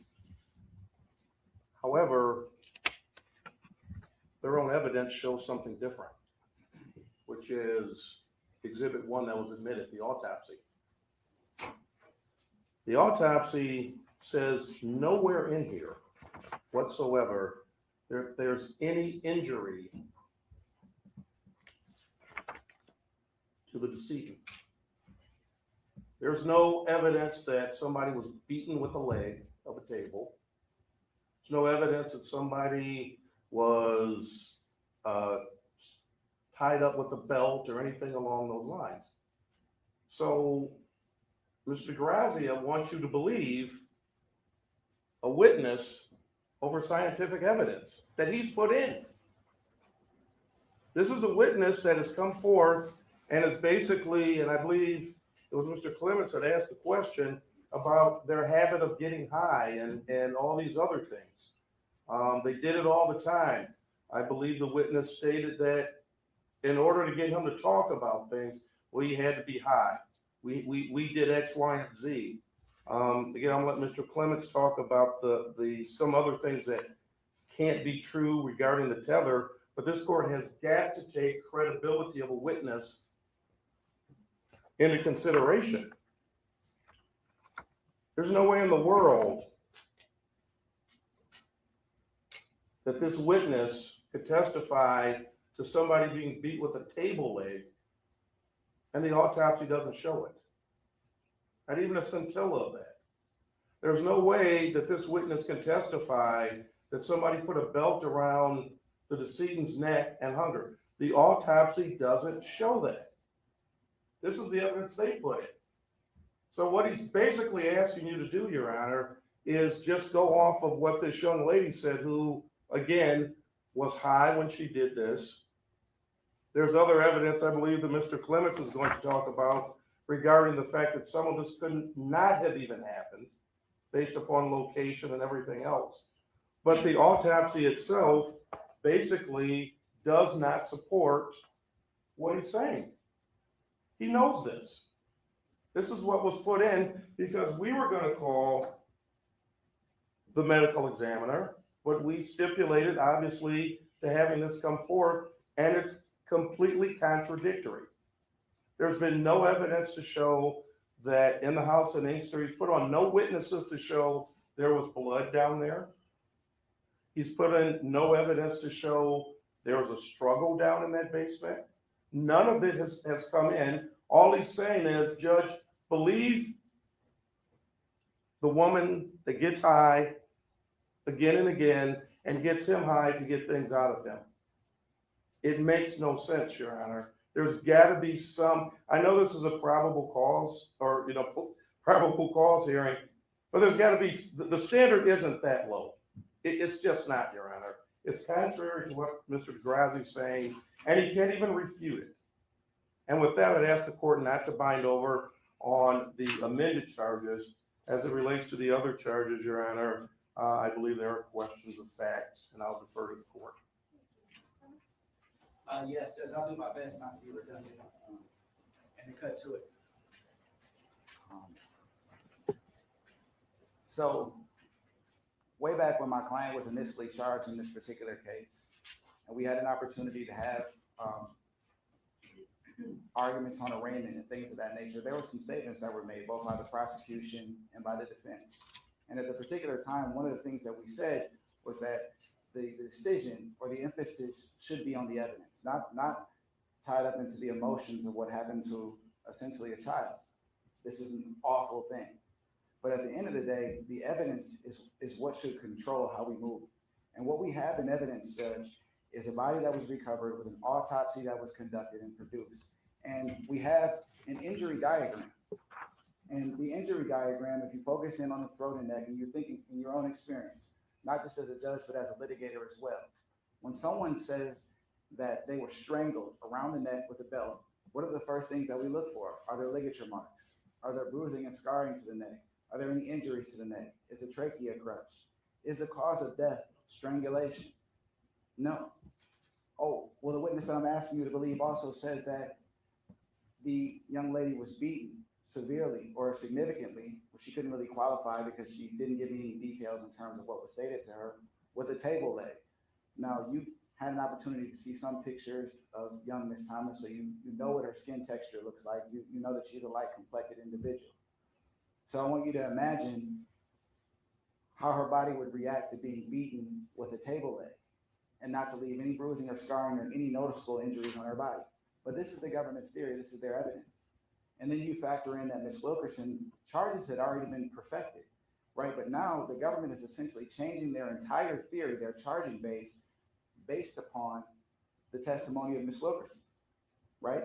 From her testimony, you're to deviate from a second-degree murder charge that was initially levied and add charges of premeditated murder, add charges of unlawful imprisonment, and add charges that are felony murder that appreciate the entire context of the information that she provides, but just avoid the content that suggests that she's not being truthful or that she's just not a quality witness, like being extremely drunk and extremely high when this information is purportedly given to her, which would be a good explanation for why the information that she provides doesn't marry up with the scientific evidence. Remember, in that People versus King and People versus Anderson, which our focus is on preliminary examinations and what the examining magistrate or the examining judge is to do, is not to take your common sense at the door when assessing credibility. For Mr. Pendergrass to be able to beat London Thomas with a table leg and leave no marks on her body, for him to be able to strangle her with a belt and leave no marks on his neck, it's just something that's devoid of logic and reason. That's wholly unbelievable. That's incredible testimony. But what's more, and it almost blew me away, is when I asked her, I said, you're telling me that Mr. Pendergrass wasn't on tether? And she says, yes, when he got out of jail the second time, he was not on tether, but he was. Now, maybe Mr. DeGrazia and I can argue at another time, and I look forward to someone being able to tell me that in your own experience, just think about this, an individual's on house arrest, not able to leave, but they left the house and just started walking down Inkster Road, and that no one monitored that. That's what you're being asked to believe. That shouldn't be accepted at any standard of proof, even at a low standard of proof from a credibility assessment. So I'm asking that you bind the matter over only on second-degree murder and deny the prosecutor's request to amend the complaint warrant. Thank you.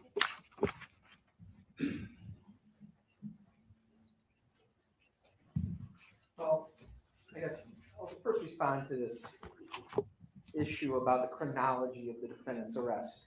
This case has a long history where the defendant was initially arrested, then he was released, then he was arrested in Oakland County for unrelated charges, then he was released on tether. So it's not difficult to believe that a layperson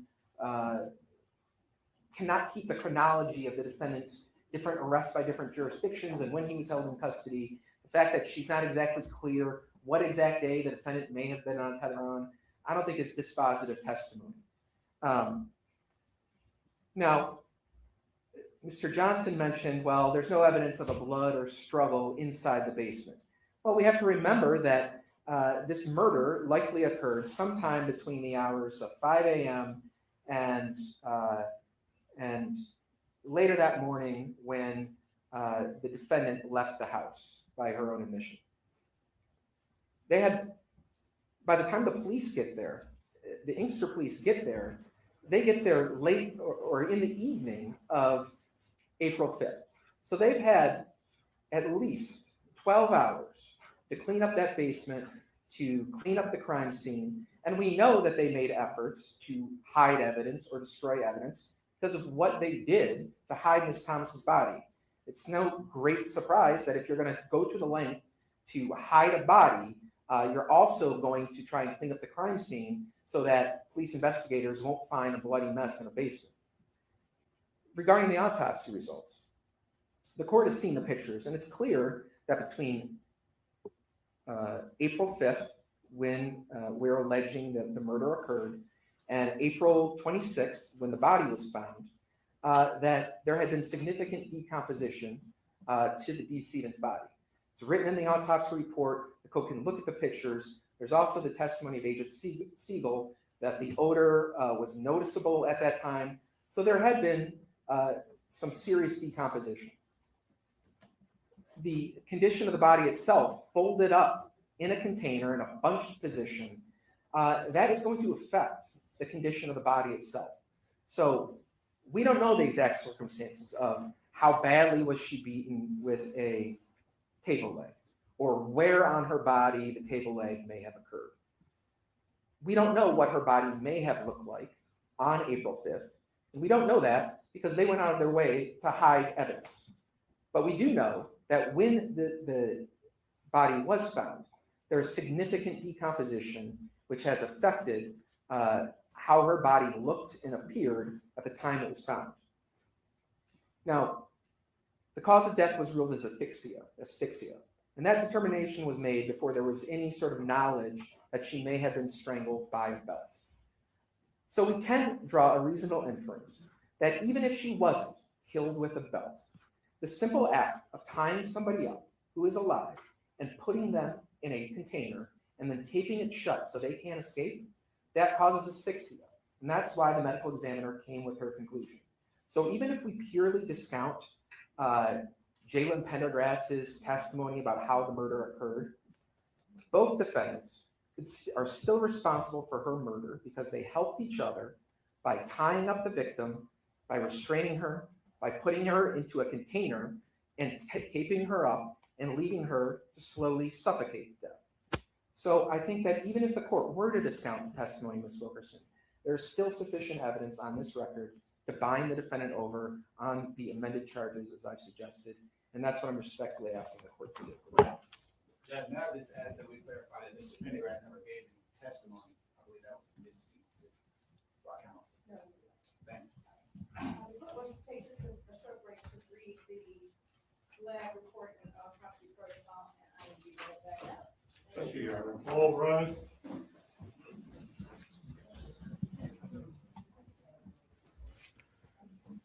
Okay, so the judge says she wants to take a break. She wants to read some things. Where's Charla going? Who told Charla she can get up? You know, in some courtrooms, the prisoners can't move a muscle. Ms. Pendergrass, have a seat. Oh, they said, Miss Pendergrass, have a seat. You heard that? Girl. She thought she was going to continue to huddle. Hold on.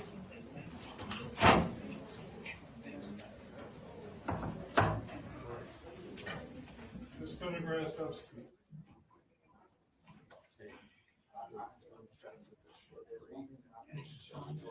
I just want to make sure I'm correct.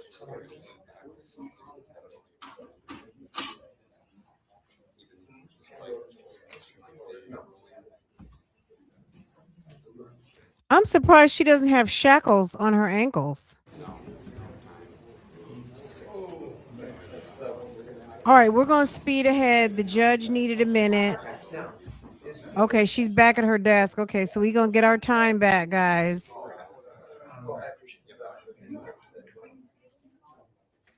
Family stepped out for a little minute. We're going to get our time, y'all. Y'all ready? Okay. I believe her name is Judge Sabrina Johnson, if I'm not correct, if I am correct.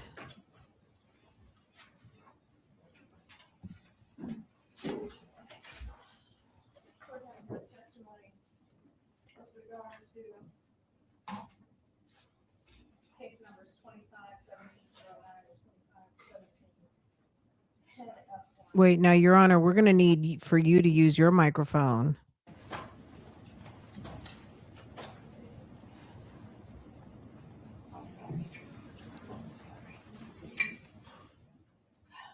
As parties are aware, or at least the attorneys are aware, it's a preliminary examination where the court has determined whether there was sufficient probable cause that a crime was committed in the city of Inkster and that these two defendants committed it. Based upon the testimony that this court has heard today, the court does believe a crime was committed in the city of Inkster and these defendants committed it and are going to bind the defendants over. But the issue is on what? On what are we binding the defendants over? With regard to Ms. Charla Pendergrass, the court has heard testimony that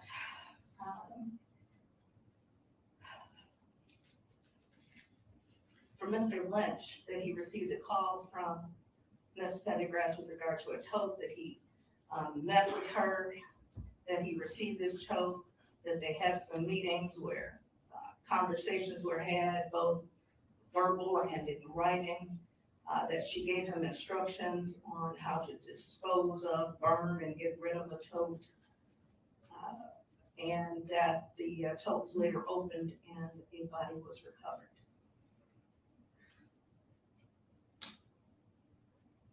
The court has had the opportunity to read the autopsy report with regard to the condition and state of London Thomas's body when she was seen by the Oakland County medical examiner. And I believe that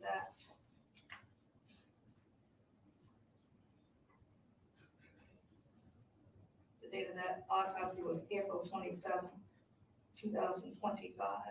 The court has also had the opportunity to look at photographs with regard to the state of London's body at the time that the bin was open. The autopsy that was submitted by the prosecution indicates on page 2 the decomposition changes are noted, including skin slippage, green-brown discoloration, bloating, and marbling.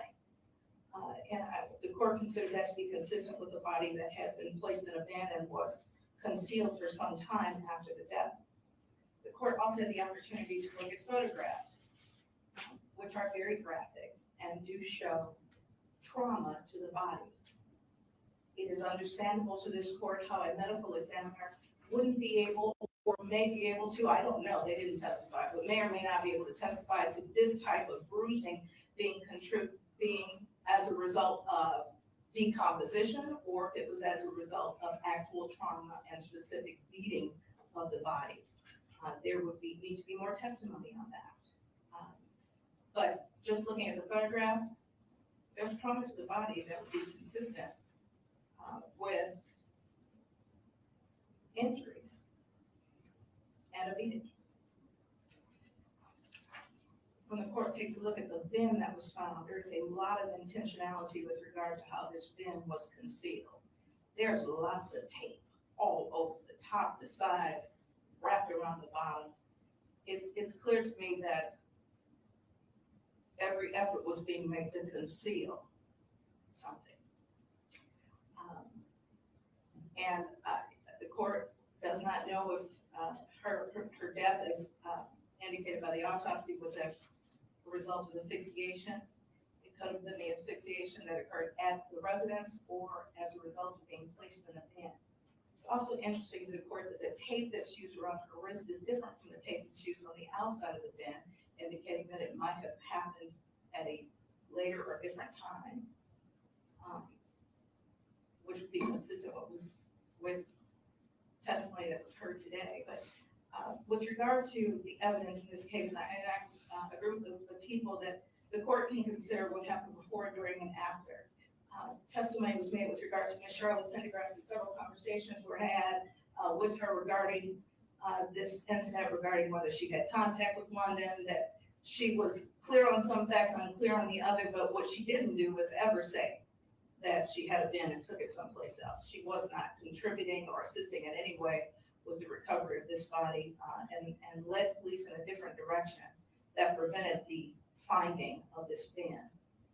Knowing that everyone was looking for her, friends, family, police, she had information that she did not share. And so the court is going to, as a result of the testimony, the evidence that was submitted by Ms. Charla Pendergrass over on the charges contained, on the charges requested to be added by the people specifically. The court is going to find the defendant over on first-degree murder, felony murder, and unlawful imprisonment, as well as tampering with evidence, based upon the testimony of Mr. Lynch, as well as the FBI agent who testified as a result of his conversations and interactions with Ms. Pendergrass. With regard to Mr. Jalen Pendergrass, the court is going to find him over as well on first-degree and felony murder, as well as unlawful imprisonment and the tampering with evidence charges as requested by the people for the very similar reasons. Again, the autopsy protocol indicates that there was decomposition, that the body had been in that bin for some time. The photographs show trauma to the body that a jury could consider in terms of making their decision as to whether or not Ms. Wilkerson's testimony held credibility. This court does find that there was sufficient credibility from Ms. Wilkerson to consider her testimony. She was, she admitted that she had spent most of her relationship with Mr. Pendergrass, and he was in an inebriated state, but that was consistent with how they dealt with their relationship. And so,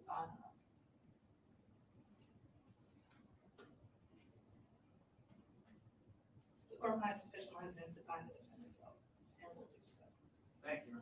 Thank you all. Thank you, Mayor. Court, move, please. Mayor, court.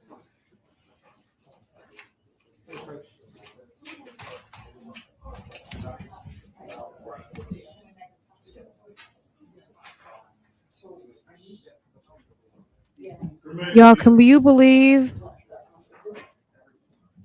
So here's the family.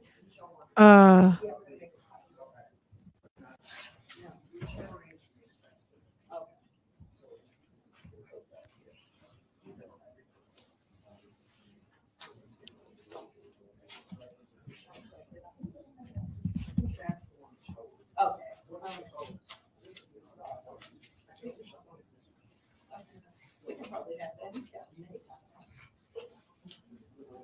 Do you, Mr. Bradley, do you have many copies of that? Look at Charlotte trying to play. Okay, so we'll. Girl. Charlotte is a mess. I don't believe Charlotte for nothing. Charlotte to me, she's over here playing. I don't trust Charlotte at all. Okay. Y'all, can you believe we caught all the way up that quick? Can you believe we did it? I know you guys are going to say, of course, friend, you always get caught up. We caught all the way up. It literally just ended. It just ended. We caught all the way up. Boom. We did that. Okay. Look at us. You guys are awesome. It's really sad, but the good news is that they were, what's done in the dark will come to the light, right? And Mr. Lynch with his overzealous. Okay. Mr. Lynch came forward. Little Miss staying over at them people's house. You know what I'm saying?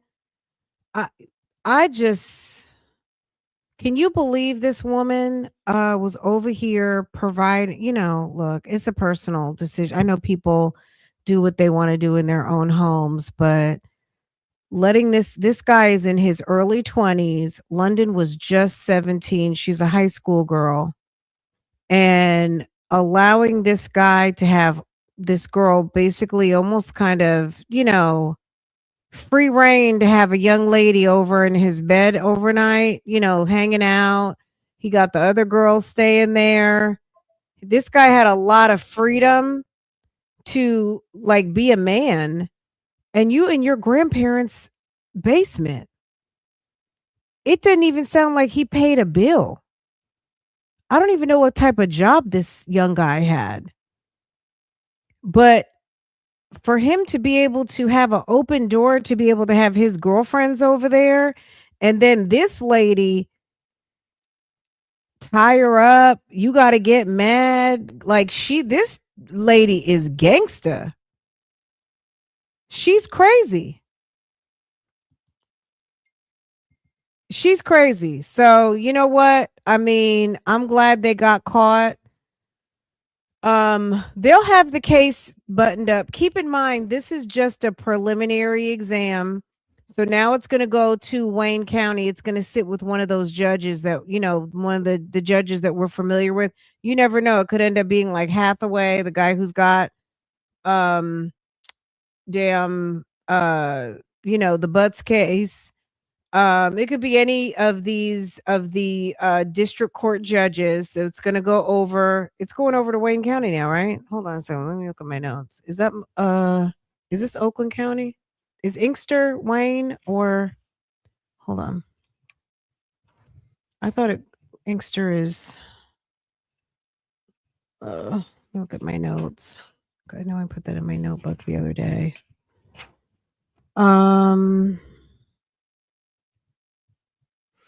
So this is the 22nd district. Is the 22nd? Is that she said the Oakland County medical examiner. So is this Oakland County or is this it's been bound over to the district, so it's going to the next level court. Let's see. Anyway, you guys, we have some other stuff to look at. We just spent 5 hours in court. I wanted to go over who's that? I love my sons, but I can't. No. I don't know. Look, I know that parents sometimes they allow overnight guests.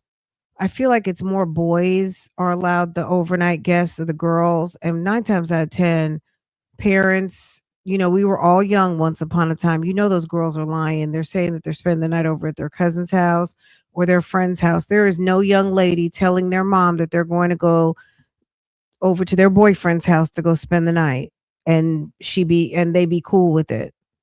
So if you got a girl coming to spend the night with your son, she's lying to somebody. She's lying. You know what I'm saying? Like London was staying with her sister. I'm going to just assume her mom wouldn't have known or maybe would not have co-signed her going over to Jalen's house like that. Her sister, her sister's just a couple years older. I don't know. I just feel like it's a recipe for disaster. And then Charla's trash. She's trash. I think London probably really liked that guy. Sometimes when you are competing for a boy, he obviously had another girlfriend, and maybe London felt threatened by the other girl, whatever the case might be, and felt like she had to go a little extra harder to, have her boyfriend. I don't know, but I feel bad for London. London really should be in the middle of doing something amazing right now, living her life, going to college, working a job, doing whatever, made her heart sing. And it's really, really sad that she was dealing with this miserable ass, goofy loser. And I feel so bad for her. I really do. I do. I feel really bad for her family. It's just awful. I'm glad that the people who stepped forward because Mr. Lynch, he got himself into some trouble. He had to answer those questions. Mr. Lynch did a good job. He knew he fell for the okey doke, and he had to sit there and answer those questions. And it's not going to be any better when they go to trial either. Miss Ma'am had to answer questions. So look, I think everybody today who sat there and gave their testimony did a really good job. They conveyed the information needed so that London's family can be one step closer to getting some justice for London, who just wanted to be with her boyfriend. You know what I mean? London didn't do anything wrong. London was just trying to be close to this dummy and didn't realize that it was going to cost her life. I feel so bad for her. It's unfortunate. Anyway, if you guys want to talk more about this, we can. More is going to be coming up. I need to check. Let me check and see. 22nd district, Michigan is 22nd district, Michigan is, I feel like that's Wayne. I think didn't they say something about him being over there in Wayne County? Now they were over at the 22nd and the 22nd district. Let me.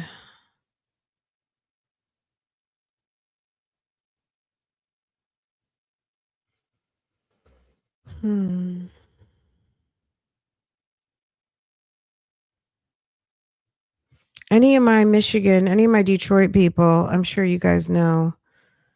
And we got our Detroit folk in the house. Hold on. Let me check back to the chat. Girl, I'm so glad she is getting charged. Her goofy behind, along with her goofy son. It's Wayne. Okay. Thank you. She threw me off when the judge threw me off when she said something about Oakland, but maybe the coroner's office or medical examiner was overflowed and they sent it over to Oakland. So sent the autopsy over to Oakland, but she said that the autopsy exam was done in Oakland County.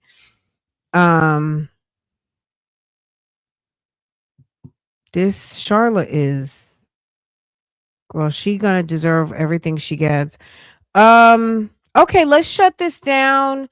I did get some additional information about Sharon Moore. That was I know that's on some Keep Your Legs Closed to Married Men, y'all. Sharon Moore, he's up there in Saginaw. We all saw Judge Simpson. Everybody knows if you watch girl, if you watch YouTube, everybody knows Judge Simpson. So Sharon Moore, if you didn't catch it yesterday, it was a little bit of a treat because you see Sharon Moore come in and I didn't think anything of it until I'm like, wait a second, is that Judge Simpson? And if you don't know who I'm talking about, just go ahead and see the video and you'll see. We might talk about that. I just broadcasted the live and we didn't get a chance to actually talk about it. It's not very long, but I'm kind of need a break right now because we've just done 5 hours. Then I need to double check and see what happened in court today for Mr. Butts. Are we going to court? Are we going to trial next month? Are we on for trial? What's actually happening? So I've been checking. I haven't seen anything. What else? There was a lot that happened. You guys know or may not know, DeAndre Booker, he got bound over and he was arraigned yesterday. Y'all, let me tell you, I got my face crunched yesterday. So I got the Zoom information and I tapped in Macomb County. Why didn't y'all tell me? Girl, they were like, excuse me, ma'am, why are you here? And I was like, I'm here to observe. They're like, no, you can come in. I was like, I'm not local. They were like, well, no, unless you're family of the victim, you cannot be on Zoom. And I was just like, click. So I just went ahead and clicked off. But he was arraigned yesterday, and I don't know, I haven't seen any news coverage of it. I'm like, I know there's a lot of news to cover, but some of these stories are like huge and people are watching across the country. You would think that at least one of the local news companies or a blogger who, that there would be a blogger in I know everyone doesn't do this full time, so I get it. But yeah, DeAndre got arraigned yesterday and so and that's for the murder of Ashley Elkins. So lots has been going on. We will definitely do a wrap up, guys. I have to apologize for like the 5th time. I've been super duper busy this whole entire month. Yesterday, I think, was kind of the end, which was my husband's birthday. But this whole entire month has just been action packed, like since Christmas to today. So like the past month has been really busy. So you guys may have noticed I just haven't been going live as much. I haven't been sick or anything like that. It's just family first type of thing. And the holidays and coming off the holidays in school and then my husband's birthday and all of the things. So hopefully I should be back to a normal schedule. Oh, and we had exams and all of that. We hit honor roll again for the second semester in a row, second quarter in a row, excuse me. So both quarters this first semester, my student is on honor roll. So, I mom a lot, so I have to mom and do all the things, but, I just want, I like to tell you guys, cause sometimes you guys hit me in the comments or send me an email. Don't think it's ever because sis don't want to go live and don't want to talk about this the news. Okay. You know, I love talking the news. It's just some, last night I actually wanted to go live too, but girl, I was so tired. Okay. After we did our little birthday party shenanigans, we went to go eat seafood last night. Came home. We had a nothing bundt cake. We did a red velvet. That's his favorite. And then we did all the gifts. And then the day before, Farah and I had done major shopping. And then we had to go get some stuff. We had stuff that came in the mail. Obviously, we ordered, and then stuff we had to go run around and go get. And then that way, yesterday was kind of smooth. All we really needed to do was go pick up the cake and go have lunch, of course. And then we were ready for festivities when my husband came home and did all those things. So we had a very nice evening. So today Farah was off. Today was a teacher work day, and that was beautiful. I really appreciated that. And I enjoyed spending the day with you. This was really good. I enjoyed this preliminary hearing. It was definitely, it gave us all of the legal proceedings that I think Bougie Gang loves, and a little, some kikis, as appropriate, because obviously this is not a laughing matter, because at all, period, that goes without saying. But the testimony did give us a little bit of, there was some juice there, with the STD, Mr. Lynch allegedly burning Miss Charla, and Miss Charla juicing Mr. Lynch for 14 grand in Zelle payments, which was pretty crazy. This almost seemed like this was the Charla show more than it was the Jalen show. What do y'all think? Do you think it was giving like Charla's the mastermind and that's just her poop butt goofy ass son? Or is Jalen the evil monster and mommy is the cleanup crew? Like, which one is it? Thank you so much, Dre's Runt Over Crocs. Like, I can't tell. I can't tell. I cannot. Thank you, boo boo. We drop these coins for everybody who dropped something, drop memberships, hit the thumbs up, members, everybody. Guys. You guys think about it. We'll do, if you guys want to talk about this for like 45 minutes to an hour, we'll revisit this. But I'm gonna go ahead and shut this down because y'all, it's been 5 hours. Can you believe it? Time goes, y'all, time flies when we're live. Okay. Most definitely Charlotte's running the thing. Okay. Both of them are goofy, but I guess think she's Chief Goofy, but he's gonna get it. If they're able to identify a murder weapon and that he beat her up, if he's the one who actually beat Miss London down, then, but they're both gonna get it. Charla and her using Mr. Lynch to run that tote around, they're gonna give her first degree just as much as Jalen. And Jalen had his motive because he was pissed because he wanted his phone. And then allegedly she was running some sort of fake pregnancy situation. He was mad because she said she was pregnant and she's not, which I don't believe that he would be mad. If he wasn't digging her, he shouldn't have cared whether she was pregnant or not. Right?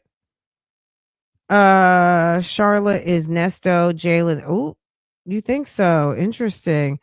Yes, mama running things. That's why she went to her asking her what to do because he's stupid. Wow. Wow. That's why he's still living in the basement over at Mama and Papa's house. Okay. That's why he's still over there in the basement over to Mama and Papa. Okay. Of course, Tanya.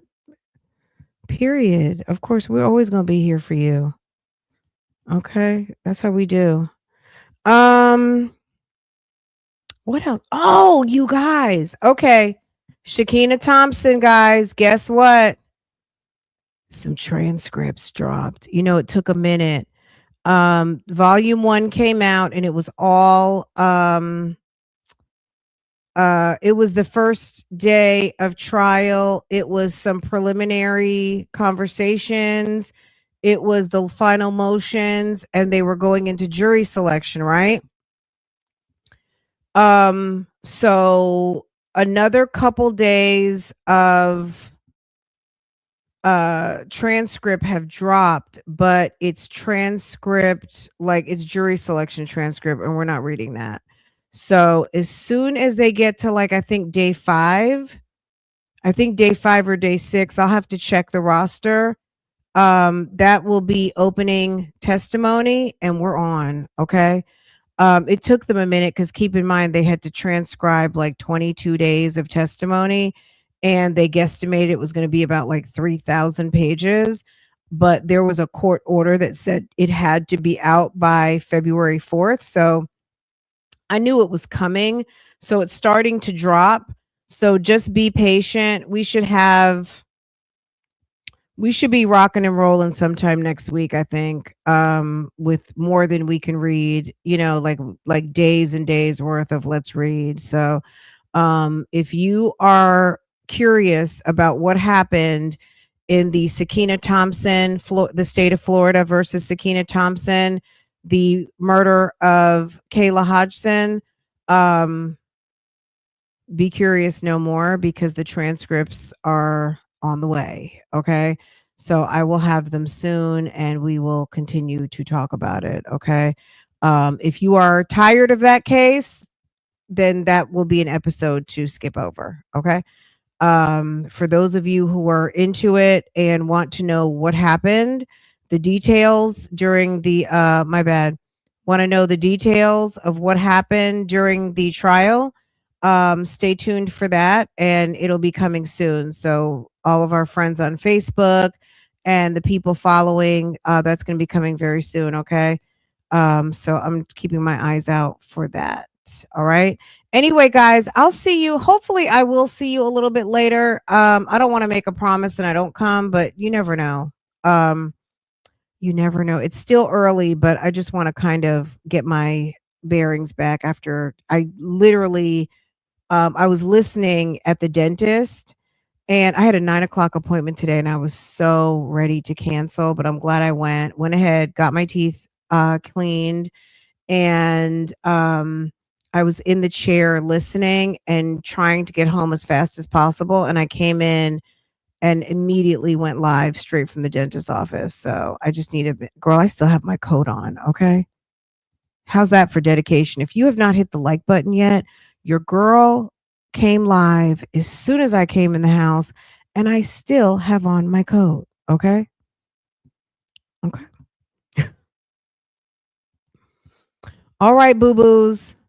You guys have a great day. Thank you for joining me today for the preliminary exam for Jalen and Gangsta Charla Pendergrass. And we are continuing to support the efforts of justice for London Thomas and her family. They didn't have to do her like that at all over a damn telephone. That boy was mad over his phone. He is a whole bum, okay? A whole entire bum. Anyway, guys, hit the thumbs up for me. I'll see you guys a little bit later on. Make sure your notifications are set, and I will see you next time I go live, post a video, and do all of the things, okay? All right, guys, take care. Bye.